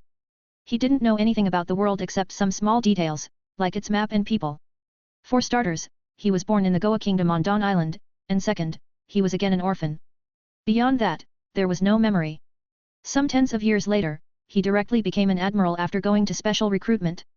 He beat the admiral there with ease and became an admiral directly. It was quite a surprising thing, but it did happen. He already looked like an old man, so most people thought that he was some hidden old man who trained for years. But he then found out that there was corruption in the Marines, so he cut himself off from the headquarters. He stopped listening to any order given to him other than that of dealing with pirates. This behavior of his left the world government unsatisfied, but they couldn't do anything to him as making him their enemy wasn't worth it. But they also made the decision to never promote him to be the Fleet Admiral and promoted Kong, a young man, to the position of Fleet Admiral. Currently, the 3 admirals were Alexander, Robel, a very old man, and the 3rd position was empty for now. A Vice Admiral was assigned for that position temporarily though. All this gave Alexander the freedom to do anything. He stayed away from the corrupt Marines and did his job with Vice Admiral Dobby at his side. Goa Kingdom, Dawn Island. Alright Runts, if you want to be a good Marine then you need to have the best discipline. Now then, your first task is to clean this ship until it starts shining. You got that? Dobby spoke like a good drill sergeant. Why? But I want food. When will we eat? One of them cried. Dobby quickly looked at who voiced. It was a well-built 22-year-old boy, standing with a big grin. Ensign Monkey D. Garp. You will not get food this whole day. This is your punishment for showing indiscipline. Don't expect me to treat you nicely because you have a slightly similar name to the Admiral. This goes for you all, no one here gets preferential treatment. Now, go and work. Dobby ordered. Garp was about to say more but Tsuru and Sengoku grabbed him and dragged him away. Leaving the deck of the ship, Dobby came to Alexander's chamber. Any luck finding where we are? Alexander shook his head. No, I have no recollection about this world. It is either something new or something I just never saw. This means we don't have the advantage of knowing all the events of this world. But let's not worry about that, though luckily I got this world map from the headquarters. All admirals have them. Now at least we know what kind of world we are in. And calling it just weird would be an understatement. This planet seems to be mainly water but a giant mountain chain divides it in half. Then there is a grand line and calm belts dividing the world into further 4 parts. All this seems too unnatural. The world map gives me feeling like this world's topography is made so that the rulers can rule easily. I also couldn't find any history of the world before 800 years. Alexander babbled. We will find all these things slowly, boss. It's not your fault you don't know. I mean, there were bound to be worlds you don't know about. So, let's first focus on finding out where Ragnarok is. He's somewhere out there and we aren't able to find him. Dobby worryingly stated. Alexander thought for a long moment. Maybe, it's possible that he's somewhere in another time. That is the only explanation why I can't even contact him. But let's just keep on looking for him. He's a world-ending dragon, he can't be hidden that easily. Knock knock. Come in. It was Blue Fang in a marine uniform too. He was a rear admiral. What happened? Sir, there seems to be a big fire going on outside the city in the Grey Terminal. He reported. All right, we'll see to it. Meanwhile, send 20 marines to help. He instructed. Dobby looked at Alexander. You know, no matter what you do. Once we leave this island, things will again go back to being bad here. Alexander nodded. I know, that is why we will just make living standards better here, rather than fixing everything. Let's go. Alexander and Dobby headed to the Grey Terminal with some marines. Its eastern part was burning heavily. Adding fuel to the fire was all the junk. The Grey Terminal was a massive junkyard located on Dawn Island by Mt. Kalyabo near Fusha village, just outside the Great Gate of Goa. Filled with unwanted goods and people ejected from the city of Goa, it was a lawless community without proper medical care, leaving many ravaged by disease. Alexander walked straight towards the fire with his hand raised towards it. Within a second the fire started to die down and by the 3rd second, it was out. Whoa! Did you see that? How did Admiral do that? Garp excitedly asked. He and his 2 friends had snuck out and followed them. He has probably eaten some devil fruit, Sengoku commented. But Tsuru quickly denied that no, that can't be. I just saw Admiral yesterday swimming in the sea without a shirt. Both Garp and Sengoku quickly turned their heads towards her. Tsuru-chan, why were you looking at Admiral without his clothes? Garp questioned with teasing eyes. Tsuru quickly realized her tongue slip and blushed, and also slapped the 2, It's nothing like that, you 2. And don't add Chan with my name. She huffed and went back to the ship. Garp and Sengoku didn't follow her as they still wanted to see their role model. Alexander was currently making rounds around the whole area. Mostly criminals and such lived there but there were some poor innocent families too, who had no other choices but to live there. Garp, come here with your partner. Alexander loudly ordered. Garp and Sengoku hiding behind a rock quickly stood up and saluted due to instincts. Then realizing they were busted. Come here you 2, I got some work for you, Alexander called. The 2 started sweating and walked up to him. All right, I want you 2 to go around the Grey Terminal and round up all the criminals. Remember, just you 2. Understood? Yes, sir. They saluted and ran away. Wahahaha. Such an easy job. Garp yelled while running away. Alexander did a makeover of the area and made lots of homes for the people. For security purposes, he made 10 god droids, human-like magical golems. These godroids would protect the housing and commercial area. Alexander also told some good people how to recycle so they could sell it and make some earnings. In the long run, it would help the Grey Terminal. Pirates rarely came to the Grey Terminal as they already had a spot to live, which was on or around Mt. Kalyubo, near Fusha village. Though currently all the pirates and bandits had hidden themselves anywhere possible due to fear from Alexander. Dobby, have we received any reports of pirate attacks? Alexander asked. No, boss. It's all calm these days. Dobby replied. Then let's sail to Rusukana. I will train these newbies there. Alexander loudly announced. All the new recruits got excited at the mention of special training, including recently arrived Garp and Sengoku. They both had bruises all over their bodies. Ha ha ha. How was the easy job? Alexander made fun of their swollen faces.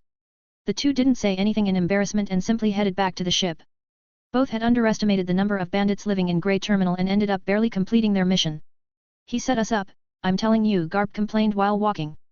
Sengoku fist bumped his head, you fool, we had a plan to single them out and deal with them one by one. It was you who ran to them without thinking. Wahahaha, that is what a strong man should do. Never be afraid of fights. Garp loudly claimed. Sengoku looked at Garp's swollen face in disappointment and thought, maybe I should have left him for some more beating.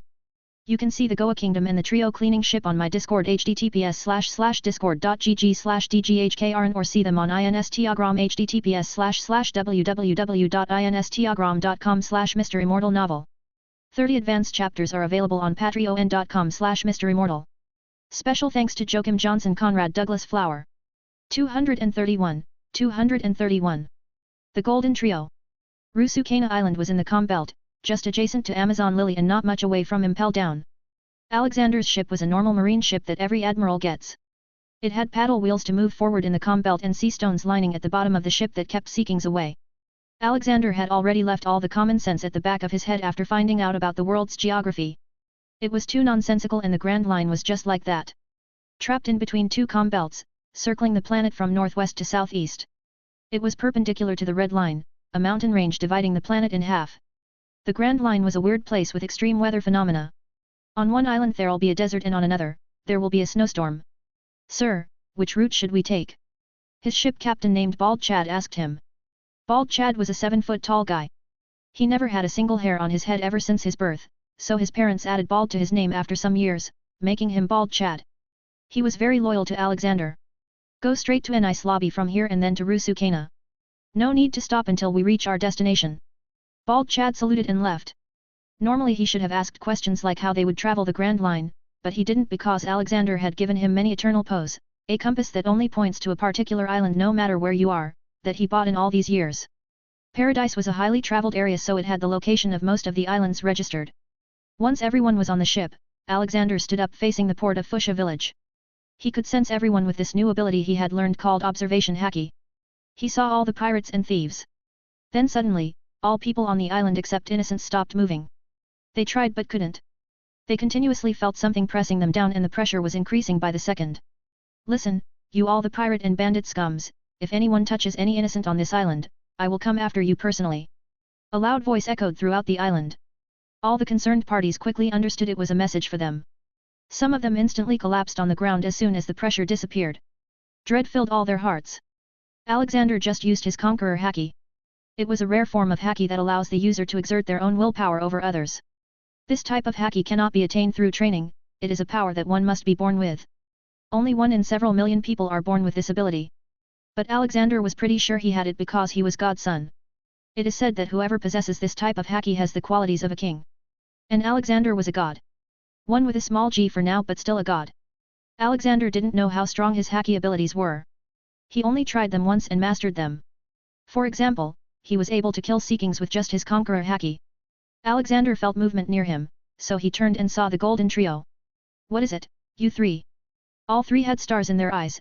Admiral, do you have Conqueror Haki? Tsuru asked. Ah, that? Yeah, I do. What? You all want to learn it? Alexander asked.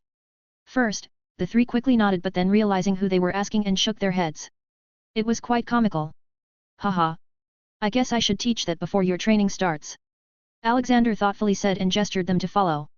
He brought them to the open area on the deck. All right, there are 3 kinds of Haki. Observation Haki, Armament Haki, and Conqueror Haki. Now, I can teach you the first two, but the last one is something you are born with, so it depends on your luck. Now tell me, which do you want to learn first? Garp quickly spoke, Armament Haki. I've heard it makes your punch feel like steel. Sengoku interjected, fool, who will you punch when you can't see around you? We should learn Observation Haki first. Haha, Sen-chan is right. However, both of these Haki are very important if you want to rise in the ranks. Remember, the stronger you are, the higher you will get. Now, stand side by side. Suddenly Tsuru picked her hand, Sir, I've heard people say that you are the strongest man in the world. Then why aren't you the fleet admiral? Sigh. Tsuru-chan, and you too. Remember, things are never as simple as they seem. If you want to know the answer to this question, then you need to reach a high position, because if I told you now, then you might lose your will to become a marine. Alright, enough chit-chat. Armament Haki is a form of Haki that allows the user to use their own spiritual energy to create, in essence, an invisible armor around themselves, providing incredible offensive and defensive capabilities. The best thing about this form of Haki is that it can be used to injure Devil Fruit users that are otherwise immune to ordinary physical attacks, such as Logia users. Now close your eyes and focus. Try to imagine your inner spirit covering your fist and punch these metal blocks. Suddenly 3 big metal blocks fell from thin air. The 3's eyes nearly fell out seeing them. Alright, your first job is to at least make a deep dent in it. Now start. Alexander walked away from them, brought out a nice recliner, and sat down. Beside him was a small table with chips and fire whiskey. Soon Dobby also joined on another recliner. The aroma of the whiskey made many sailors salivate, but they all kept their calm. For an hour the trio kept their eyes closed in all seriousness. The first to open was Sengoku. He quickly took a fighting stance and punched as hard as he could. Boom. It didn't make a dent, but it was still a progress. If not, then Sengoku's fist would have been crushed. After that, Tsuru went and had the same result. It was to be expected. No one could master it in an hour. Finally, it was Garp's turn. He opened his eyes and took a fighting stance. He took a long breath and finally went for it. Boom. This was by far the loudest punch. All the marines looked at him shockingly. Crack. Garp yelled in pain. He had gotten his fist broken. Wahahaha. Alexander started laughing uncontrollably while slapping his thighs. Boy, you've got a long way to go. I saw your nose twitch at whiskey's smell. Alexander commented. He got up and walked to Garp in pain. Garp was just an energy-filled 22-year-old boy. Alexander couldn't be so heartless as to ignore his broken hand. Alright, show it to me. He checked his fist. Next time, if you aren't sure, don't do it. He said and used magic. Garp's hand started to glow in golden light and soon all the broken fingers started to fix themselves. In a few seconds, it was back to normal. Garp tried his fist by opening and closing it. He felt no pain. How did you do that, old man? It's magic, Alexander whispered. Bam! Garp received a fist to his head. A big bump came out. What was that for? It's Admiral to you, not old man. Now get up and start practicing Observation Haki. It's a form of Haki that grants the user a sixth sense that allows them to sense the presence, strength, and emotions of others, as well as gain limited precognitive abilities. If you master it, it can also grant you the ability to see some moments in the future. He instructed. What? Can you see in the future too? Sengoku asked. Yes, I can, Sen-chan. And Garp is going to pull your mustache. Alexander warned him. Garp shockingly looked at Alexander. Whoa. You really can see the future. You bastard, I told you not to pull my glorious mustache. Sengoku roared at Garp. Easy now, you will again close your eyes and try to feel your surroundings. You 3 will help each other in this. When the 2 of you are focusing, one of you will constantly pick and drop a needle near you. He will repeat it until you catch that needle without looking. Each time you get 10 tries before changing positions. Now start. He instructed and returned back to his seat. Crunch. He again started eating chips loudly, trying to break their focus. You can see the One Piece globe on my Discord https://discord.gg/dghkrn or see them on Instagram https://www.instagram.com/MisterImmortal. 30 advanced chapters are available on patreon.com/MisterImmortal. Special thanks to Joachim Johnson, Conrad Douglas Flower. 232. Noodles. Alexander had used his magic to propel the ship faster. Otherwise, it would have taken them months to reach their destination. Although it was still going to take them about 3 more weeks. They had come to the calm belt now and the ship was currently not moving. All the soldiers were fishing for dinner. It was also a practical test for the trio. He had handed them very long sticks with nets at the end. They were supposed to use observation haki and scoop out the fish. Hey! This is too hard. We could hardly catch the needle. How do we catch fast-moving fish in water? Tsuru complained. Oh really? As soon as they heard the voice their faces turned blue. Oh, Admiral. No, we were just. Haha. It's all right. Just keep trying. Practice makes man and woman perfect. Now, let me show you how you catch fish. Alexander grabbed Sengoku's hook and started scooping out fishes one after another. He just threw them on the deck while all the marines scrapped to catch them and put them in the basket. It was even crazier as he was also scratching his beard with one hand at the same time, meaning that he was not even focused. He's a monster, Sengoku exclaimed. Alexander heard that Sen-chan, observation haki also makes you hear better. And no, I am not a monster. This is a monster. This time Alexander scooped out a giant sea king. Though relieving to the marines that he didn't drop it on the ship. But still, everyone's eyes were bulging out. How can you scoop that out with that small hook? Everyone questioned. Ha ha ha. I just asked him to come out. Alexander said. He then jumped to the sea king's head. It looked like a Chinese dragon without the ability to fly. Its face also looked less scary and more cuter. Alexander petted its head. Good boy, what were you doing down there under my ship? Oh, other sea kings bully you? Because you are different? Well, I say you are better than them. What is your name? Alexander talked with it. Oh, so you don't have one? Alright, I'll give you a name. How about Noodles? Alexander asked. The sea king made happy noises, haha. Do you like that one? Alright, would you like to come with me Noodles? We will travel the world and bring justice to the poor. It turns out, Noodles had a very high sense of justice and firmly nodded his giant head. Good, then keep following this ship. You also know my scent now, right? Alexander jumped back to the ship. Everyone was still extremely shocked. They had heard about people killing sea kings with a punch but never about befriending one. Not to mention a big one like this. It was certainly much bigger than normal sea kings, spanning 10 times the size of their ship, that was already the biggest one in the marine. Marines, from today onwards. Noodles will be a part of our team, okay? Treat him with kindness and love. He prefers peace, that's why his own kind rejected him. We are better than them. Now, let's go and cook those fish. We'll throw Noodles a welcome party. He announced. No matter how messed up they thought Admiral's logic was. They all forgot everything and cheered when they heard about the party. Alexander went back to Noodles and told him about the party. But Noodles had another wish. He liked the hat Tsuru was wearing. Alexander smiled and made Noodles another huge hat with magical abilities to always stay on his head. Happy now, boy. Noodles danced around in joy. That evening, they all danced and ate like no tomorrow. Not because they were hungry. But because they had too much fish. After a week, they came near the Nice lobby.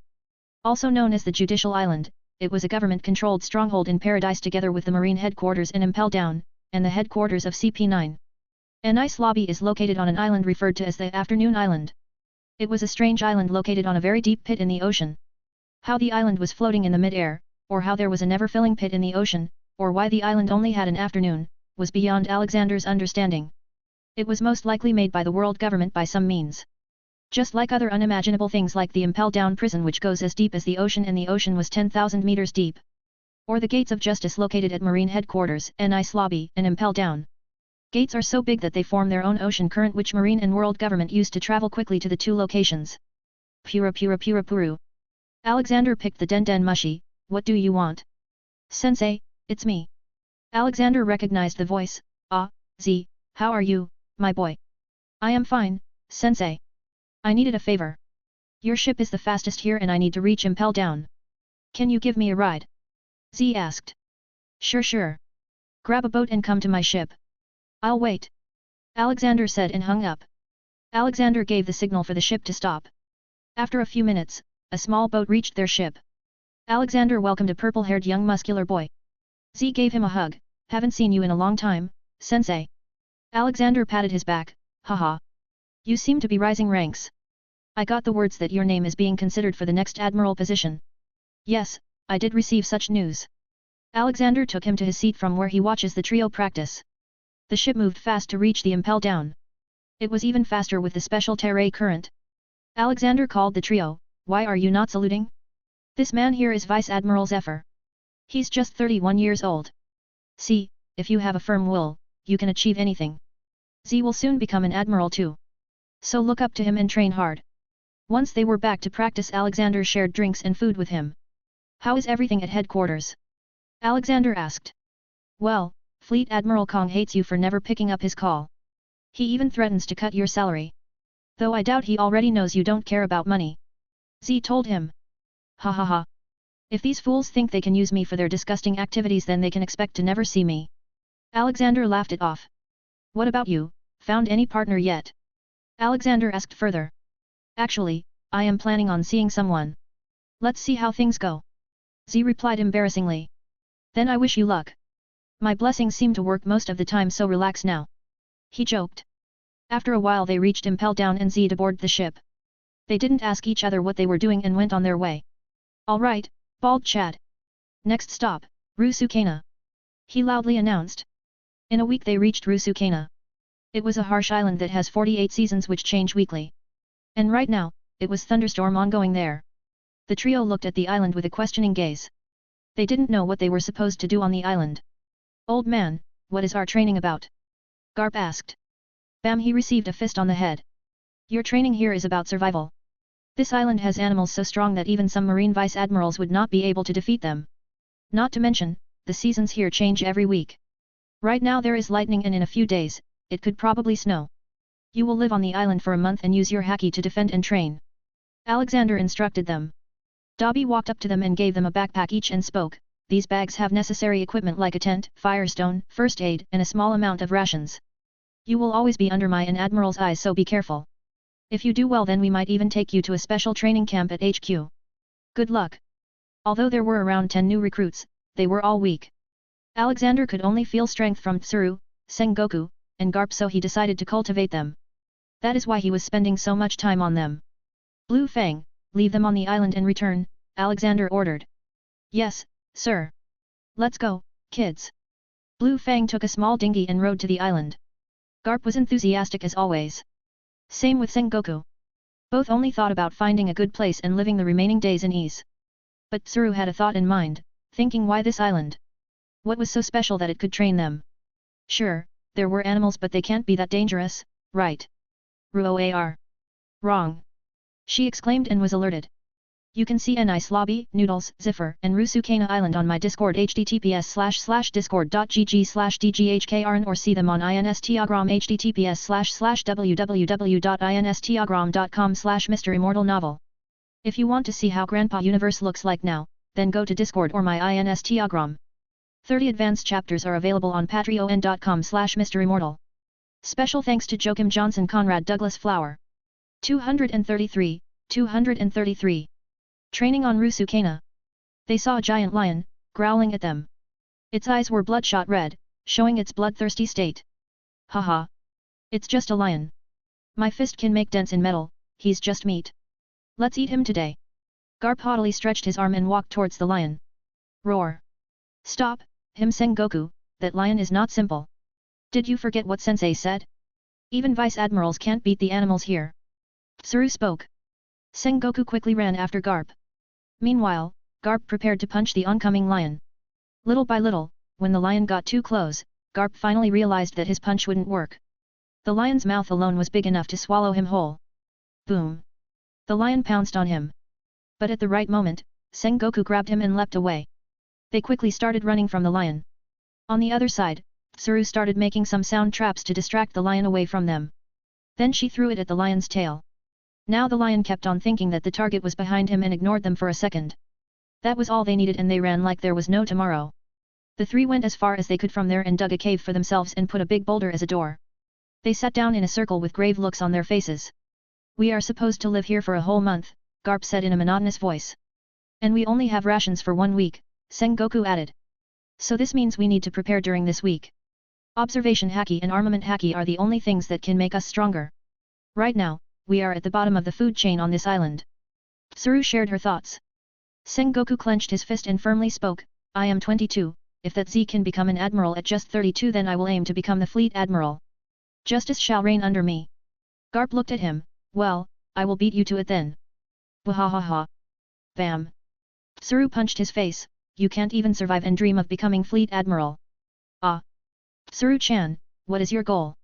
Garp asked. I just wanted to bring pirates back to the good path. She slowly said, thinking that the two would laugh but they didn't. Haha. Then let's drink water. Vice Admiral by the age of 30. If any of us loses then they'd give 70% of their salary for a year to others. Garp suggested.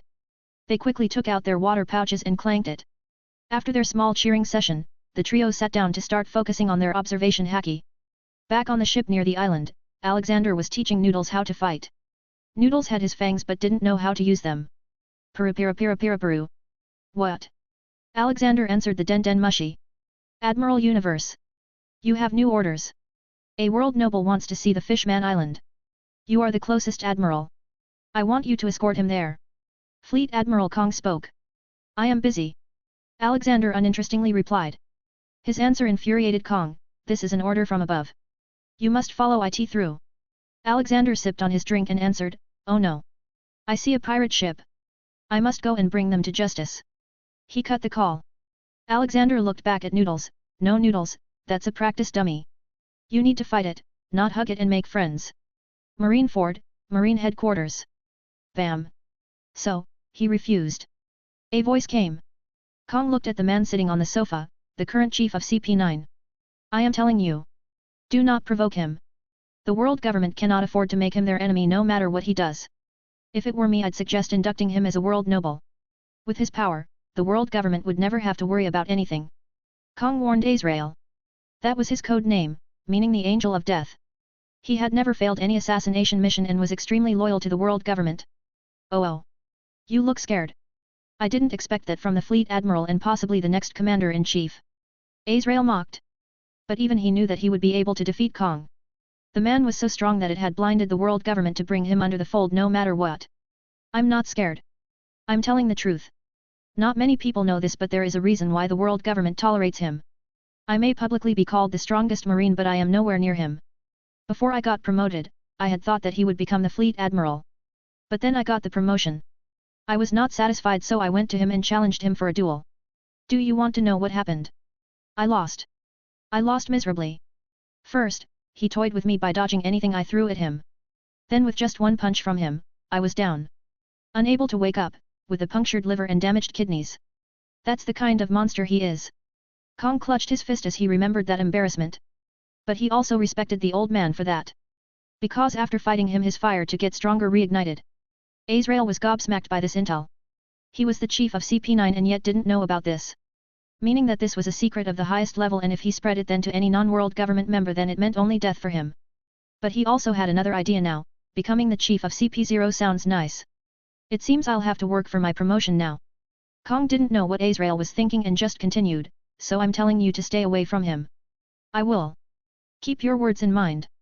Take care, Fleet Admiral. Azrael left. 1 week later. Back on the island, the trio had practiced as hard as they could to master their haki.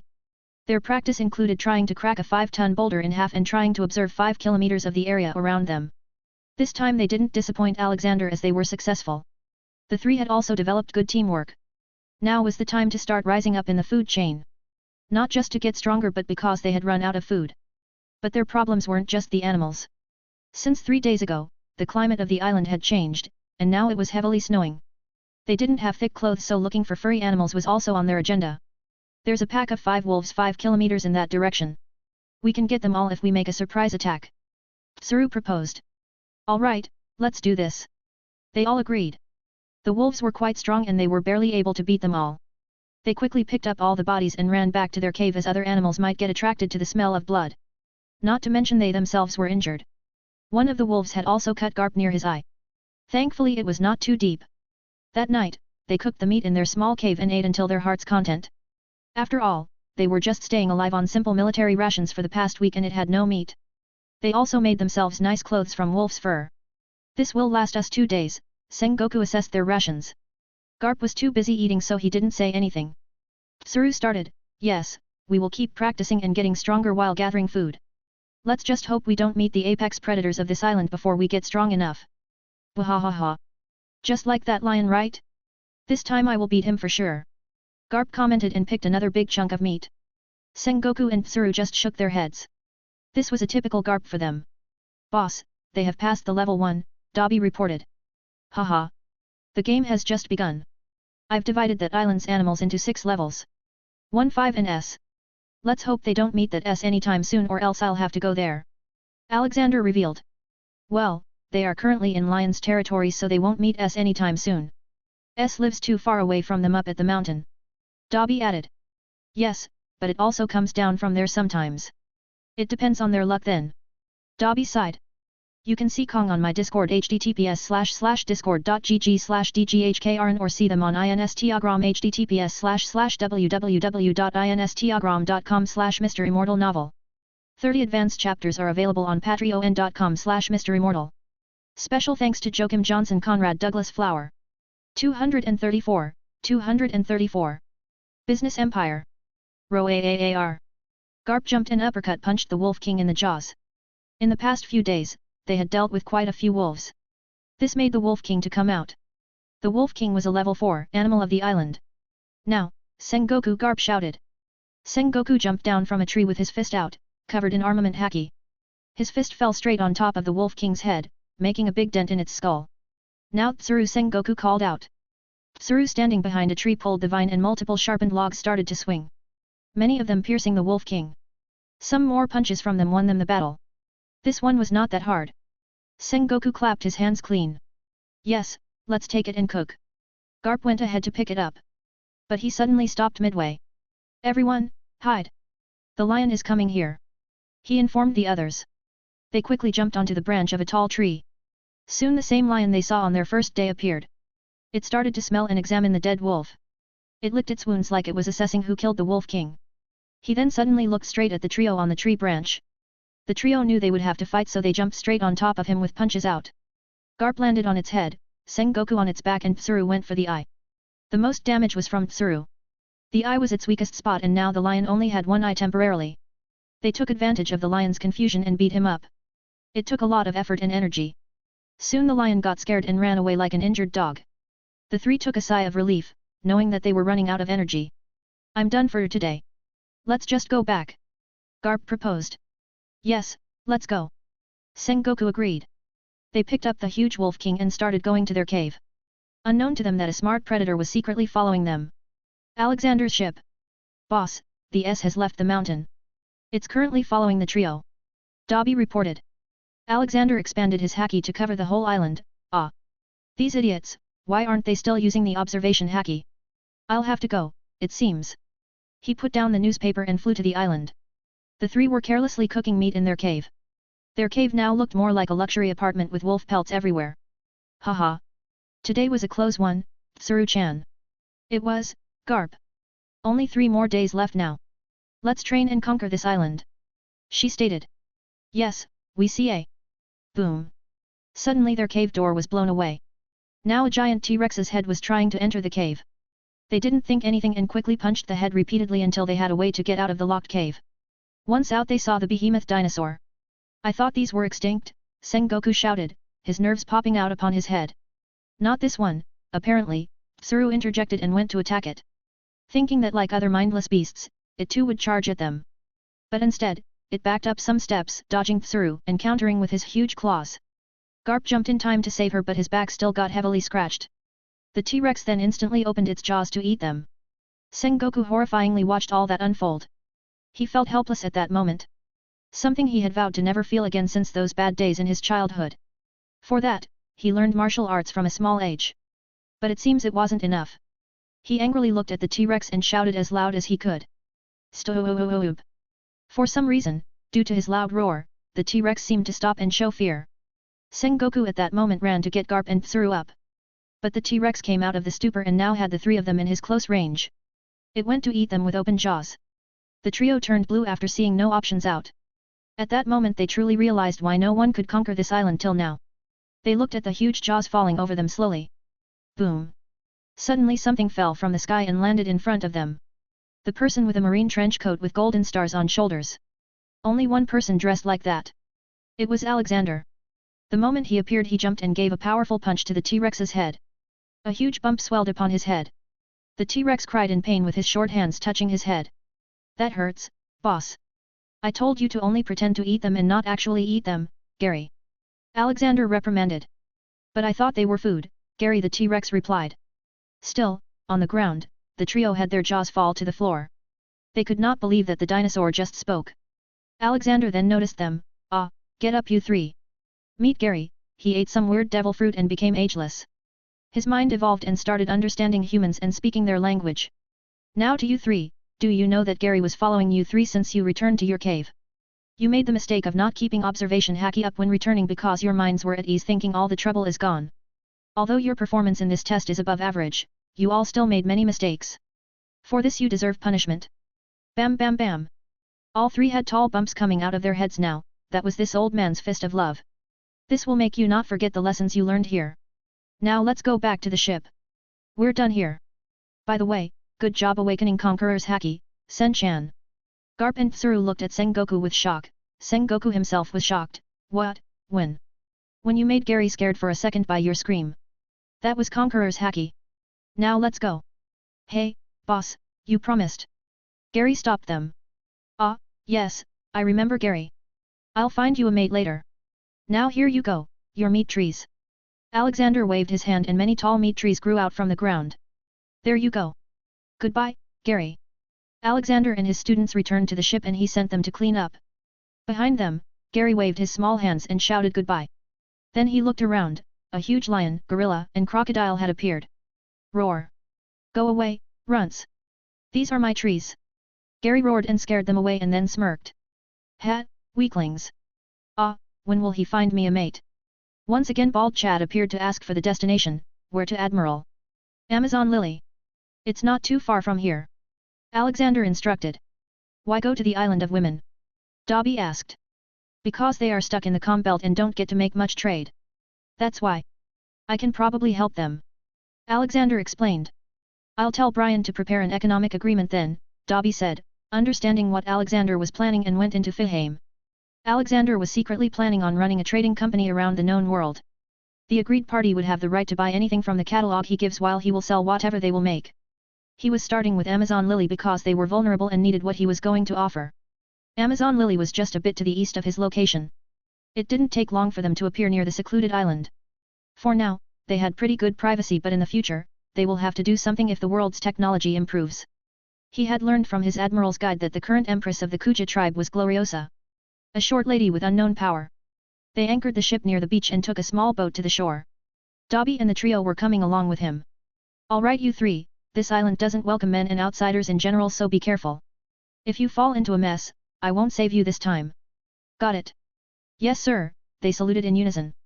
You can see Gary, Amazon Lily, and the trio on my Discord https://discord.gg/dghkrn or see them on Instagram https://www.instagram.com/MisterImmortal novel. 30 advanced chapters are available on patreon.com/MisterImmortal. Special thanks to Joachim Johnson Conrad Douglas Flower. 235. Kind Heart Mall. Alexander went straight into the main housing area of the island. Only women were there, who were looking and gawking at them as they passed by. They soon reached the stairs of the Kuja Palace. That was where they first faced resistance. Halt, why have you come here? Men are not allowed on this island. The guard barked.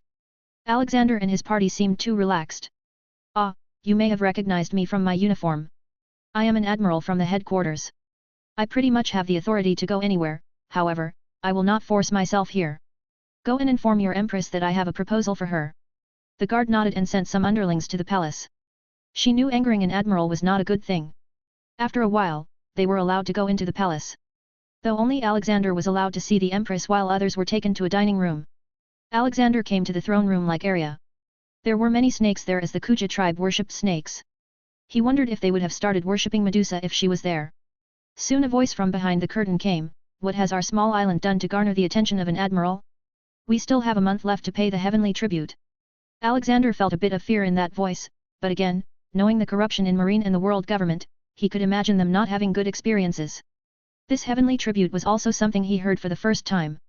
He hadn't really learned much about how the world was governed until now. It seems I need to do some research. Ha ha ha.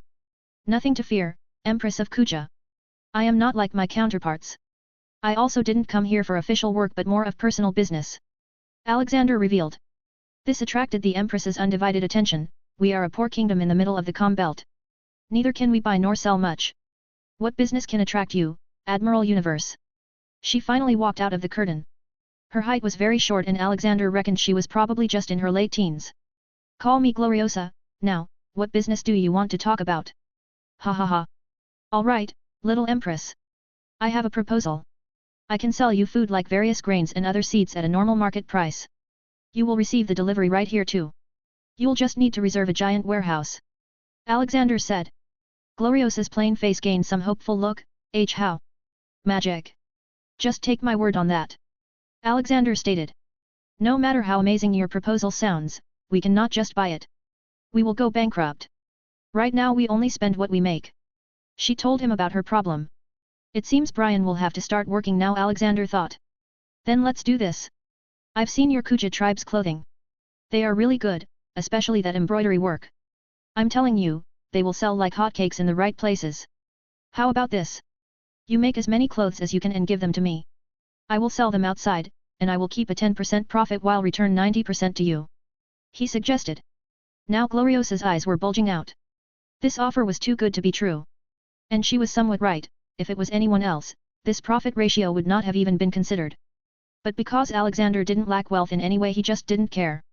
It wasn't like he was going to spend money on transporting stuff, magic was more than enough for that. He had too many unsullied droids and seraphs just resting in Fahame as well. Now was the time to open kind heart shops all around the world. More like malls to be precise. He will publicly declare that they are under his protection so it'll be all cool. Also, take these designs for more stylish clothes. He handed her a small booklet with many Asian cloth designs.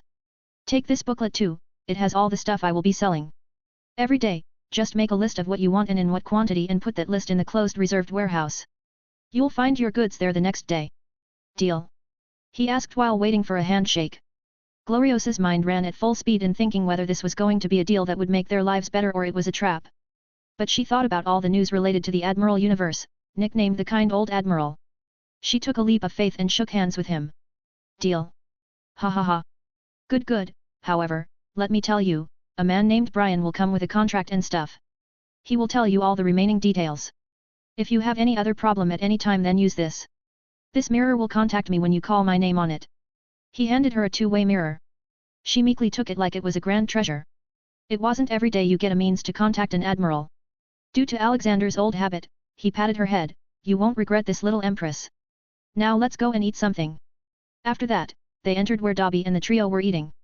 He came behind Garp and gave a punch to his head. Damn it Garp, stop picking your nose while eating. Are you a monkey? Well, he has monkey in his name so he probably is, Tsuru disgustfully added. Wahahaha. Tsuru-chan, this is my style, you won't understand. Garp loudly claimed. Alexander shook his head and sat with them. You three will be sent to Marineford for special training to learn Rokushiki. I will only train you until we reach there. After 3 years of training there, you will have to take an exam. In it, all that matters is your strength. The higher it is, the higher your starting rank will be. That's how I directly became an admiral. Sensei, can't we be in your crew? Sengoku asked. Sigh. Yes you can, but I will not accept you. He stated.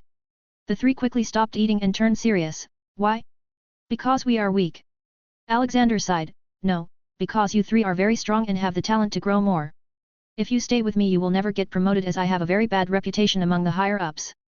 The moment you deboard this ship at Marineford you will stop being my crew. I'm also warning you, do not tell anyone that you trained under me or know me closely. You will be targeted otherwise. The three were confused at the moment.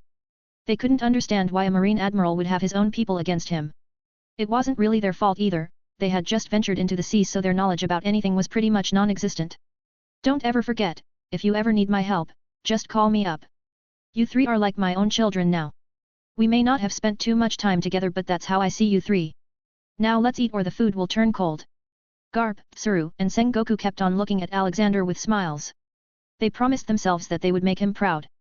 That they will become good marines like him. After eating they departed the island and started their journey to Marineford. It wasn't very far away but he ordered the captain to move slowly. He was going to give personal lessons to them now. Alright, come here. Try to hit me with your best attack and I will show you how your opponent may counter. Your target is to make the best defenses in offense. He waited for them but they didn't come to attack him. He looked where they were looking. It was a pirate ship at a distance. Bald Chad, catch up with it, Alexander ordered. You three, ready to catch your first pirate? He asked them. Hell yeah! The three exclaimed at the same time. You can see Kuja Palace on my Discord https://discord.gg/dghkrn or see them on Instagram https://www.instagram.com/MisterImmortal novel. 30 advanced chapters are available on patreon.com/MisterImmortal. Special thanks to Joachim Johnson Conrad Douglas Flower. 236, 236. Kind old Admiral. They came to the pirate ship. It wasn't that big, they were probably some low-level pirates. However, it was rare to see them so close to Marineford or impel down. Alexander let the trio jump onto the ship and deal with it while he relaxed. For a while, many screams came from the pirate ship, but after some time, they stopped. However, the trio didn't come out either. He got interested and went in to check up. As he got closer he started to hear some noise. Sengoku, that is my strawberry. I will eat it. Tsuru-chan, that one is also mine. Garp ran here and there trying to eat the food on the ship. Garp, you have gotten far too greedy. To teach you a lesson. We must eat this in front of you. Tsuru said. Tsuru-chan is right. Sengoku also agreed. They both proceeded to eat the fruits. But the next moment they both were coughing. Such nasty taste. Why did they have this thing here? They complained. Bam bam bam. The three received a fist to their heads. You fools. You just ate devil fruits. Now you can never swim. Way-ayot. They exclaimed together. They looked at the remaining part of the fruit which had now started to turn gooey. Why the hell do these pirates have 2 devil fruits? Sengoku questioned. He went to an unconscious pirate and woke him up with slaps. Why do you have 2 devil fruits? He asked. We stole them from a marine ship that was transporting them. The pirate muttered before falling back unconscious. Sigh, it seems like it was your bad day. Let's go now. We'll have to see which devil fruit you 2 ate. Wahahaha. That's what you get for eating my food. Garp laughed and soon received a beating from them. Alexander brought them to his office on the ship and took out a catalogue of the known devil fruits. Marine had gathered this data over many centuries. Alright, let's see. Sengoku's looked like a strawberry in a mushroom. Here it is, human fruit, model, Buddha, is a mythical Zoan-type devil fruit that allows user to transform into a giant, living, golden Buddha, gaining an extreme boost in strength to match the size. In this form, your limbs will grow out of proportion, giving you abnormally large arms and relatively tiny legs. It apparently has no weakness except the same water problem. Alexander read out loud. Sengoku clenched his fist, so, I will get stronger with this. If that's the case, I don't mind not being able to swim. Once you learn Jeppo, one of Rokushiki, you will be able to walk in thin air so you don't have to worry about falling in water, Alexander told them, much to their relief. Admiral, what about my fruit? Tsuru asked. Oh, yours looked like a ball, right? Here you go, wash fruit. Paramecia-type devil fruit that allows the user to literally wash and hang out to dry people and objects as if they were clothes, making the user a laundry human. It will allow Tsuru-chan to make people and objects like clothes. It would seem to render her victims unable to fight back or move. There's also a note, villains who have been dried get their hearts a little bit cleaner as well, their evil hearts become fainter, so it's a dangerous ability against pirates. This has no weakness either. Alexander looked at the two, it seems you two are in luck. Your fruits are something that can greatly help you in your fights to come. Now you just need to learn how to use it. Let's try it out then. Tsuru excitedly interjected. From there they went to the deck and brought the caught pirates for Tsuru. She went ahead and turned one of them into clothes. Like they were just washed. Their evil also seemed to lessen a bit. On the other hand, Alexander had to personally help check Sengoku's power. He turned into a giant Buddha and felt a great power. But Alexander didn't let him feel invincible as he defeated Sengoku within a single move. You three still got a lot to learn. Now forget these fruits and start practicing haki. After this, I will introduce you to Rokushiki for a bit. Go. For the rest of their journey, Alexander heavily trained the three. He also taught them a bit about Rokushiki so they can have a small advantage in their training. Alexander didn't even get down from his ship when they reached Marineford. Alright, you three. Give me a nice victory pose for the picture. I will frame this to embarrass you in the future. Alexander told them. Tsuru and Sengoku had gotten a bit emotional by then. Garp, however, was still smiling as always. Go and become stronger, kids. I wish you luck. Alexander wished. The three surprisingly came to him and gave him a hug. Thank you, Admiral, for your lessons. Thanks, old man, Garp added. He just gave them another fist of love and let them go. Go and make me proud. After all that was done, he appeared back in Fiheim. It had been many days since he came in. Ah ha ha ha. He heard giggles from the garden and saw Jenny and other girls playing tag. They noticed him and came running to him. Grandpa. Alexander picked little Jenny in his arms and looked at Amy and Golly, where is Rena? Oh, Uncle Brian took her with him for a business deal signing you told him about, Amy informed. Oh, then let's hope she doesn't eat up all the food in Amazon Lily. He loudly thought. Alexander then went to his workshop and started making miniature malls that can expand with PIM particles. With this, they can set up their stores anywhere with ease. He made about 100 of them for now. His androids will man these while seraphs will manage. Brian will be the overall overseer of the whole operation. Alexander was just trying to help some poor kingdoms with this and also gather intel with it. After setting up an assembly line for production, he returned to his ship. His stop was Sabayati Archipelago. He wanted to buy some books from there and he was sure he'd find them there. Boss, it seems we're being followed. Dobby voiced. I know, Dobby. It's probably someone from headquarters. Although I don't think they are sent by the Marines or the world government. Let's see if they do something stupid. Alexander shrugged. Their ship was very fast and they reached the Sabayati Archipelago in a few hours. Sabayati Archipelago was the final island in paradise, close to the Red Line. Though it is called an archipelago, it was actually a massive mangrove forest growing out from the middle of the ocean with each tree of the forest serving as an island on which people live. Since it is just a group of trees and not an island like those found in the Grand Line, it has no magnetic pole for which to affect a log pose, compass that works in Grand Line. Due to the place being in close proximity to the part of the Red Line bordering the first half of the Grand Line and the New World, it was a highly visited rest stop for all sorts of travelers to prepare before entering the New World.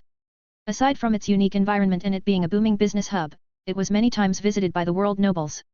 Alexander's ship went to Grove 6069. It was a marine operating area. Like any other place, the arrival of an admiral was a big thing and the news swept the whole archipelago. All the pirates currently on the archipelago hid themselves or kept low. Let's go to Grove 30. There's a shopping mall. I'm pretty sure I'll find some books there. Alexander stated. Blue Fang, stay on the ship and watch out for any suspicious activity, Alexander instructed and left with Dobby. Grove 3039 was Sabayati Park, an amusement park with bubble-based attractions. It usually attracts many tourists. He went to a random bookshop and started to scoop up any book he felt was useful.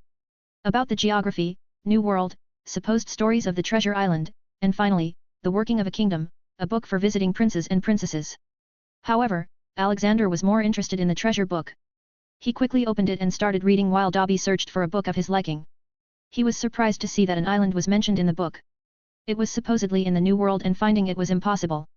It is said it was filled with lots of treasure left by a big pirate many years ago. He was so engrossed in the book that he didn't realize how much time had passed. Hey, reading without paying is banned here. A young girl possibly 10 years old came and shouted. Alexander came out of his trance and looked at her. Ah, yes. I am going to buy these. But before he even got up, the shop owner came, who was probably the father of the child. His eyes fell out when he recognized Alexander. Please forgive Mimi, she's small, she didn't know who you are. The man started prostrating. The little girl looked confused and fearfully looked at her father, not knowing what mistake she had made. Alexander kindly went to the man and helped him get up. She was doing her job. Reading without buying is truly a bad thing. But do teach her about the people she should not talk to. It is me, that's why there is no problem. But imagine if it was some other marine or world noble. Alexander's mention of world noble made him start sweating. Yes, Admiral. I will train her better. Alexander then sat near the little girl and patted her. You did good, Mimi. But don't be rude to people next time. Here, take this. He handed her a lollipop, gave the money, and left. Leaving behind the father and daughter. Mimi happily ate her candy while her father sighed in relief.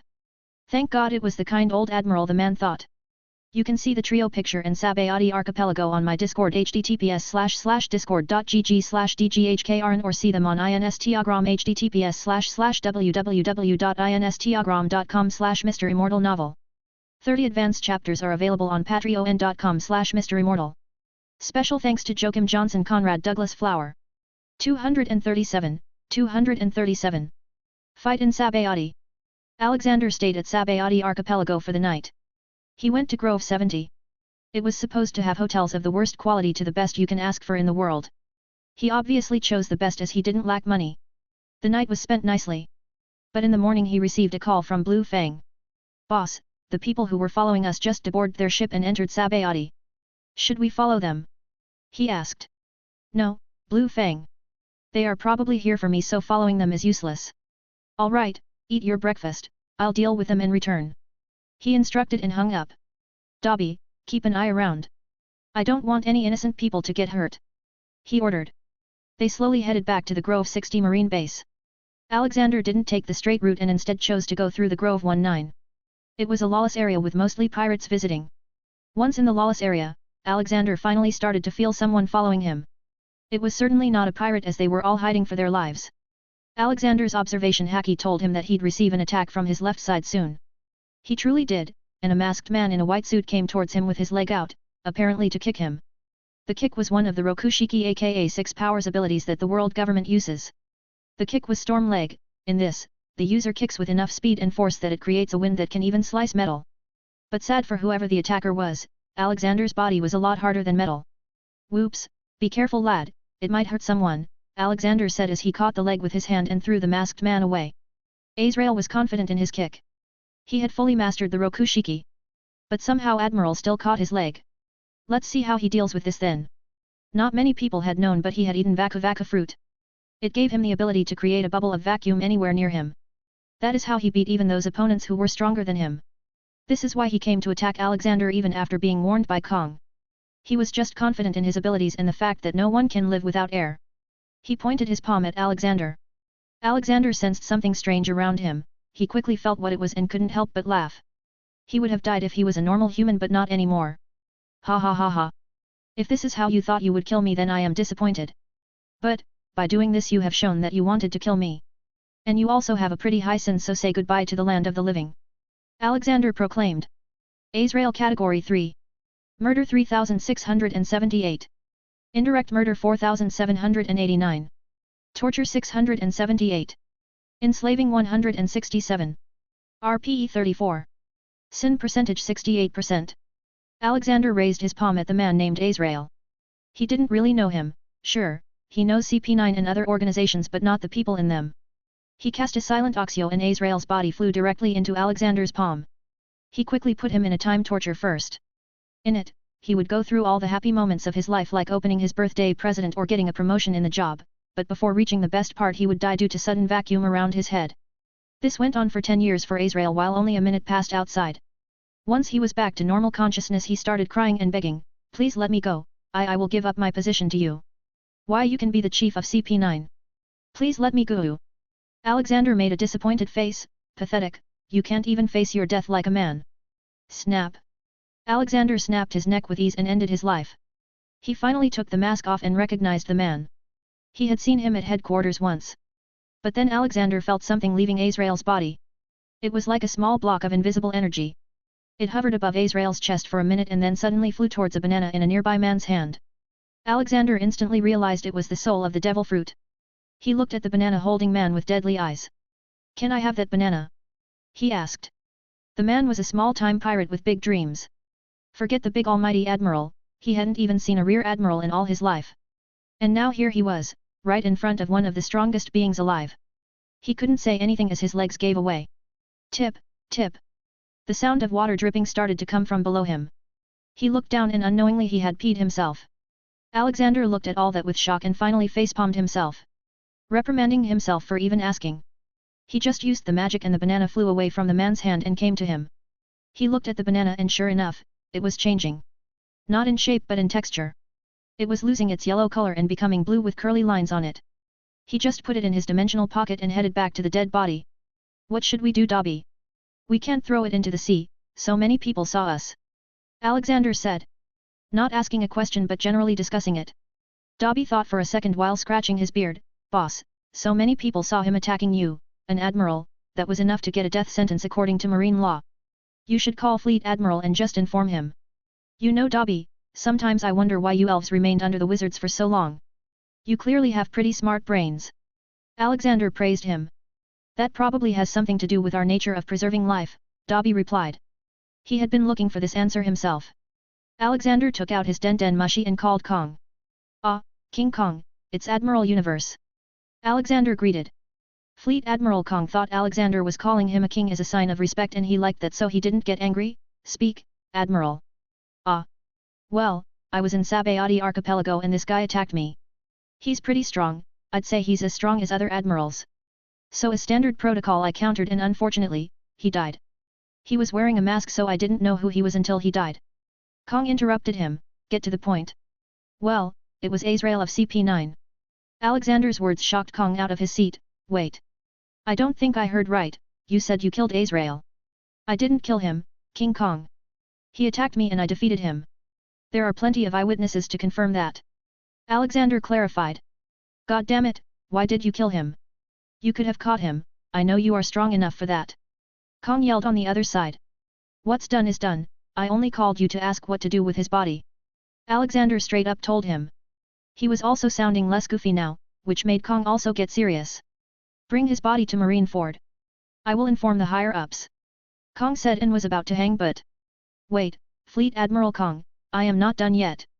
Tell me, was this attack ordered by you or someone else up in the food chain? Alexander inquired. Kong nearly got chills hearing the cold voice and remembered the true strength of Admiral Universe. No, I didn't do that, neither did any higher-ups. He did it on his own. In fact, I warned him. We can talk more after you come here, Admiral. All right, I'll be there by noon. Alexander hung up. He looked at Azrael's body, this fool really came on his own. Boss, you are a golden apple that everyone wants to eat. The government wants to rid you while the pirates want to kill you to get famous. Dobby remarked. And I am yet to meet someone who can withstand more than one punch of mine, Alexander stated and grabbed Azrael's body. They started walking to their ship with the body dragging with them. All the pirates there were scared shitless from the scene. Many would stop being pirates from that day. 30 advanced chapters are available on patreon.com/MisterImmortal. Special thanks to Joachim Johnson Conrad Douglas Flower. 238. Ryugu Kingdom. Alexander appeared on the docks at Marineford by noon. It was the Marine headquarters from where the Fleet Admiral commanded. He deboarded his ship and headed to the Fleet Admiral's office. Behind him were some Marines carrying the body bag. On his way, he saw the training field and saw the trio working out. They didn't notice him, however. He entered and saw the other admirals were there too. Surprisingly he saw Z in Admiral's cloak. Ha ha ha. Z, my boy. You got promoted. Alexander congratulated him. Z stiffly just shook his hand and didn't say anything as it was not the right time. Alexander didn't wait for any of them to speak and sat down on a nice seat. So, what's the problem? Your killing of Azrael has really made the higher-ups angry. But they can also not ignore the fact that he attacked you with intent to kill. Your salary will get 70% reduction as a punishment for not capturing him and killing him. Kong informed him. Alexander just shrugged and took out an apple from his bag to eat. Sure, not like I care about my salary. Did you find out why he did this though? Sigh. That fool thought that killing you would earn him a promotion, though I can't deny the fact that he might have gotten it if he was successful. Admiral Universe, I am saying this out of respect for you, the 5 elders aren't happy with you. They are just tolerating you until they find a solution. Please don't make any more trouble. Kong nearly pleaded. It was really rare for him to act this way. It seemed he really respected him. Well, Kong, with how things are, I might just take retirement before they find a way to deal with me. I am as much disappointed in the world government as they say they are in me. He bluntly stated. If this was anyone else they might have faced consequences, but who would punish Alexander? Besides Alexander, Z quietly admired his sensei. Z had trained under Alexander when he was young and since those days Alexander was his role model. Why don't you go to the New World, sensei? There are many pirates who need a fist of justice. Z suggested. Kong nodded at that. The more Alexander was away from the Marineford and Marie Joyce, the less likely there was going to be trouble. It is decided then, starting next year, you will be stationed at G5. You are an admiral so we cannot send you too far from Marineford, but you will be keeping an eye on all pirate activity in the New World. Kong ordered. All right, but I have a request, Alexander said. Kong gestured to him to speak. I will take my own ship. I will also not tell you how I made it. Kong simply agreed instantly. Why would he fret over a simple ship? Knock knock. A vice admiral entered the room. He was Kong's assistant. He said something in Kong's ears which made him go red. Damn it, Universe. I told you to follow that celestial dragon. He was attacked in the Ryugu Kingdom by someone. It is your mess, now you must solve it. Go. Kong screeched. Alexander rolled his eyes and walked out while muttering, what's so special about them, let 1 or 2 die. All the people in the room acted like they didn't hear him. Alexander returned to his ship. Bald Chad, bubble up the ship. We're going to Fishman Island. No need to hurry, take your time. What if the world noble died? They would call a buster call at the Ryugu Kingdom. Dobby voiced his concern. Ha! Then I will stop that buster call. Anyways, I'll include the Ryugu Kingdom in my business empire as well. This world's purity is at puny 30%. This means it needs to be changed on a micro level. For this, simply destroying the government is not an option. First, we need to learn why this is the case, and honestly I am interested in knowing how these devil fruits came to be. Alexander blabbered. Well, we might have to find out how this whole world came to be then. It's just too weird and illogical. I read in a book that you can actually go to the moon here with a balloon, and there are also sky islands. Sometimes I feel like leaving you and going on exploring. Dobby excitedly said. Ha ha ha. Don't worry my friend, we will have our adventures soon. Besides, aren't we already on one? We're going to a freaking city 10,000 meters down in the ocean, ruled by mermaids. And we will be traveling there in a ship covered with a bubble. Can it ever get more adventurous than that? Alexander said. Blue Fang also walked in. You are right, sir. Even in my years of space exploration I've never come across a planet like this. Nothing makes sense here. Ha ha ha. Then let's get used to it. No matter what, we gotta live here. Alexander patted both their shoulders. Soon after the ship was ready, they started going down and navigated towards the opening in the red line from where they could enter. Halfway through he noticed Noodles also following them. Noodles, go back. I told you to stay at the HQ. But Noodles seemed to ignore him and happily followed the ship. Alexander sighed. Alright, you've already come this far. The journey to the bottom of the ocean went smoothly. They entered the Fishman Island with relative ease. But Alexander had delayed his arrival by a whole day and he wasn't sure if the world noble was alive now. The Ryugu Kingdom. Saint Notaran, a celestial dragon, wanted to see the Fishman Island and get himself some nice mermaids as slaves after he lost a bid in the Sabayati Archipelago's slave house. So like any other overly spoiled celestial dragon, he demanded to go and get a slave himself. His plan seemed to have worked until he saw the fiancée of King Neptune, Princess Otohim. Saint Notaran lusted over her and demanded that she be handed over to him. It enraged King Neptune, who was a giant 40-foot-tall merman. He beat Saint Notaran up. However, when his anger calmed down he realized what he had done. What calamity he had brought upon his kingdom. I will go with him, Neptune. For the safety of our people. Otohim proposed to her soon-to-be husband. Otohim, you know what they will do to you. I can't let this happen. No. King Neptune denied. Then what option do we have? He has already called the Marines. They will send an admiral now. I can't see so many of us die just because of me. She persuaded him. Saint Notaran seemed to recover from his unconsciousness and stood up. Why you hit me? Me? A celestial dragons. I will destroy this land. I will enslaving everyone here and kill you slowly. I will call a buster call upon you. He enraged. I am ready to go with you, Saint Notaran, please forgive my people. Otohim pleaded. Oh, no. Now it's too late. I will have you, even if you don't come with me now. Not just you but everyone you love or care about. I will torture them in front of you. And I will start with that giant first. He pointed at King Neptune. Suddenly a fishman soldiers came running. My king, a marine ship has been spotted entering. It is very big. Everyone except Saint Notaran and his men went blue in horror. Oh. It is probably one of the admirals. They will show you what it means to mess with the celestial dragons. Saint Notaran boasted. Please, there must be a way. Please forgive my people, I will do anything you say. Otohim pleaded and prostrated for forgiveness. Saint Notaran made an ugly perverted face hearing that. Oh really? Then I have something you can do. I will let you people live if you do that. Please tell me. I want you to dance for me. Right now. Saint Notaran demanded. Otohim felt it wasn't much and came forward to dance. But then Saint Notaran added something that broke all her will. I want you to dance for me, and the whole kingdom, without clothes. He showed his ugly sickening smile while saying that.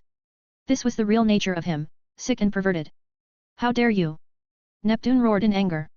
Stop, there is no other way, Otohim shouted at him, there were tears in her eyes. She slowly took down her scarf.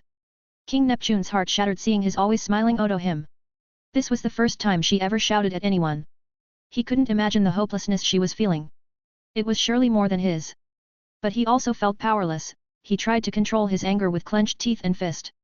Asking himself, what he should do. You can see Ryugu Kingdom, King Neptune, and Odo him on my Discord https://discord.gg/dghkrn or see them on Instagram https://www.instagram.com/MisterImmortal novel. 30 advanced chapters are available on patreon.com/MisterImmortal. Special thanks to Joachim Johnson Conrad Douglas Flower. 239. Slap of Justice. Alexander reached the Ryugu Kingdom and he deboarded the ship. He didn't know where the trouble was happening so he just walked straight to the busiest location. However, he saw a big crowd gathered at a distance. He went there and sadly saw the celestial dragon still alive and shouting. He then saw the people he was shouting at. Alexander didn't have much time to waste so he just looked into the mind of celestial dragon to see what was going on. Saying that it enraged Alexander was an understatement. He approached to the Princess Odohim and stopped her from removing her clothes. I will handle it from here, no need to listen to his demands, he told her. Everyone was alerted and shocked by the sudden appearance. But from his clothing, they all understood it was the Admiral. Saint Notaran saw him and started ordering, "Oh, it is Admiral Universe, good you came fast. Now I want you to destroy this kingdom. Their king dared to attack me." Alexander looked uninterested. He winked at the King Neptune and Princesses Odohim and looked at Saint Notaran. Saint Notaran, tell me, did you receive your part of heavenly tribute from the Ryugu Kingdom? Alexander asked. Saint Notaran looked confused but still answered, of course I did. Nobody dares to not give it. Alexander started slowly walking to him, tell me, do you know why they pay heavenly tribute? Because I am the celestial dragon and we made the world government. He proudly said. Wrong. Do you really think the world government is run by a bunch of celestial dragons? No, the world government is called the world government because 170 kingdoms agreed to join it and pay the heavenly tribute to keep Marines funded to protect their interest. Now, what you did today breaks the law. You took the heavenly tribute and yet, threatened to destroy them. Do you think other kingdoms will pay after they hear this? Are you trying to destroy the world government? According to the law if one tries to break the government they will be executed even if it is a celestial dragon. He reached an arm's distance to Saint Notaran. Saint Notaran was shaking with fear at the moment. He was very dumb and knew nothing about the law so he believed everything Alexander said. Why you need to save me, Admiral? I didn't do anything like that. I just wanted a slave. Bam! Alexander slapped him so hard that his air bubble burst and he got thrown 100 meters away. Everyone's eyes nearly fell out from the shocking scene. An admiral hitting a celestial dragon, this was the craziest thing they had ever seen. People started murmuring that Alexander would now be labeled a traitor by the world government. Dobby, grab him and tie him near Noodles. I want him scared to death when I see him again. Tell Noodles to play with him. Alexander instructed. Then he looked back at the princess, I am sorry that this happened. I will deal with him, you don't have to worry, no trouble will come to your kingdom. In fact, I have a proposal. Thank you, Admiral Universe, we didn't know kind people like you also served in Marines. This restored my faith in humanity. Please come with us to the palace. She invited him. Alexander coolly walked into their palace. It was really big for him but considering how huge the king was it was not that big. Thank you for helping us Jaemon, King Neptune said while walking. For some reason, he added Jaemon after many of his sentences. That was my duty as a marine. Your money pays my salary after all. Alexander shrugged off the praise. Princess Odohim felt really happy that a good person like Alexander exists. She was probably the only person in the Ryugu kingdom who advocated peace between the fishmen and humans. On top of that, Princess Odohim had a very powerful observation haki and it let her feel other people's hearts and Alexander's heart was as kind as her own. You went against a world noble. I hope you won't be in trouble for this. She worriedly said. Ha ha ha, they can't do anything to me. And don't worry, princess. No trouble will come here either. He reassured them. They soon came to a big hall which was supposedly where they would sit and talk. So Alexander started telling him about the trade deal. So we can buy and sell anything with you. And you will open a shop here. King Neptune murmured. I accept, this is nothing for what you did today. He then agreed. Alexander made himself large, surprising everyone, and shook hands with Neptune. A man named Brian will come with a contract later. He will tell you everything in more detail. Okay, I should leave now, they must be waiting for a report from me. Once again, thank you, Admiral Universe, you will always be welcome to the Ryugu Kingdom Jaemon. Alexander left the couple and walked back to his but in his way, he came upon a small fishman kid. His skin was fully red. Hey, mister. Why do you hate us? The kid asked him out of nowhere. Alexander knelt down to his level, I don't hate anyone, child. But Mama said humans hate us. The kid stuck to his idea. Child, Humans even hate each other. It's their nature. But rest assured, the man who just caused problems here will be punished by me. What is your name by the way? Alexander asked. My name is Fisher Tiger. Alexander ruffled his hair. Tell me, Tiger. If you find some rotten fruits on a fruit tree, do you throw the rotten fruits or cut the whole tree? That's easy, we just throw the bad fruit. Just like that, this whole world is a big fruit tree, there are some bad people everywhere, on the upper branches and lower too. But you should never generalize a whole community because of some bad people. Now go and play, this is not your age to worry about all this. Here, take this and share it with your friends. He took out a big crate filled with different kinds of candies and chocolates. Fisher Tiger showed his innocence and picked the crate over his head. Thank you, Uncle Admiral. I will share this with everyone. Alexander finally came back to his ship and saw Saint Notarin tied to a pole. Noodles was trying to play with him. But Saint Notarin was not moving as he had peed his pants and was unconscious at the moment. You won't get away with this, Admiral, you attacked a celestial dragon. One of Saint Notarin's bodyguards threatened. Alexander looked at him from the corner of his eye. Tell me, what motivates a man to wake up every day and be a dog of that excuse of a man? Why you dishonor Saint Notarin? Just wait, they will kill you slowly and. The man wasn't able to say more as Alexander didn't allow. Noodles, eat this man and the ones in a suit like his. Noodles happily completed the big responsibility bestowed upon him. After eating he made some happy noises. Eaaaaaaaaaa. Bald Chad, take us back up. Directly to the Red Port. He ordered. What are you gonna do with him, boss? Dobby asked. Haha, just grab the popcorn and watch the show. He chuckled, keeping his plans mysterious. After a few hours, they finally came back up to the surface. Just for the record's sake, Alexander reported to Marineford, King Kong, I have successfully rescued Saint Notarin, he was attacked by a seeking down there. His men died but I came in time and saved him. I will deliver him straight to Mary Gosa. Good job Admiral, 5 elders will be happy to hear this. You may proceed. Kong happily permitted him. Alexander didn't reply and hung up. Behind him Saint Notarin had woken up. You, I will kill you. I will order a buster call on you. Slap. Alexander put a nice palm tattoo on his face. You retarded man-child, do you even know what buster call is? It's nothing but 5 vice admirals coming to destroy whatever they are asked to. You may have forgotten but I am an admiral, I can bust your buster call with even one hand. Why yo? Saint Notarin didn't have anything else to say as he had run out of vocabulary. He had already used everything he knew but nothing worked. Slap.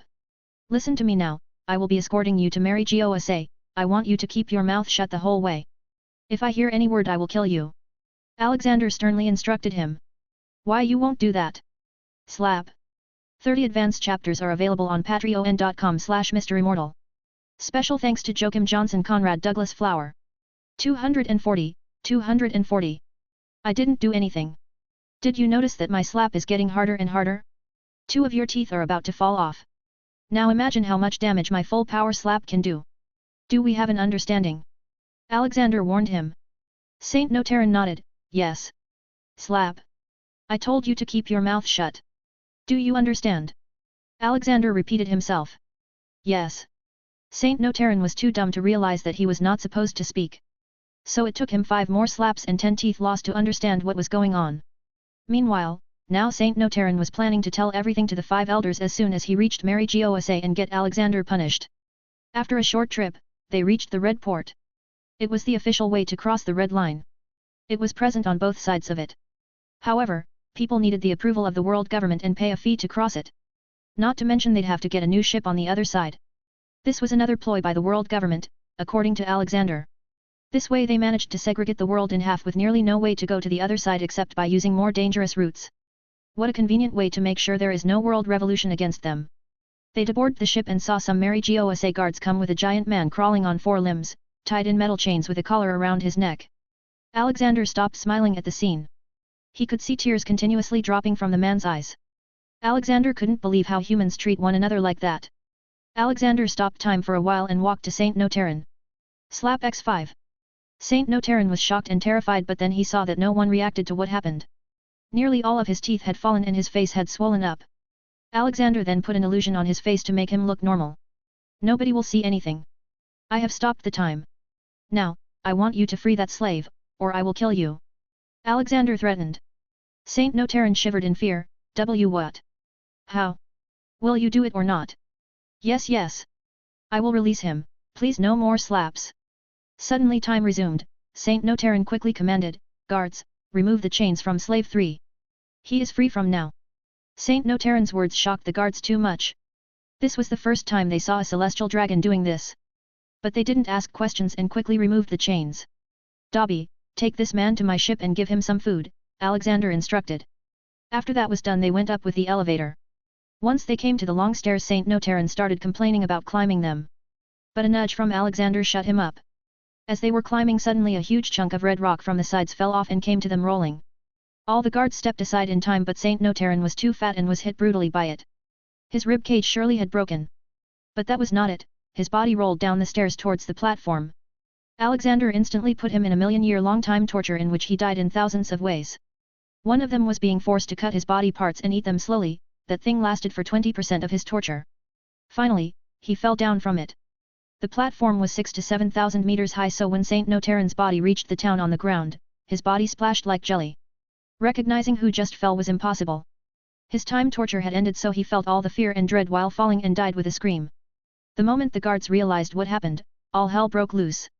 They rushed to the platform and down with the elevator. Alexander also did the same and followed them relaxingly. Loud sirens started to sound throughout the area.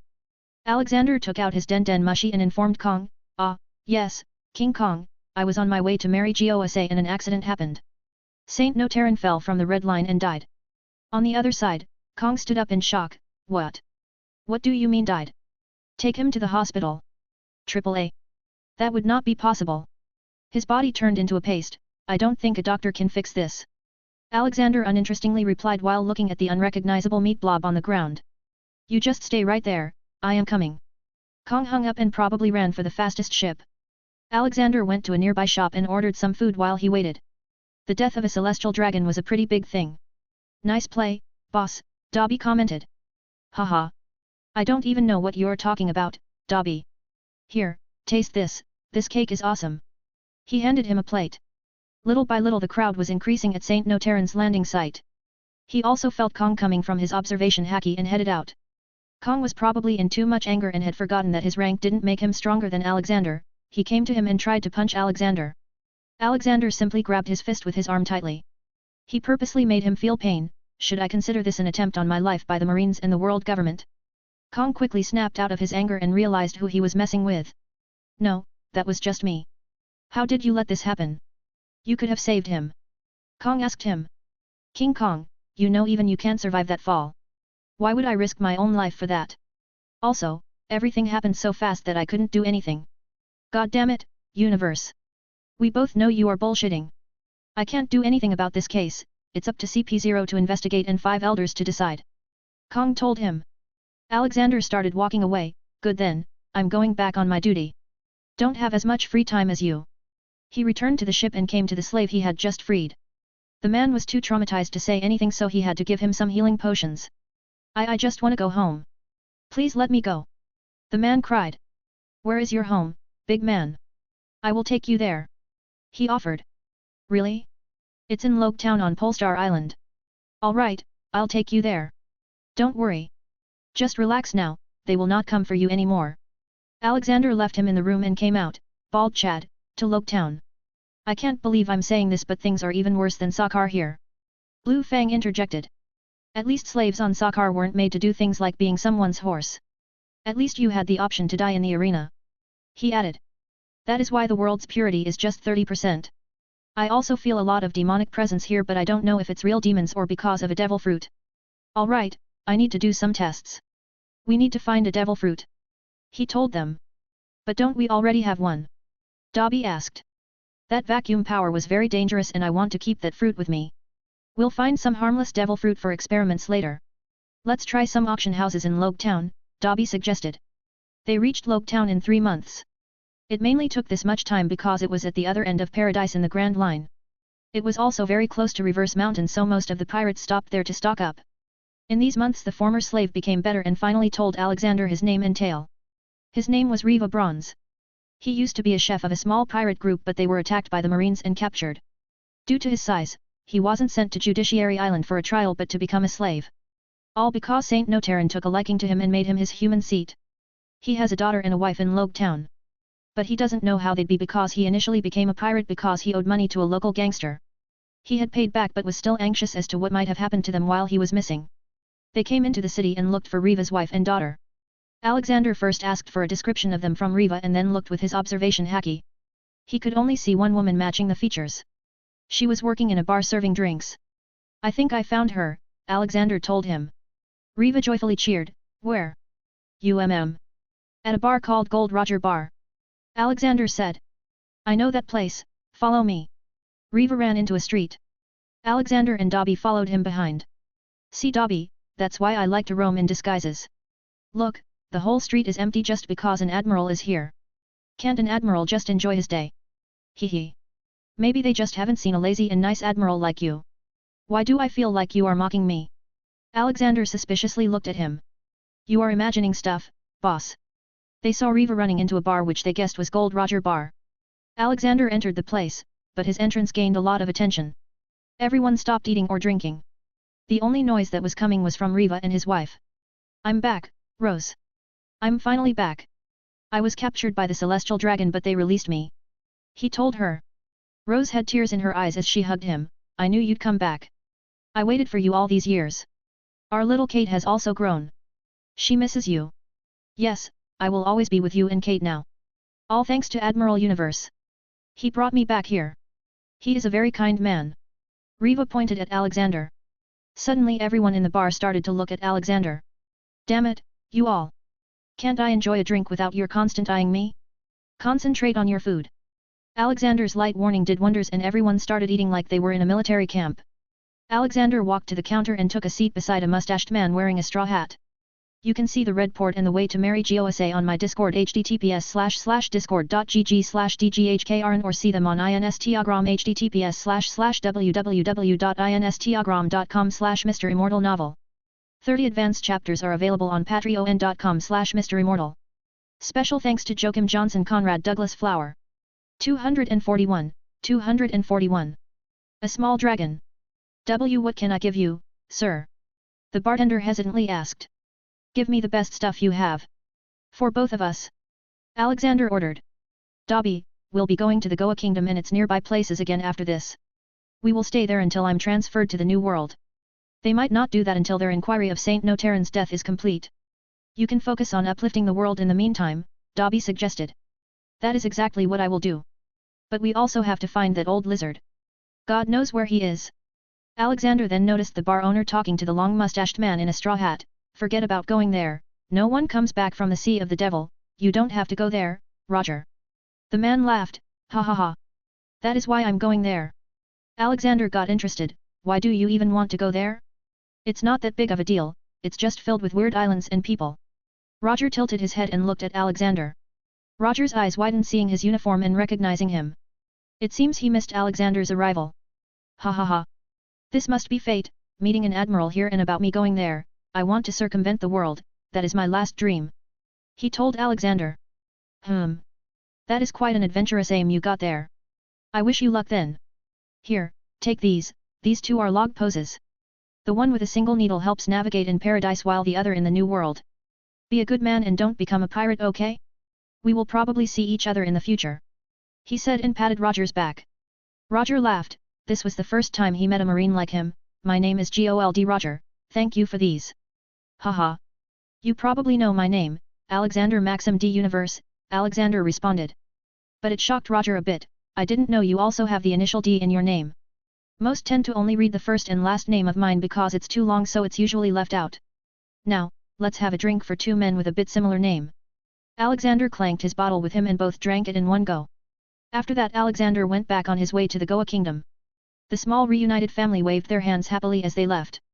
On their way, Alexander decided to go and check out the auction house for devil fruits. Logue Town was a major market and it was close to the Grand Line, which made it highly likely that there would be devil fruit at the auction. Alexander and Dobby checked out what was being sold. They did find a fruit there and it was an unknown one.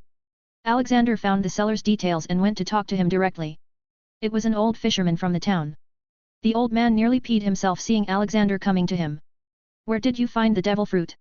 He asked. I found it while fishing. You have put 80 million berries price tag on it. I will give you that for the fruit. Alexander offered. The man quickly agreed and sold him the fruit. Soon Alexander and Dobby were on their way, leaving behind the gobsmacked fisherman with a suitcase full of cash money. He threw his fishing gear away and ran straight to the bank. The island was filled with pirates after all. Dobby, I'll be taking out my steel warship later. Considering that this world is mostly water, so living on that would be a lot more comfortable. But I want you to check all the men in our crew before that. There could be 1 or 2 spies. Alexander instructed him. Maybe a mild compulsion charm will do. I'll check everything on our way. Marine Ford. It had been 2 years since Alexander had left the trio for training. But because they were previously trained by Alexander, their training ended in just 1 year. Then they took the exam and directly became Commodore and were put under the command of different Vice Admirals. Everything went normal for Tsuru and Sengoku, but Garp had done something entirely different. The guy had fallen in love with a pirate woman he saved. Then they had a kid and the woman dashed after that, saying she wanted to explore the seas. So now Garp had asked for a leave from work so he could settle his kid in his home country. He had the small baby in his arms and walked down his ship on the Goa Kingdom port. He was surprised to see a huge ship that looked like it was made of iron. On it was also a marine flag. He had never seen anything like this even at the headquarters. Oi! Whose ship is this? He asked. The sailor quickly saluted and replied, "It is Admiral Universe's personal ship, sir." "He's here too, ha? Ha ha. I will show him my boy, then." He walked into the Fuchsia village. He went straight to Party's bar, where he saw Alexander, old man.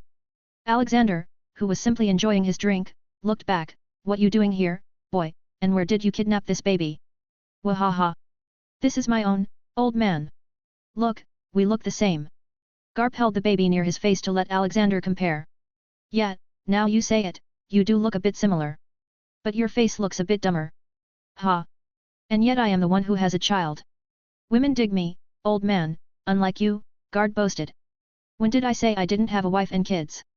I have the most beautiful wife and children," Alexander proudly claimed. "Haha. Yeah, in your dreams." But Garp saw the serious expression of Alexander. "You weren't kidding. Boy, if you are lucky, I'll introduce you to them someday. Now, hand me that baby." Alexander grabbed the child from Garp and started spoiling him. "What's his name?" Alexander asked. Garp puffed his chest out in pride. "Monkey D. Dragon, future strongest marine. I didn't know you held such love for the celestial dragons."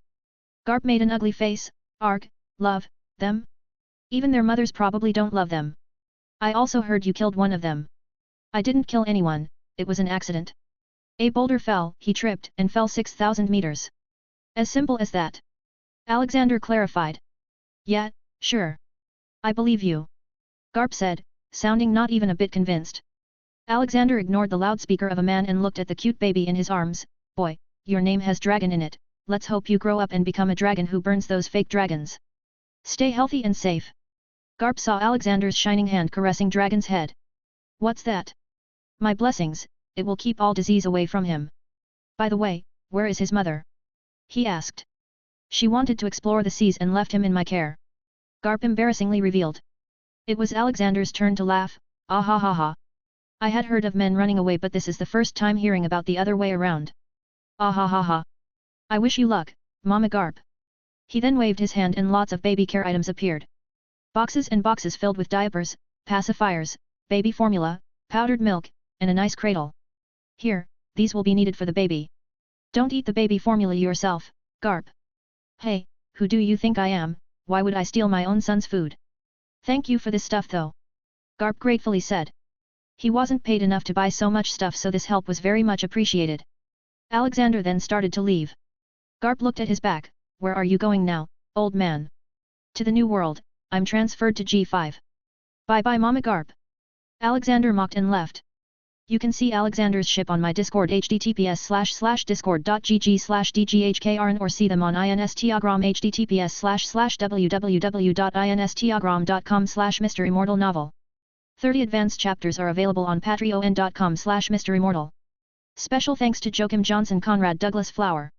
242, 242. Devil Fruit. G5 base, New World. Alexander appeared there and started sorting things out there. G5 was supposed to be a lawless base. It is said that the Marines of this branch are insane, cruel, and merciless people who stick needles into pirates, feed them to sharks, or use them for campfire kindling. They are known for not following the orders of their superiors. Some members do not wear the full formal marine uniform, if anything, they are overly casual to the point of wearing slacks and a bucket for a hat. Alexander set foot on the base and gathered all the men. All right, keep your eyes and ears open as they might just win you your life. From this moment on, there will be no disobedience, no cruelty to captured prisoners.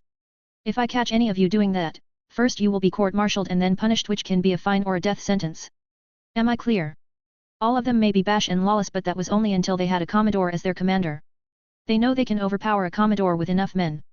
But the current situation was totally different. Yes sir. They shouted in unison.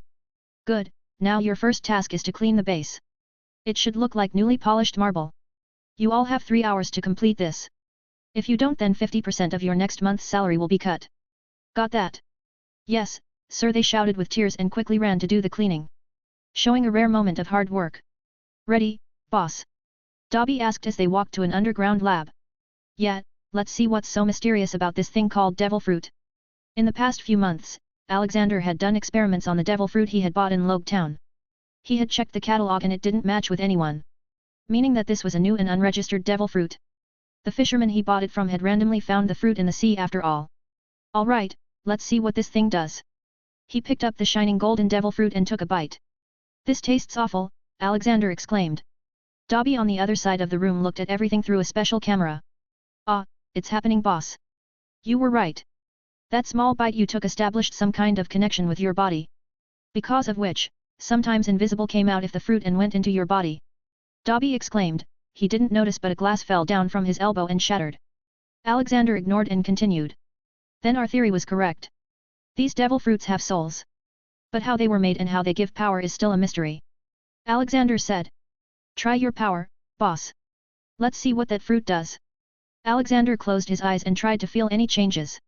But he couldn't, he didn't really have an internal body anymore. It was just a void. He simply willed for whatever the power was to come out. Alexander didn't feel anything happening, but then suddenly something changed.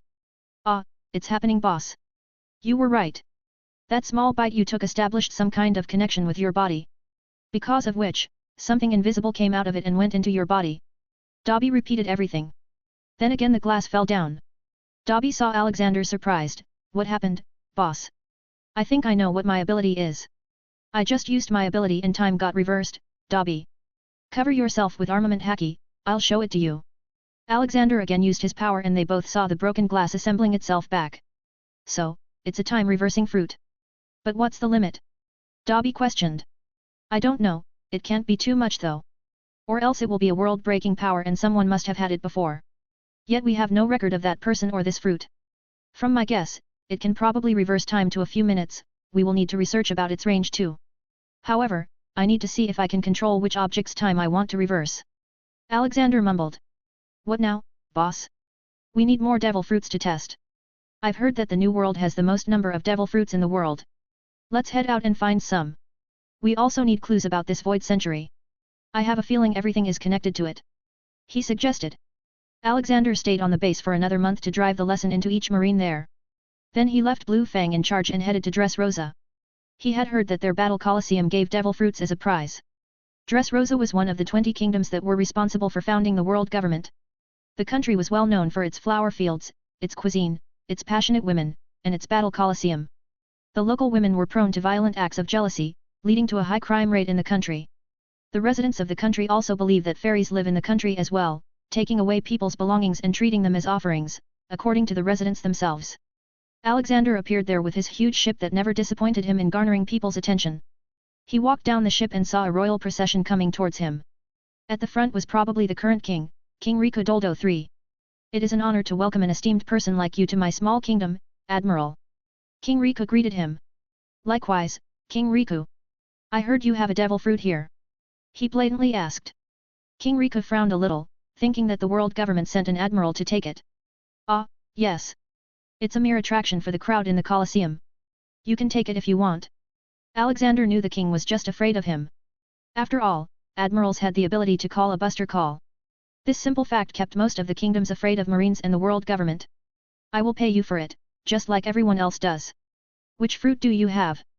Alexander asked. Oh, it is nothing rare. It is a fish fruit Kraken model. King Riku informed. All right, 100 million berries. That's what I'll pay. What do you think? Alexander offered. King Riku quickly agreed.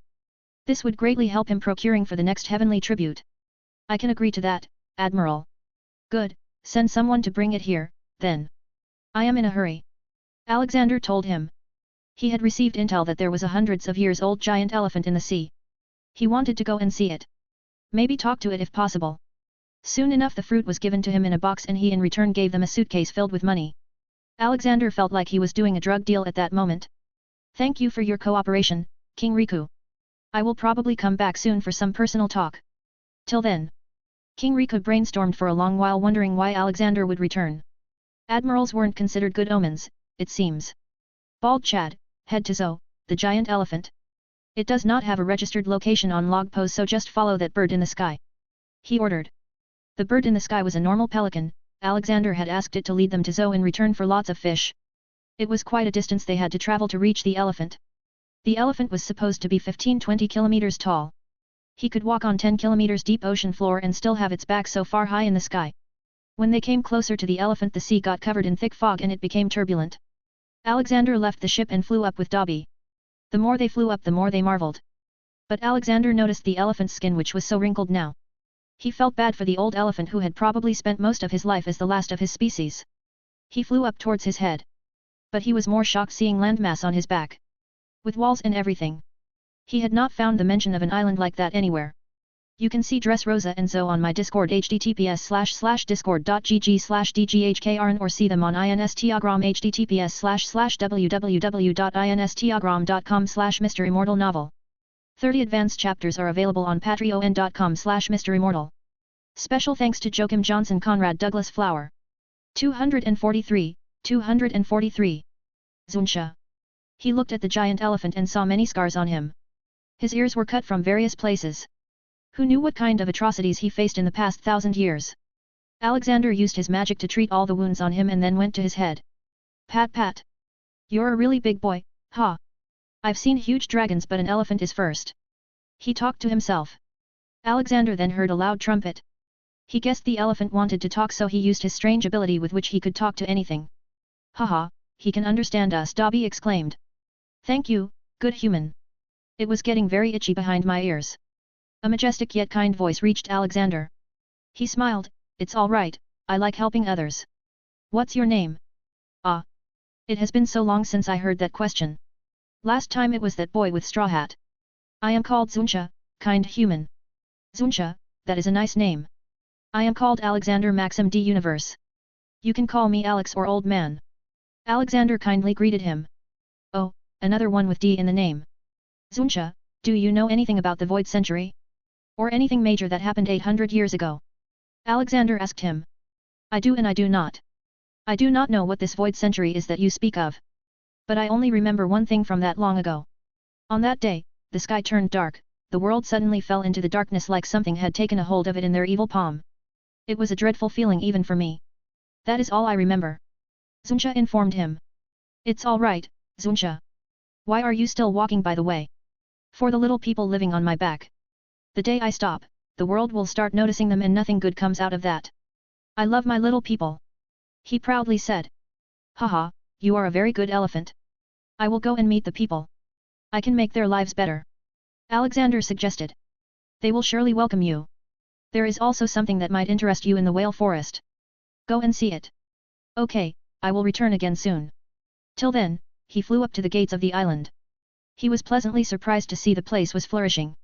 Though the only difference was that there were no humans. All the people looked like humanoid offshoots of various animal species. But he couldn't complain as most of them looked cute. He walked up to the huge door and knocked on it. He guessed that no one must visit them, which would explain the lack of guards on watchtowers and closed gates. Soon a gorilla man peeked out of the gates. The moment he saw Alexander his eyes widened in shock. Hello, Zunsha told me to come here. Who is your king?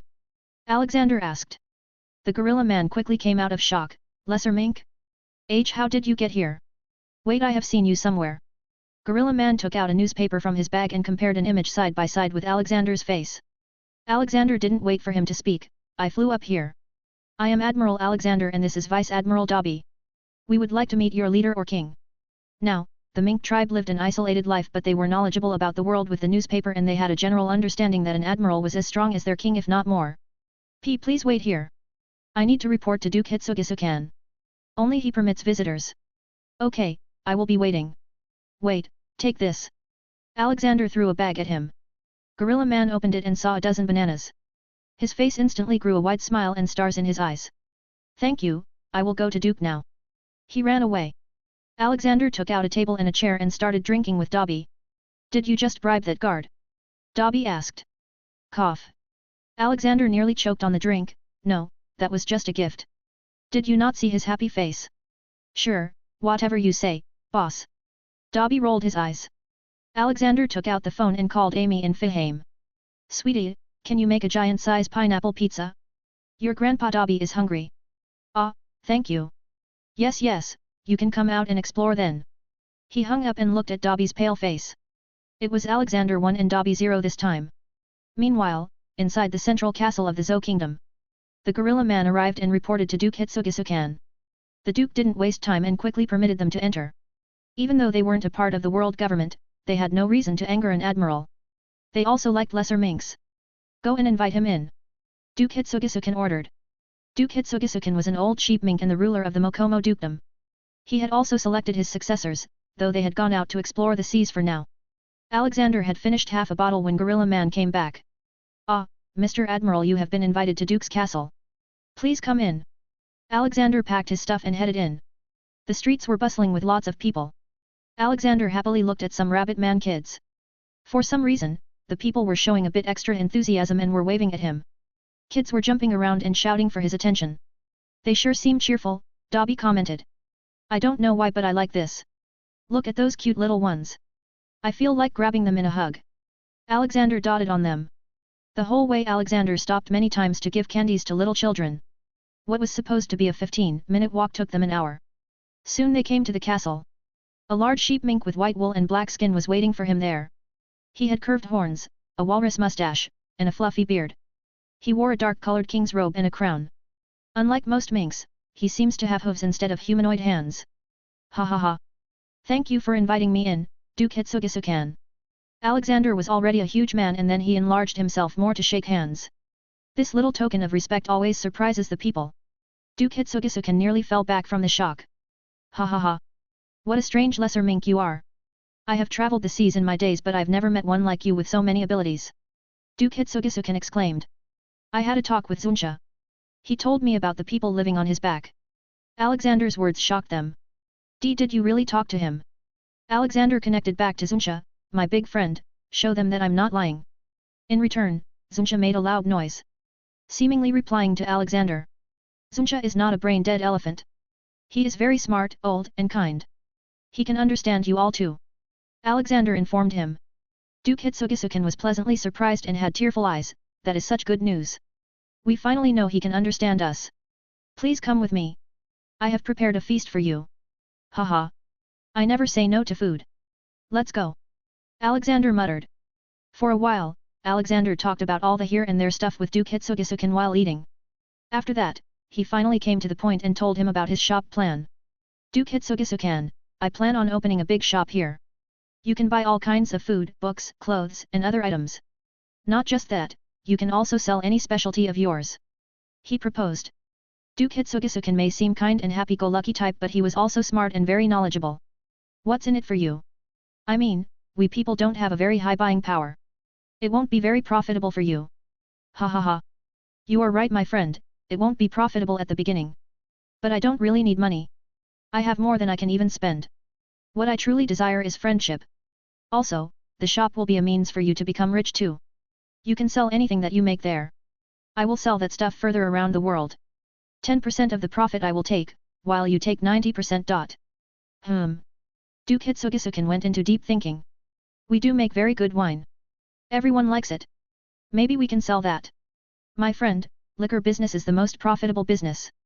If your stuff is good, it will sell. Alexander encouraged him. Rahahaha. Then it is decided. You can open a shop in Zou. Here to this new friendship. They clanked their glasses and gulped the wine. Then Alexander asked him the most important question. Zunsha told me I should go and visit the whale forest and that there is something of importance for me. He also said that someone with initial D came here in the past too. Yes, not just once, our royal historical records are filled with people with initial D coming here for that thing. Ah, I remember now. You also have a D in your name. Duke Hitsugisuken exclaimed. From what Duke Hitsugisuken said, it was clear that whatever this thing is, multiple people were after it. Come, I will take you there. We were trusted to keep it safe with us until the right man comes. We can never deny a man with initial D from seeing it. That is what our ancestors taught us. You can see Zo on my Discord https://discord.gg/dghkrn or see them on Instagram https://www.instagram.com/MisterImmortal novel. 30 advanced chapters are available on patreon.com/MisterImmortal. Special thanks to Joachim Johnson Conrad Douglas Flower. 244. Tears of a Strong Man. He took Alexander and Dobby out the forest in which a giant whale-shaped tree was. He led the way to the inside of it. These pathways have been like this for hundreds of years. This forest is also protected by the guardians. After a while, they came to a big chamber on whose center, a big red cube was situated. Alexander couldn't recognize the language written on it. Ghost, scan it and decipher it. Ghost immediately replied to him, Sir, there is not enough data to decode this language. This language doesn't match any existing language in the world. Alexander walked to the cube and used his speaking power on it. It told him what the cube was and that there were 4 of them. Duke Hitsugisuken started to tell Alexander about it as well. These stones are called poneglyphs. Studying them is banned by the world government. From that Kojiki clan seal, you can see that it has a relationship with Wano. Alexander interrupted, let me guess, they made this 800 years ago. Duke Hitsugisuken nodded. Yes, these red ones are called road poneglyphs. There are 4 of them and each points to a different location.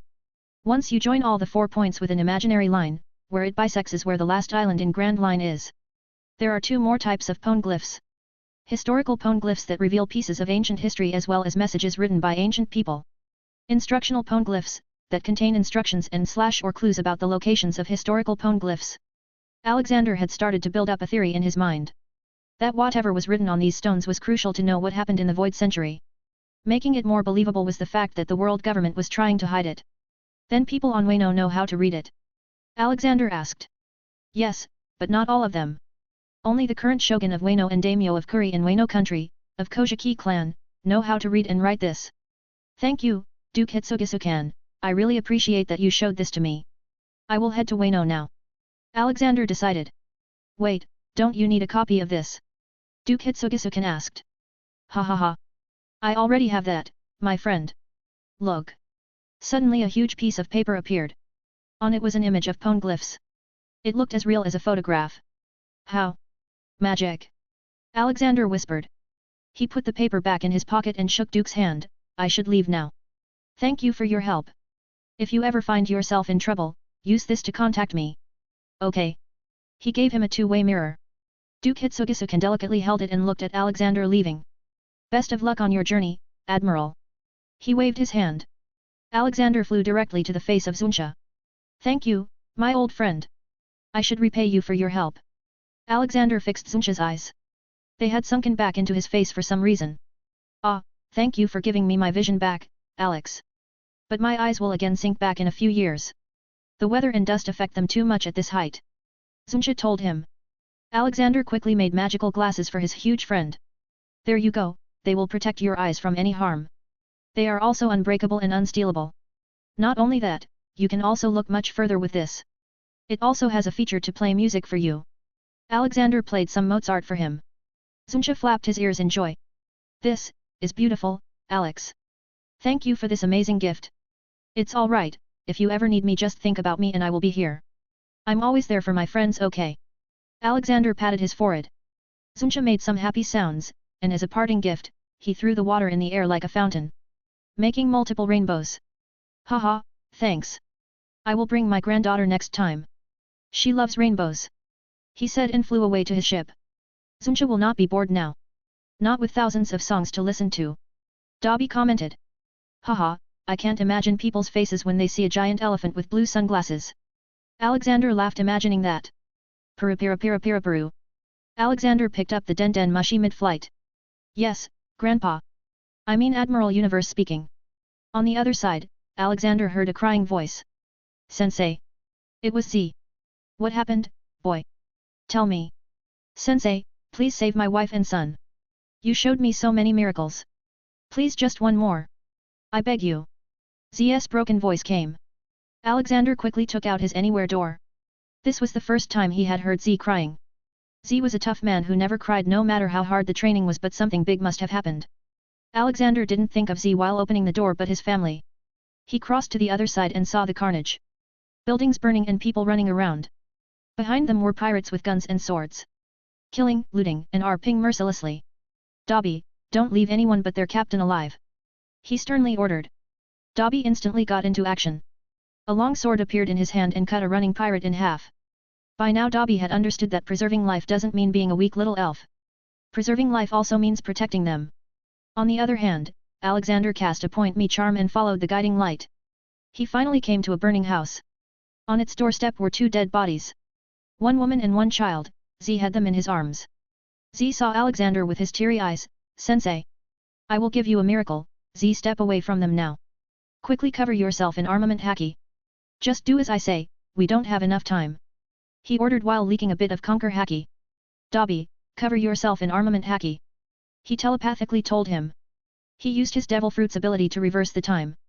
He had already mastered it to the highest tier and now it lets him reverse time to at most 30 minutes, but it had an area limit which he didn't know earlier. In short, his devil fruit only affected the time of the area under 20 kilometers around him. It also requires a lot of body energy. Something that Alexander had infinite. In front of him, everything started happening in reverse. By the 15th minute he saw the woman and child back alive but Alexander didn't stop. If he could save more people then so be it. When 30 minutes ended he saw the pirates had just started their rampage. Alexander flew in the air and started to shoot lightning bolts at all the pirates. Frying all of them to death. It was a very painful death for all of them. Only the captain was left, who also tried to flee but got caught by Dobby. Alexander looked at Z. Z, my boy. You asked for a miracle. I gave you one. Go and check them. Z ran into the house and found his wife and son hiding in the bathroom with the door locked. He broke the door and hugged them tightly. You're fine. You're alive. His eyes were still tearing up. Alexander entered the house and gave the three a calming draft. Then he looked around the town. There was not much damage now and loss of life was minimal. Most of the dead bodies belonged to the pirates. Alexander then dragged the pirate captain to the town center. What's your name? Ha! I am Henry the Great. The captain of bloody pirates. You can't kill me, Admiral. I ate cloud fruit. My body is made of clouds.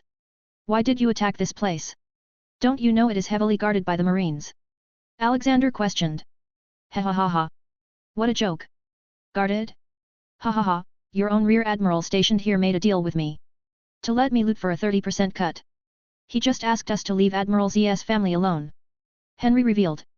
Let me guess, you thought you could become more famous if you kill Z's family? So you went to kill them anyway. Alexander stated without any emotion on his face. Z heard everything and came to punch Henry.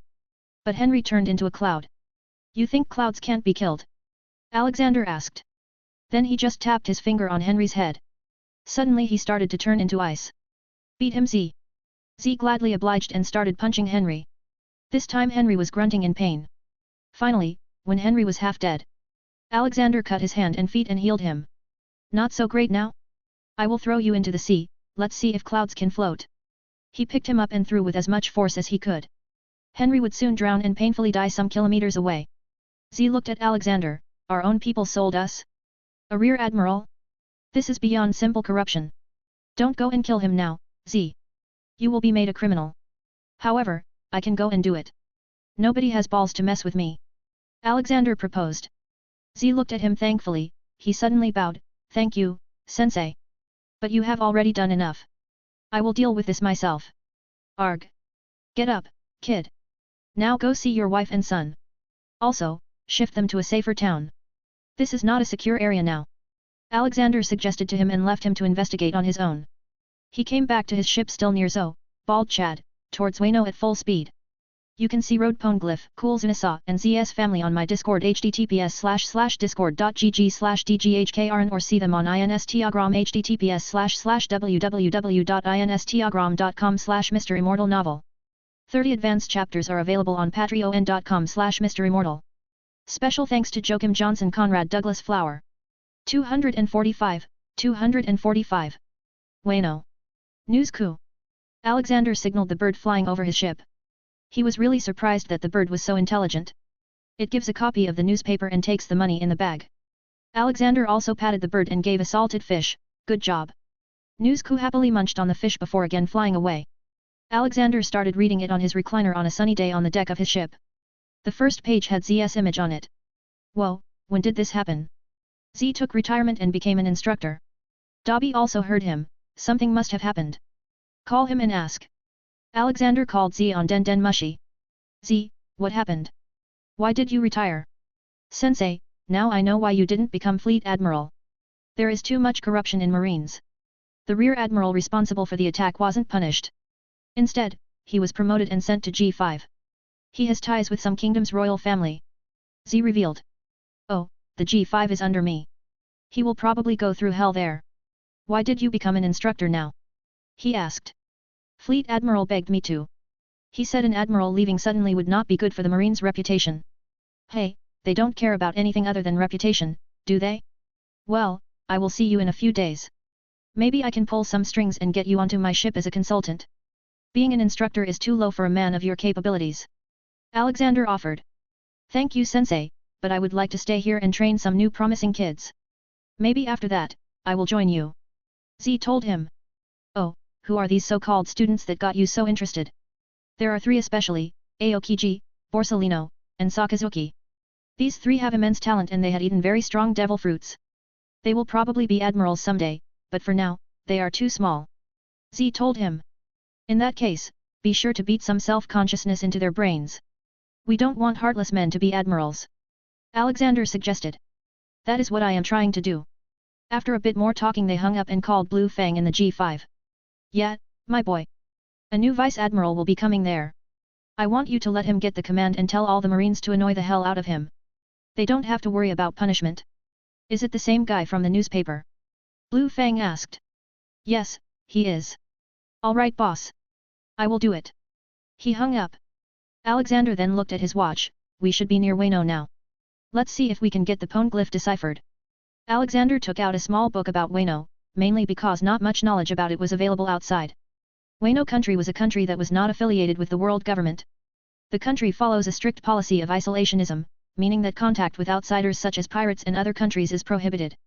Hundreds of years ago, Wayno country was known as the country of gold. It faced constant threat from pirates and nobles who wanted to exploit its riches, but the samurai Ryama led the country's samurai in defending against every assailant. Ryama also became legendary for slaying a dragon in the sky above the capital. After his death, he was buried in his birthplace of Ringo and his legacy made him a national hero. Whoa, there are real dragons too? Does this have something to do with why the world government doesn't mess with Wayno? Alexander exclaimed and continued reading. Leaving the country's borders is also considered a crime. Outsiders who enter the country will be immediately attacked. This policy was maintained as a result of the country's geography that makes an invasion extremely difficult, as well as its powerful samurai warriors. Wayno was ruled by 6 major families. The Kojiki family made up the shogunate, while the leaders of the Shimotsuki family, Kurozumi family, Uzuki family, Amatsuki family, and Fujitsu family each served as daimyo over one of Wayno's regions. In Wayno, the Yakuza was considered to be well respected, and people associated with it are treated with admiration and fear. Alexander then closed the book. Interesting, Wayno seems really interesting. There seems to be Yakuza too and the whole kingdom reminds me of feudal Japan. They also use silver, gold, and platinum as currency, Dobby added while reading from his own book. Ha ha ha, then I can probably buy their whole country with how much gold I have. Alexander laughed. Dobby continued as he looked into the book, but I don't think getting anything out of them about poneglyph will be easy. They hate outsiders. That is true. But I am sure after beating their strongest warriors or as they call them samurais, they will surely respect me. Alexander suggested. That is also a possibility. Let's head to their flower capital. We'll see the rest of it from there. He commanded. After another hour, the shores of Wayno finally came into view. Dobby, it's time to blend in.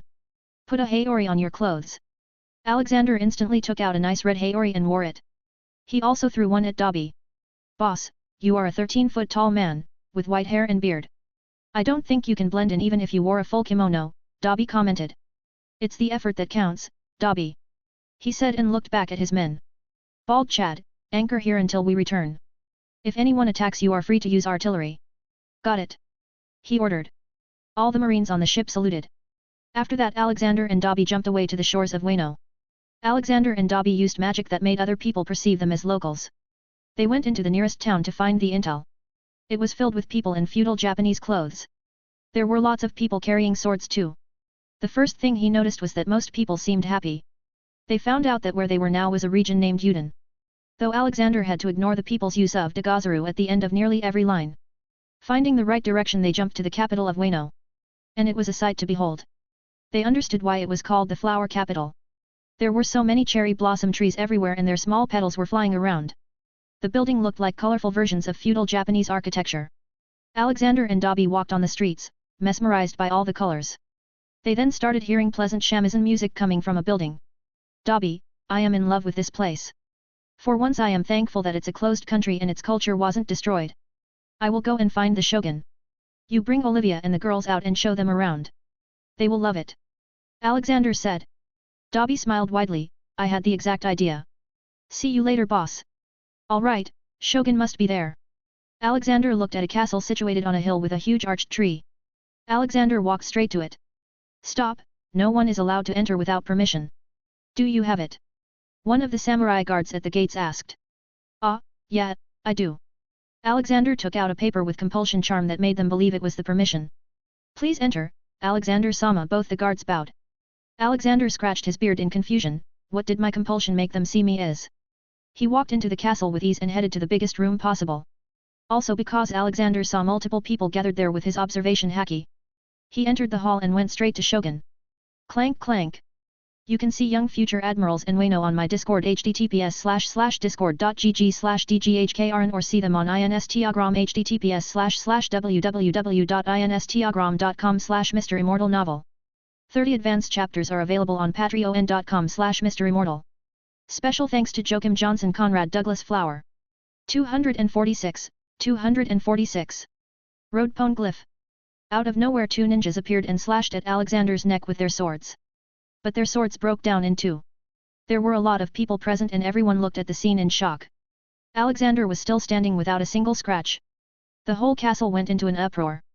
Someone ran and rang the attack bell 10 times, signifying an attempt on Shogun's life. Alexander facepalmed himself, it seems I was too straightforward this time. 7 people appeared in front of Shogun, Kojiki Sukiyaki. Who are you, an assassin from Kurozumi? Shogun questioned. Before Alexander could speak, 2 samurais came and kowtowed in front of him. Alexander Kami-sama. What can we do for you? Alexander again facepalmed himself, the 2 were guards from the gate and his compulsion charm made them see him as a god. Should I reverse the time again, he thought. He then quickly stopped himself from doing it, reversing time again and again could become addictive. It wasn't even required right now. Kami-sama? Ha ha ha. Who are you that calls himself Kami-sama? Shogun questioned. This is a misunderstanding, Shogun Kojiki Sukiyaki, Alexander said and took down his disguise magic. He saw the Shogun twitch. Alexander understood that he knew about his admiral status. Maybe the normal populace was ignorant about the outer world but the ruler couldn't do that. The atmosphere in the room turned even tenser. What is a marine admiral doing in Wano? Did the world government forget we don't welcome you all? Shogun mockingly asked. Sigh. My full name is Alexander Maxim Universe. I found a road pone glyph. I need it deciphered. Just so you know, I am not doing this for Marines or the world government. I want to know the true history of the Void Century. That is why I am doing all this. I want no qualms with Wano. I respect your sovereignty. Alexander told the middle-aged man. His mention of pone glyphs brought some murmurs in the hall. Are you a devil fruit user? We usually call them sorcerers as we don't have many people who have eaten it. Shogun asked out of curiosity. Yes and no. I did eat a devil fruit but it doesn't make me strong. My body is this strong from training and nothing else. He told them. Okay, if you can defeat Ashura of 9 red scabbards, I will grant you a personal audience with me. Shogun offered. Alexander smirked, which of them is Ashura? The biggest of them, a fat pink-haired man walked forward. It's me, ha. Scared now, Marine's dog. That will be 2 for you, big guy. Alexander nonchalantly said. What 2? Ashura asked. 2 teeth of yours for calling me that, Alexander answered with a smirk. Ashura got angry and dashed at Alexander. To everyone's surprise, Alexander didn't move. Then at the final moment when Ashura's sword was about to touch him, Alexander disappeared and appeared near his face. Bam! Alexander's fist connected with the mouth of the big guy. Ashura got thrown away with 2 of his teeth bouncing on the floor. So, let's have that personal audience with you, Shogun, Alexander remarked as he stretched his shoulder. Clap clap clap. Shogun started to clap for some reason. That was wonderful, Admiral Universe. You really are worthy of all the praises I read in the newspaper. Then he looked at all his retainers. What are you all looking at? Leave now. I need to have a chat with this man. Go. The 9 red scabbards looked at him. Shogun-sama. This can be dangerous. This is an order. Now leave us, he sternly ordered them. As soon as only the 2 of them were left, Shogun sat down on his cushion and poured some sake for himself. Ah, thank you for coming here, Admiral. Take a seat. It's been so long since I talked to an outsider. He invited. Alexander was confused with the sudden change of attitude from being an uptight shogun to a tired man. He went ahead and sat in front of him. Haha. You must be wondering, why these changes? Well, I need to keep my image. Anyways, quickly show me that poneglyphs print. Since my childhood, I have been hearing about these but never got to see more than one of them because of the isolation policy. Only the makers of these know what's written on them and the next generation only knew how to read, write the language and make the poneglyphs. Shogun Kojiki explained. Alexander took out the paper and showed it to him. Shogun quickly started reading it with enthusiasm. Ah, so this is one of those famous road poneglyphs too. I've heard collecting all 4 will take you to the last island of Grand Line, where you will find the true poneglyph. Shogun blurted. Alexander silently noted the extra info. Now his doubt had turned to surety. There truly was something about the Void Century at the last island. This poneglyph seems to be pointing to a location. Here you go, this is the translation and we also have a road poneglyph here, this is where it points to. The Shogun handed him a piece of paper. Alexander made Ghost record it all and make a script to decipher the poneglyphs in the future. He also made Ghost pinpoint the coordinates the poneglyphs were talking about. Then he told all his free seraphs to fly around that location and search for the least island in thousands of kilometer radius. The last island should be there. After a while, the Shogun was finished, he folded the paper and gave it back to Alexander. Admiral Universe. Thank you for granting me this chance to see this amazing thing. This was a lifelong wish of mine. Maybe because of this, my son Odin left the island. Just like me, he was curious. Shogun sighed. How did your son leave? I can keep an eye on him to make sure he's safe. Alexander offered. Ah, I nearly forgot you are a marine admiral. My son left with a pirate named Whitebeard. Please, if you see him, tell him to return. We need him here. He requested. Alexander patted his shoulder, don't worry, boy. I will tell him that. Now, I have a proposition. Alexander told him about his plan of setting up a shop. The Shogun was not very pleased at the beginning but when he heard that there will be no need to physically bring in and out shipments, he got interested. We can make it look like just any other shop. But here you will be able to find anything to buy. From all around the world. You can simply say that it's a shop opened by me as a gift for our friendship. I'm sure many people will be happy when they will hear you made a new powerful ally. This is a good option to stay as a closed country while still having trade with the outside world, Alexander suggested. That is certainly a good offer. It will shut down all the daimyos. Okay, let's do this, but will you be able to buy all the stuff we make? We make a lot after all. From clothes to liquor and hats to swords. Shogun asked. Ha ha ha. Don't worry about that, my friend. I will deal with that. You just worry about not spending all the money on the good stuff I will bring. Alexander mocked. Hey. I am a samurai, I have self-control. Shogun sternly said. Alexander popped open a bottle of fire whiskey. The aroma reached Shogun's nose. What is this heavenly fragrance? Alexander poured him a cup. He drank it and fell down with a satisfying face. This is the drink of gods. How refreshing. If this is what you will sell then I'm afraid my samurai training won't be able to help. Alexander laughed loudly.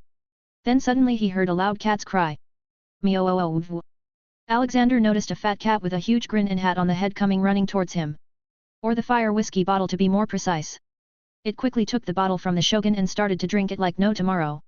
Alexander looked at the Shogun for an explanation. Shogun laughed wryly. Haha. That is the cat elder, called Hats. It fell from the sky on the castle some weeks ago and blessed us with solving some of our problems.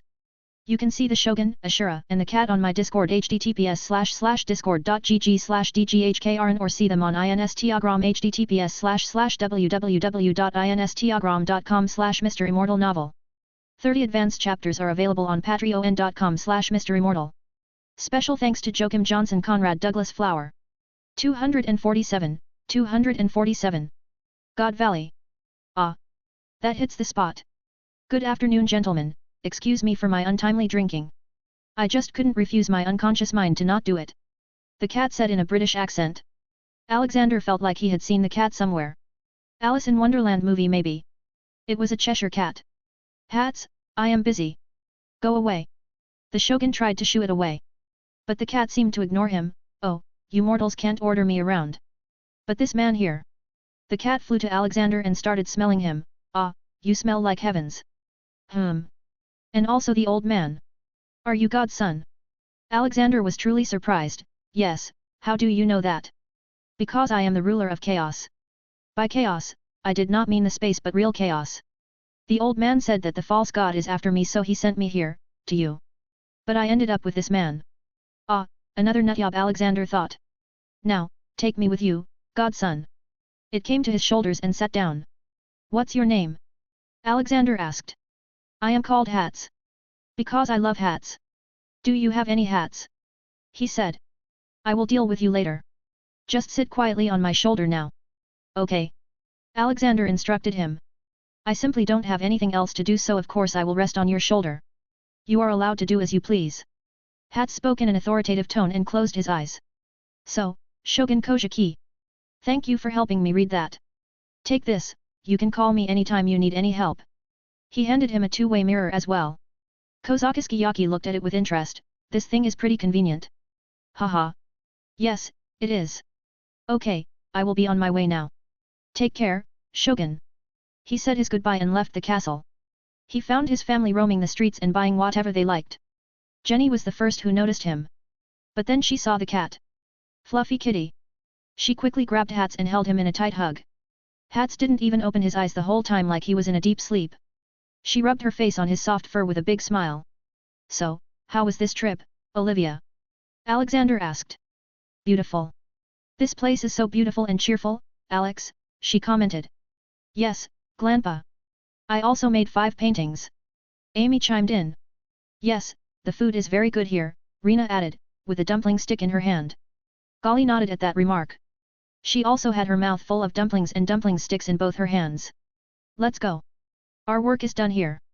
Everyone returned to Fihaim, leaving behind only Dobby and Alexander. So, was it successful? Yes, Dobby.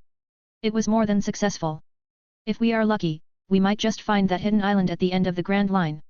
But still, we should keep on looking for other poneglyphs. They returned to their ship A&D. Peru. Yes, Alexander here. Admiral, where are you right now? Kong hastily asked.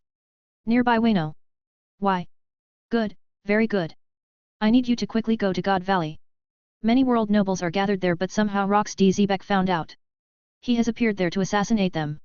I order you to use any force necessary to stop him, kill him if possible. Garp is already fighting him there. No harm should come to the world nobles, Kong ordered. Alexander hung up and looked at Bald Chad, to God Valley. We're in no hurry so go slow. God Valley was a place where the world nobles gathered every year. Some kind of natural phenomenon was supposed to take place there. Although Alexander felt like investigating it more as to why celestial nobles were so into it and why it was named God Valley. Alexander took 5 days instead of 3 to reach the place. It was a small valley within a mountainous island. When he got there, most of the island was a mess. It seemed the fight was already near the end. He deboarded the ship and went deeper into the valley. He heard a loud voice speaking there. Garp, Roger. You both have D in your names. You two don't understand the meaning of it. They are the real enemy of the world. I was foolish enough to think that I could rule the world by just being a pirate. This game is much bigger than you can imagine. Follow the stones, you will get the answer.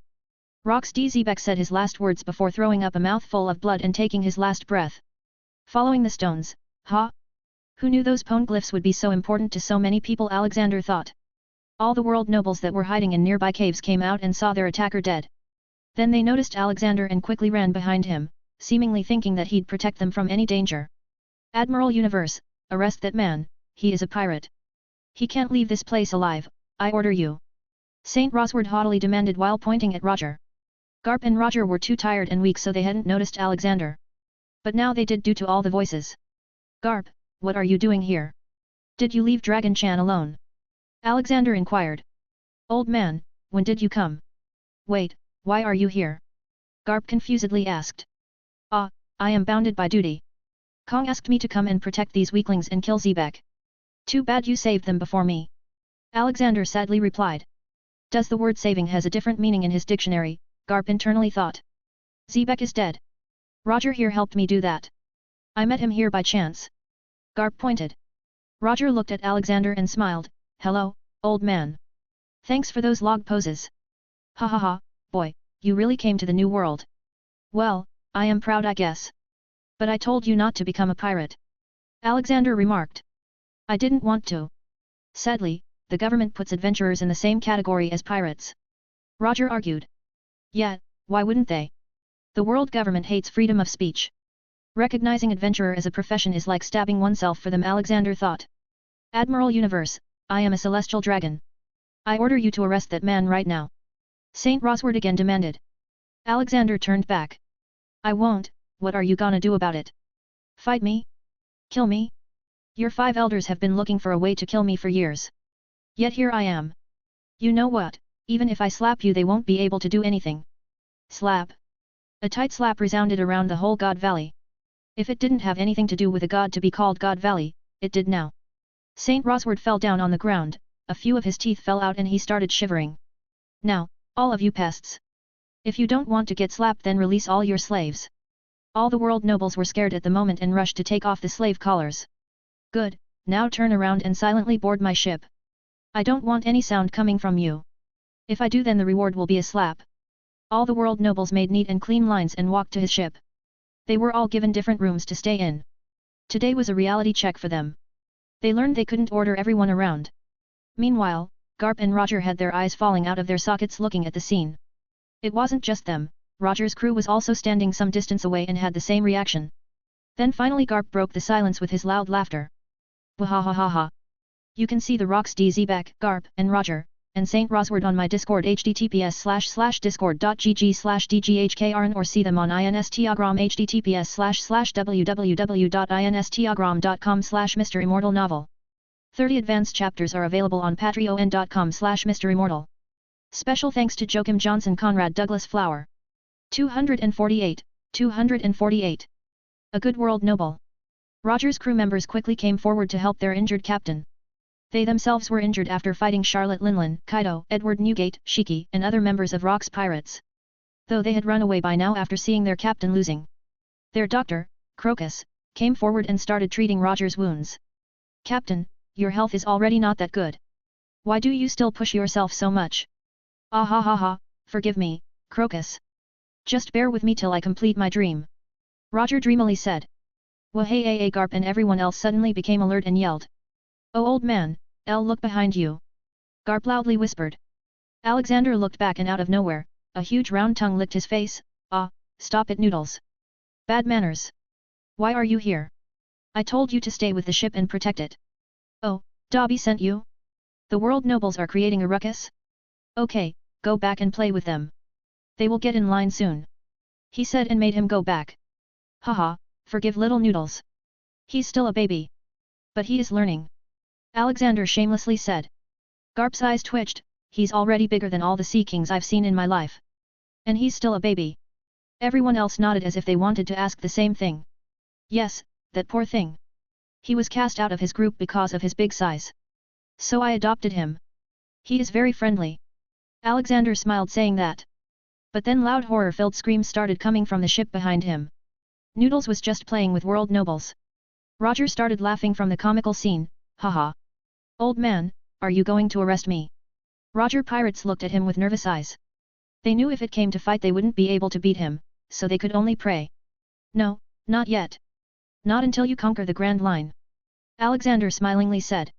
He remembered Roger's dream. Roger grinned hearing that. Thanks. But, I cannot tell the world that a pirate helped Marine in killing the biggest pirate of our time. So I'm afraid I'll have to give all the credit to Garp. Are you okay with that? Alexander asked. Roger nodded, I wouldn't be able to digest it even if they gave me the credit. Garp has AD in his name. That already makes him my brother. I will be happy if he takes the credit. Good, I will report it back. You all pack your stuff and leave. Alexander called Kong, yeah, all world nobles are safe. Although I arrived late. Garp had already defeated Rox with the help of Roger pirates. The pirates had left by the time I came. We can't report that a pirate helped Marine, so let's just report Garp's name. Yes, you are right. There is one more task before you escort the world nobles. You have direct orders from 5 elders to sink the island to the bottom of the ocean. They don't want this incident to go public at all. Kong ordered him. Okay, I'll do it. Garp, go back to my ship. I need to sink this island. He instructed. Alexander stood alone and talked to himself. From my experience, if they say go left then you should go right. So, there must be something very important on this island. Like hell, I would destroy it. Okay, let's do this. What was that move from that cartoon I watched once? Yet. Ka. Me. Ha. Me. Haa. He flew in the air and released a huge energy beam from his hand towards the island. Just before it was about to strike, the island disappeared, leaving behind a huge mushroom cloud and lots of dust. All the world nobles and Marine looked at the blast with shocked faces and terror-filled hearts. Garp was also shocked. How strong are you, old man? Alexander flew back to the ship, Bald Chad, to Red Port at full speed. From there they had to take a normal sea route to the Red Port.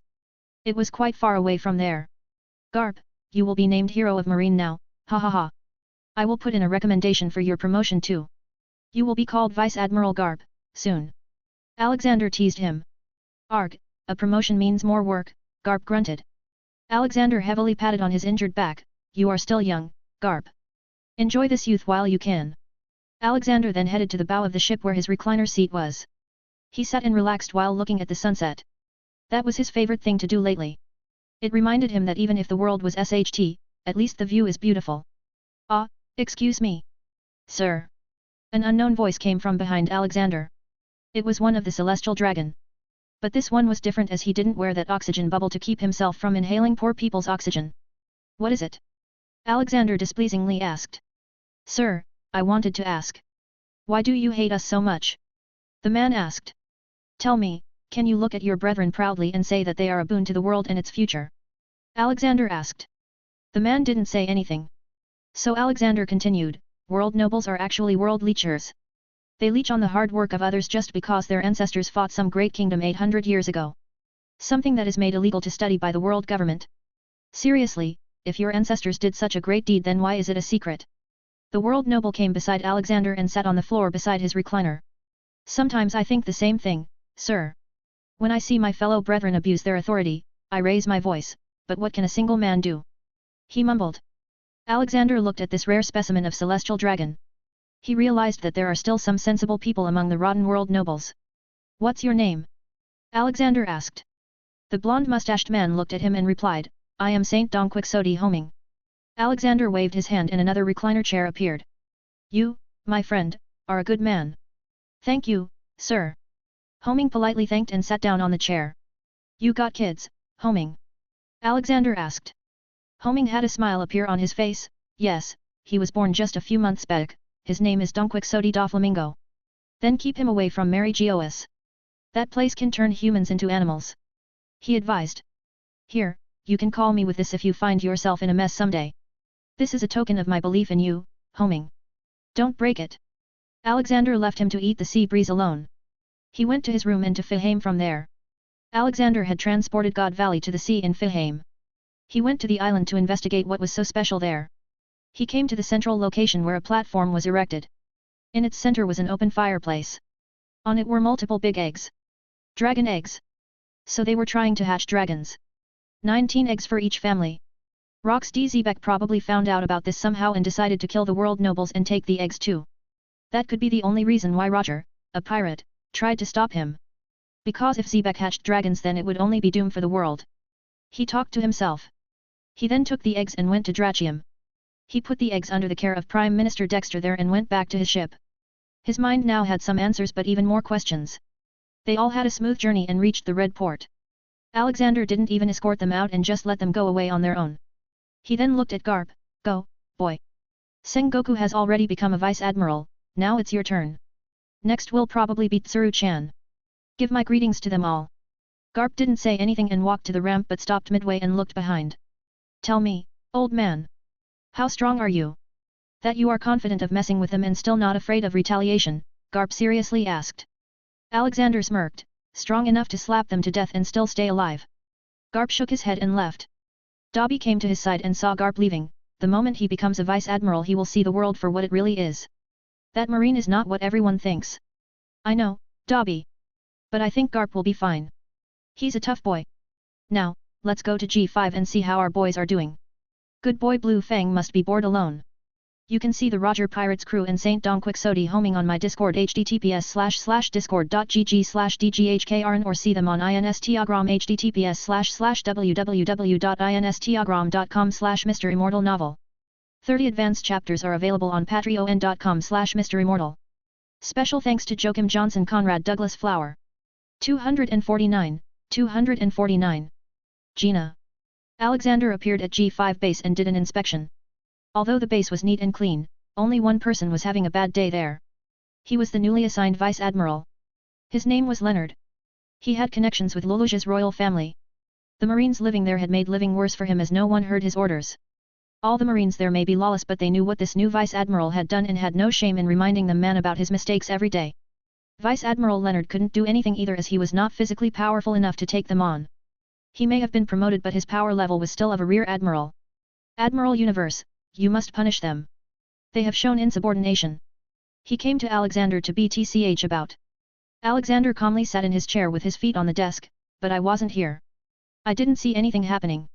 Where's the proof? I can't punish them just based on your words. Look at my condition.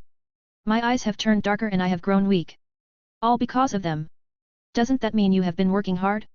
Vice Admiral Leonard. Thank you for your hard work. Please close the door after you leave. Alexander shrugged him away. Leonard left his office with slumped shoulders. He thought because Alexander was here the harassment would stop but it increased by tenfold. Peru. What? Alexander picked up the call. Admiral Universe. What did you do to those world nobles? I have received so many complaints from them. Kong asked loudly. Hey. I saved them and that's how they treated me back. Such worthless cowards. Alexander slighted. Admiral, you are employed by the world government. You are duty-bound to obey them. Kong argued. No, I'm not. I'm not employed by them, nor do they pay my salary. I am employed by 170 nations who pay heavenly tribute to our spoiled brats sitting in Mary Gos.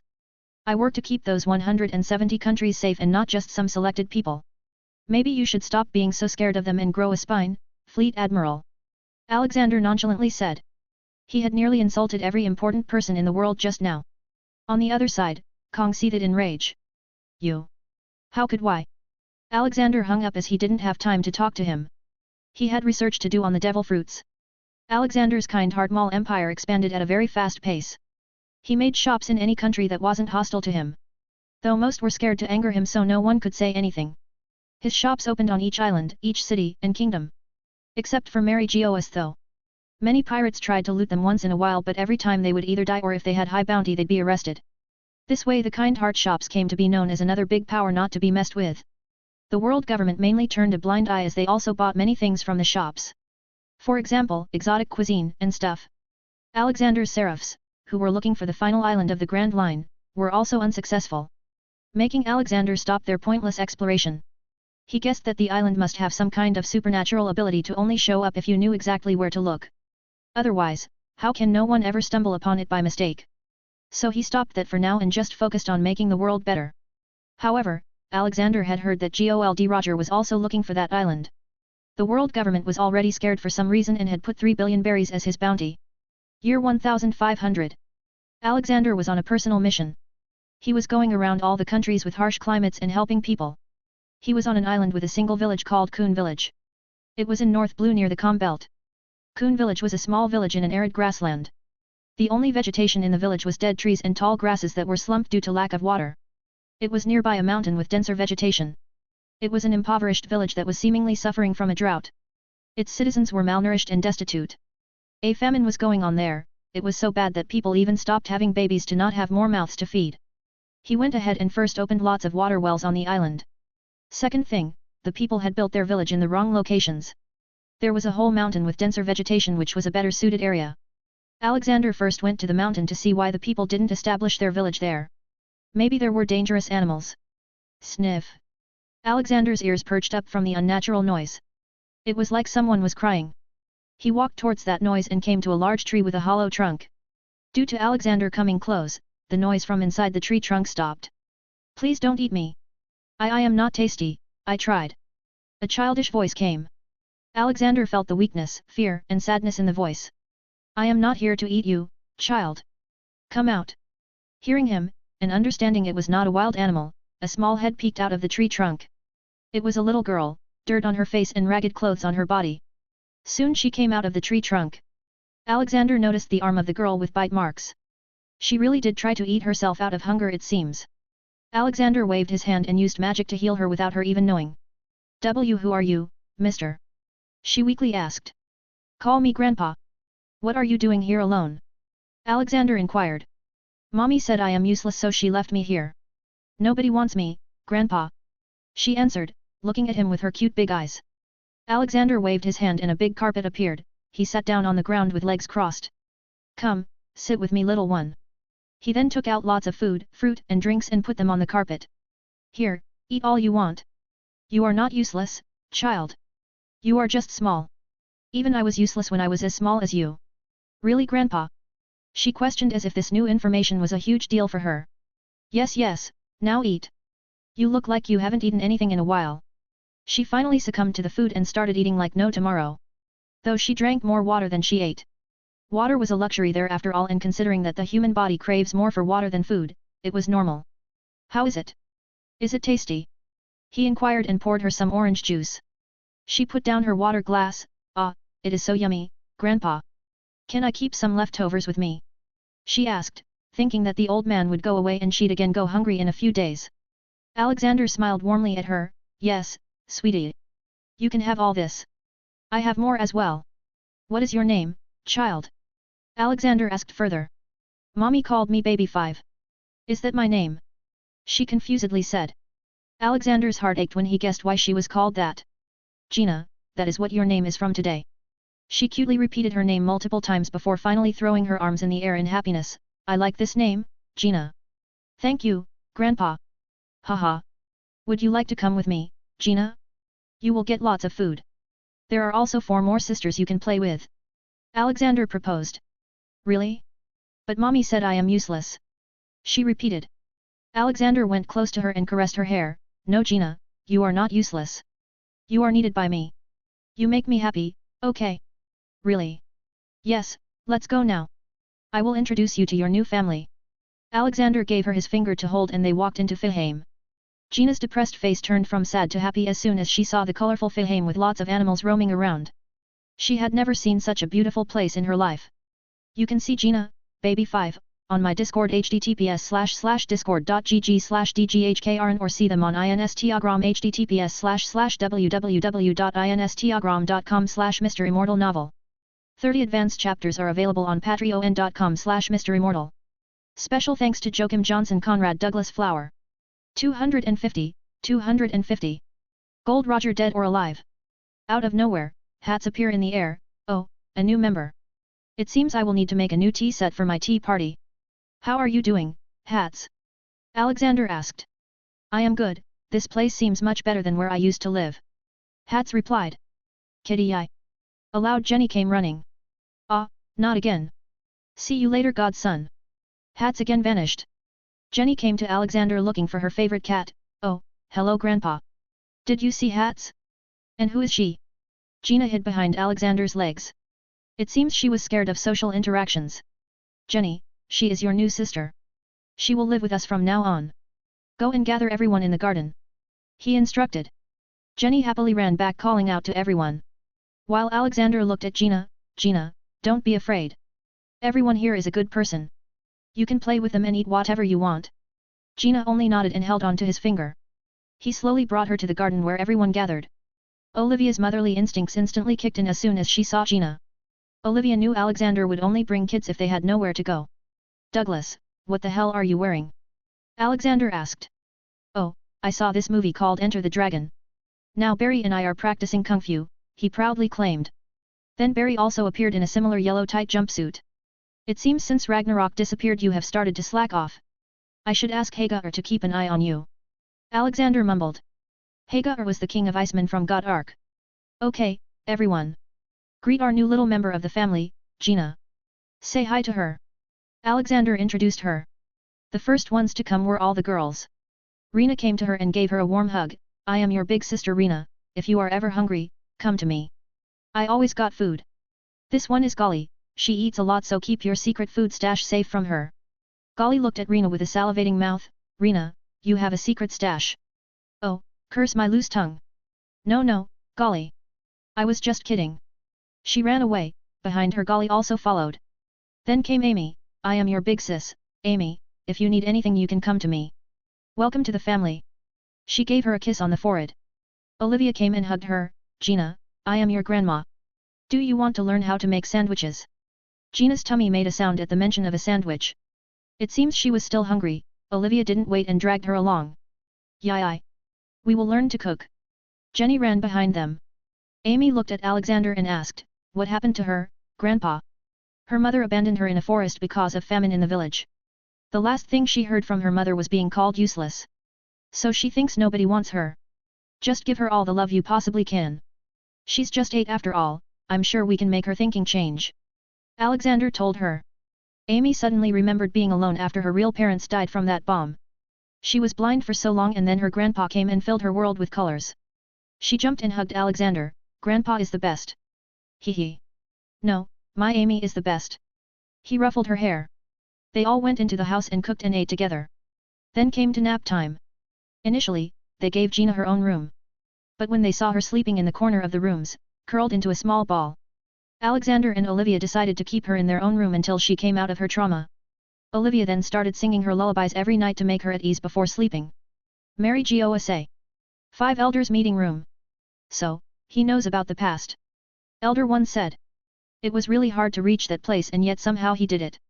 As commendable as it may seem, he has committed a major crime. Elder 2 added. But we don't know how much he knows.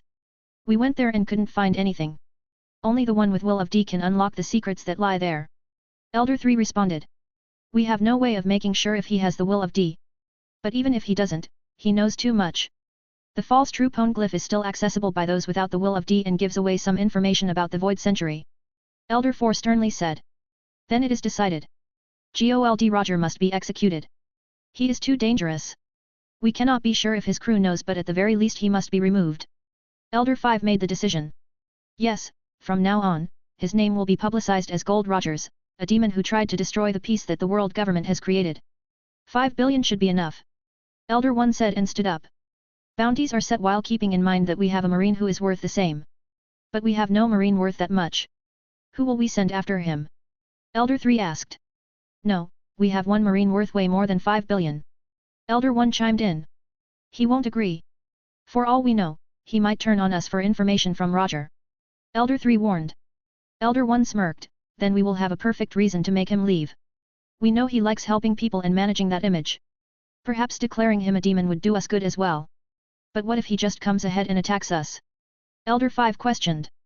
No he won't, if he attacks us then he'll be proving to the world that the rumors about him are real. The world sees us as gods after all, no matter what, they do hold us in high regard. Elder 1 deviously blurted. Soon all the elders agreed on that plan. They signed the highest bounty to ever be put on someone. Gold Roger, dead or alive, 5.564 billion berries. They called in an assistant and told them to start spreading it around the world with articles demonizing Roger. Oro Jackson, Roger Pirate's ship. A meeting was taking place in the captain's cabin. It only involved the men who accompanied Roger to the raftel and found out about the true history and the certain prophecy. Only a few people from his group were present there with him. Namely himself, Dark King Silver Rayleigh, Skopper Gaban, and Kojaki Odin. They all had grim expressions on their faces. Roger looked at everyone and spoke, what we saw on the island shouldn't go out. Not because I am afraid but because whoever knows it will be hunted by the world government. Just like it said in the prophecy, that day will soon come when a man with Will of D will be born and bring the dawn of the world, so we just have to wait. What about Roger Pirates now? Silver Rayleigh asked. Haha. My friend. Haven't we fulfilled our goal? We wanted to conquer the Grand Line and we did it. It's time Roger Pirates disbanded. With our recent activities, it is likely that they already know about us reaching Raftel. They will be on our asses no matter where we go. I would hate myself if something happened to Shanks and Buggy for something they didn't know. They are the future and must be protected. Roger announced. Cock knock. It was Crocus, Captain, bad news, look. They all looked at the latest newspaper and a wanted poster that came with it. Kojiki Odin read it and shouted in anger, this is too much. They are calling you a demon, who kills and steals for fun and Pirate King. Roger looked at his wanted poster, ha ha ha. Pirate King sounds like a nice name and 5 billion berries ha. This must be a new record. I'm sure they will send that old man after me. Haha. Who do you think will find this so-called One Piece, Captain? Silver Rayleigh asked. For some reason, the world had started to call the treasure at Raftel, One Piece. Roger laughed, ha ha ha. My son, obviously. Where are you going to find a son? He asked. I can always make one, Roger bluntly said, making everyone in the room laugh. Roger put it down and walked out of his cabin, gather around everyone, I have an announcement. Roger went on to announce the end of Roger Pirates and told everyone to get off at the next island. He gave his straw hat to Shanks and told him to hold on to it until someone worthy of wearing it comes. Later, he went alone to meet Whitebeard, where he told him about the little he found out about Void Century from the false true poneglyph he found. He also told him that another poneglyph was inside a secret chamber there which he couldn't access. He needed the 3 ancient weapons for it. And he knew he could never get it as there was no Poseidon born yet.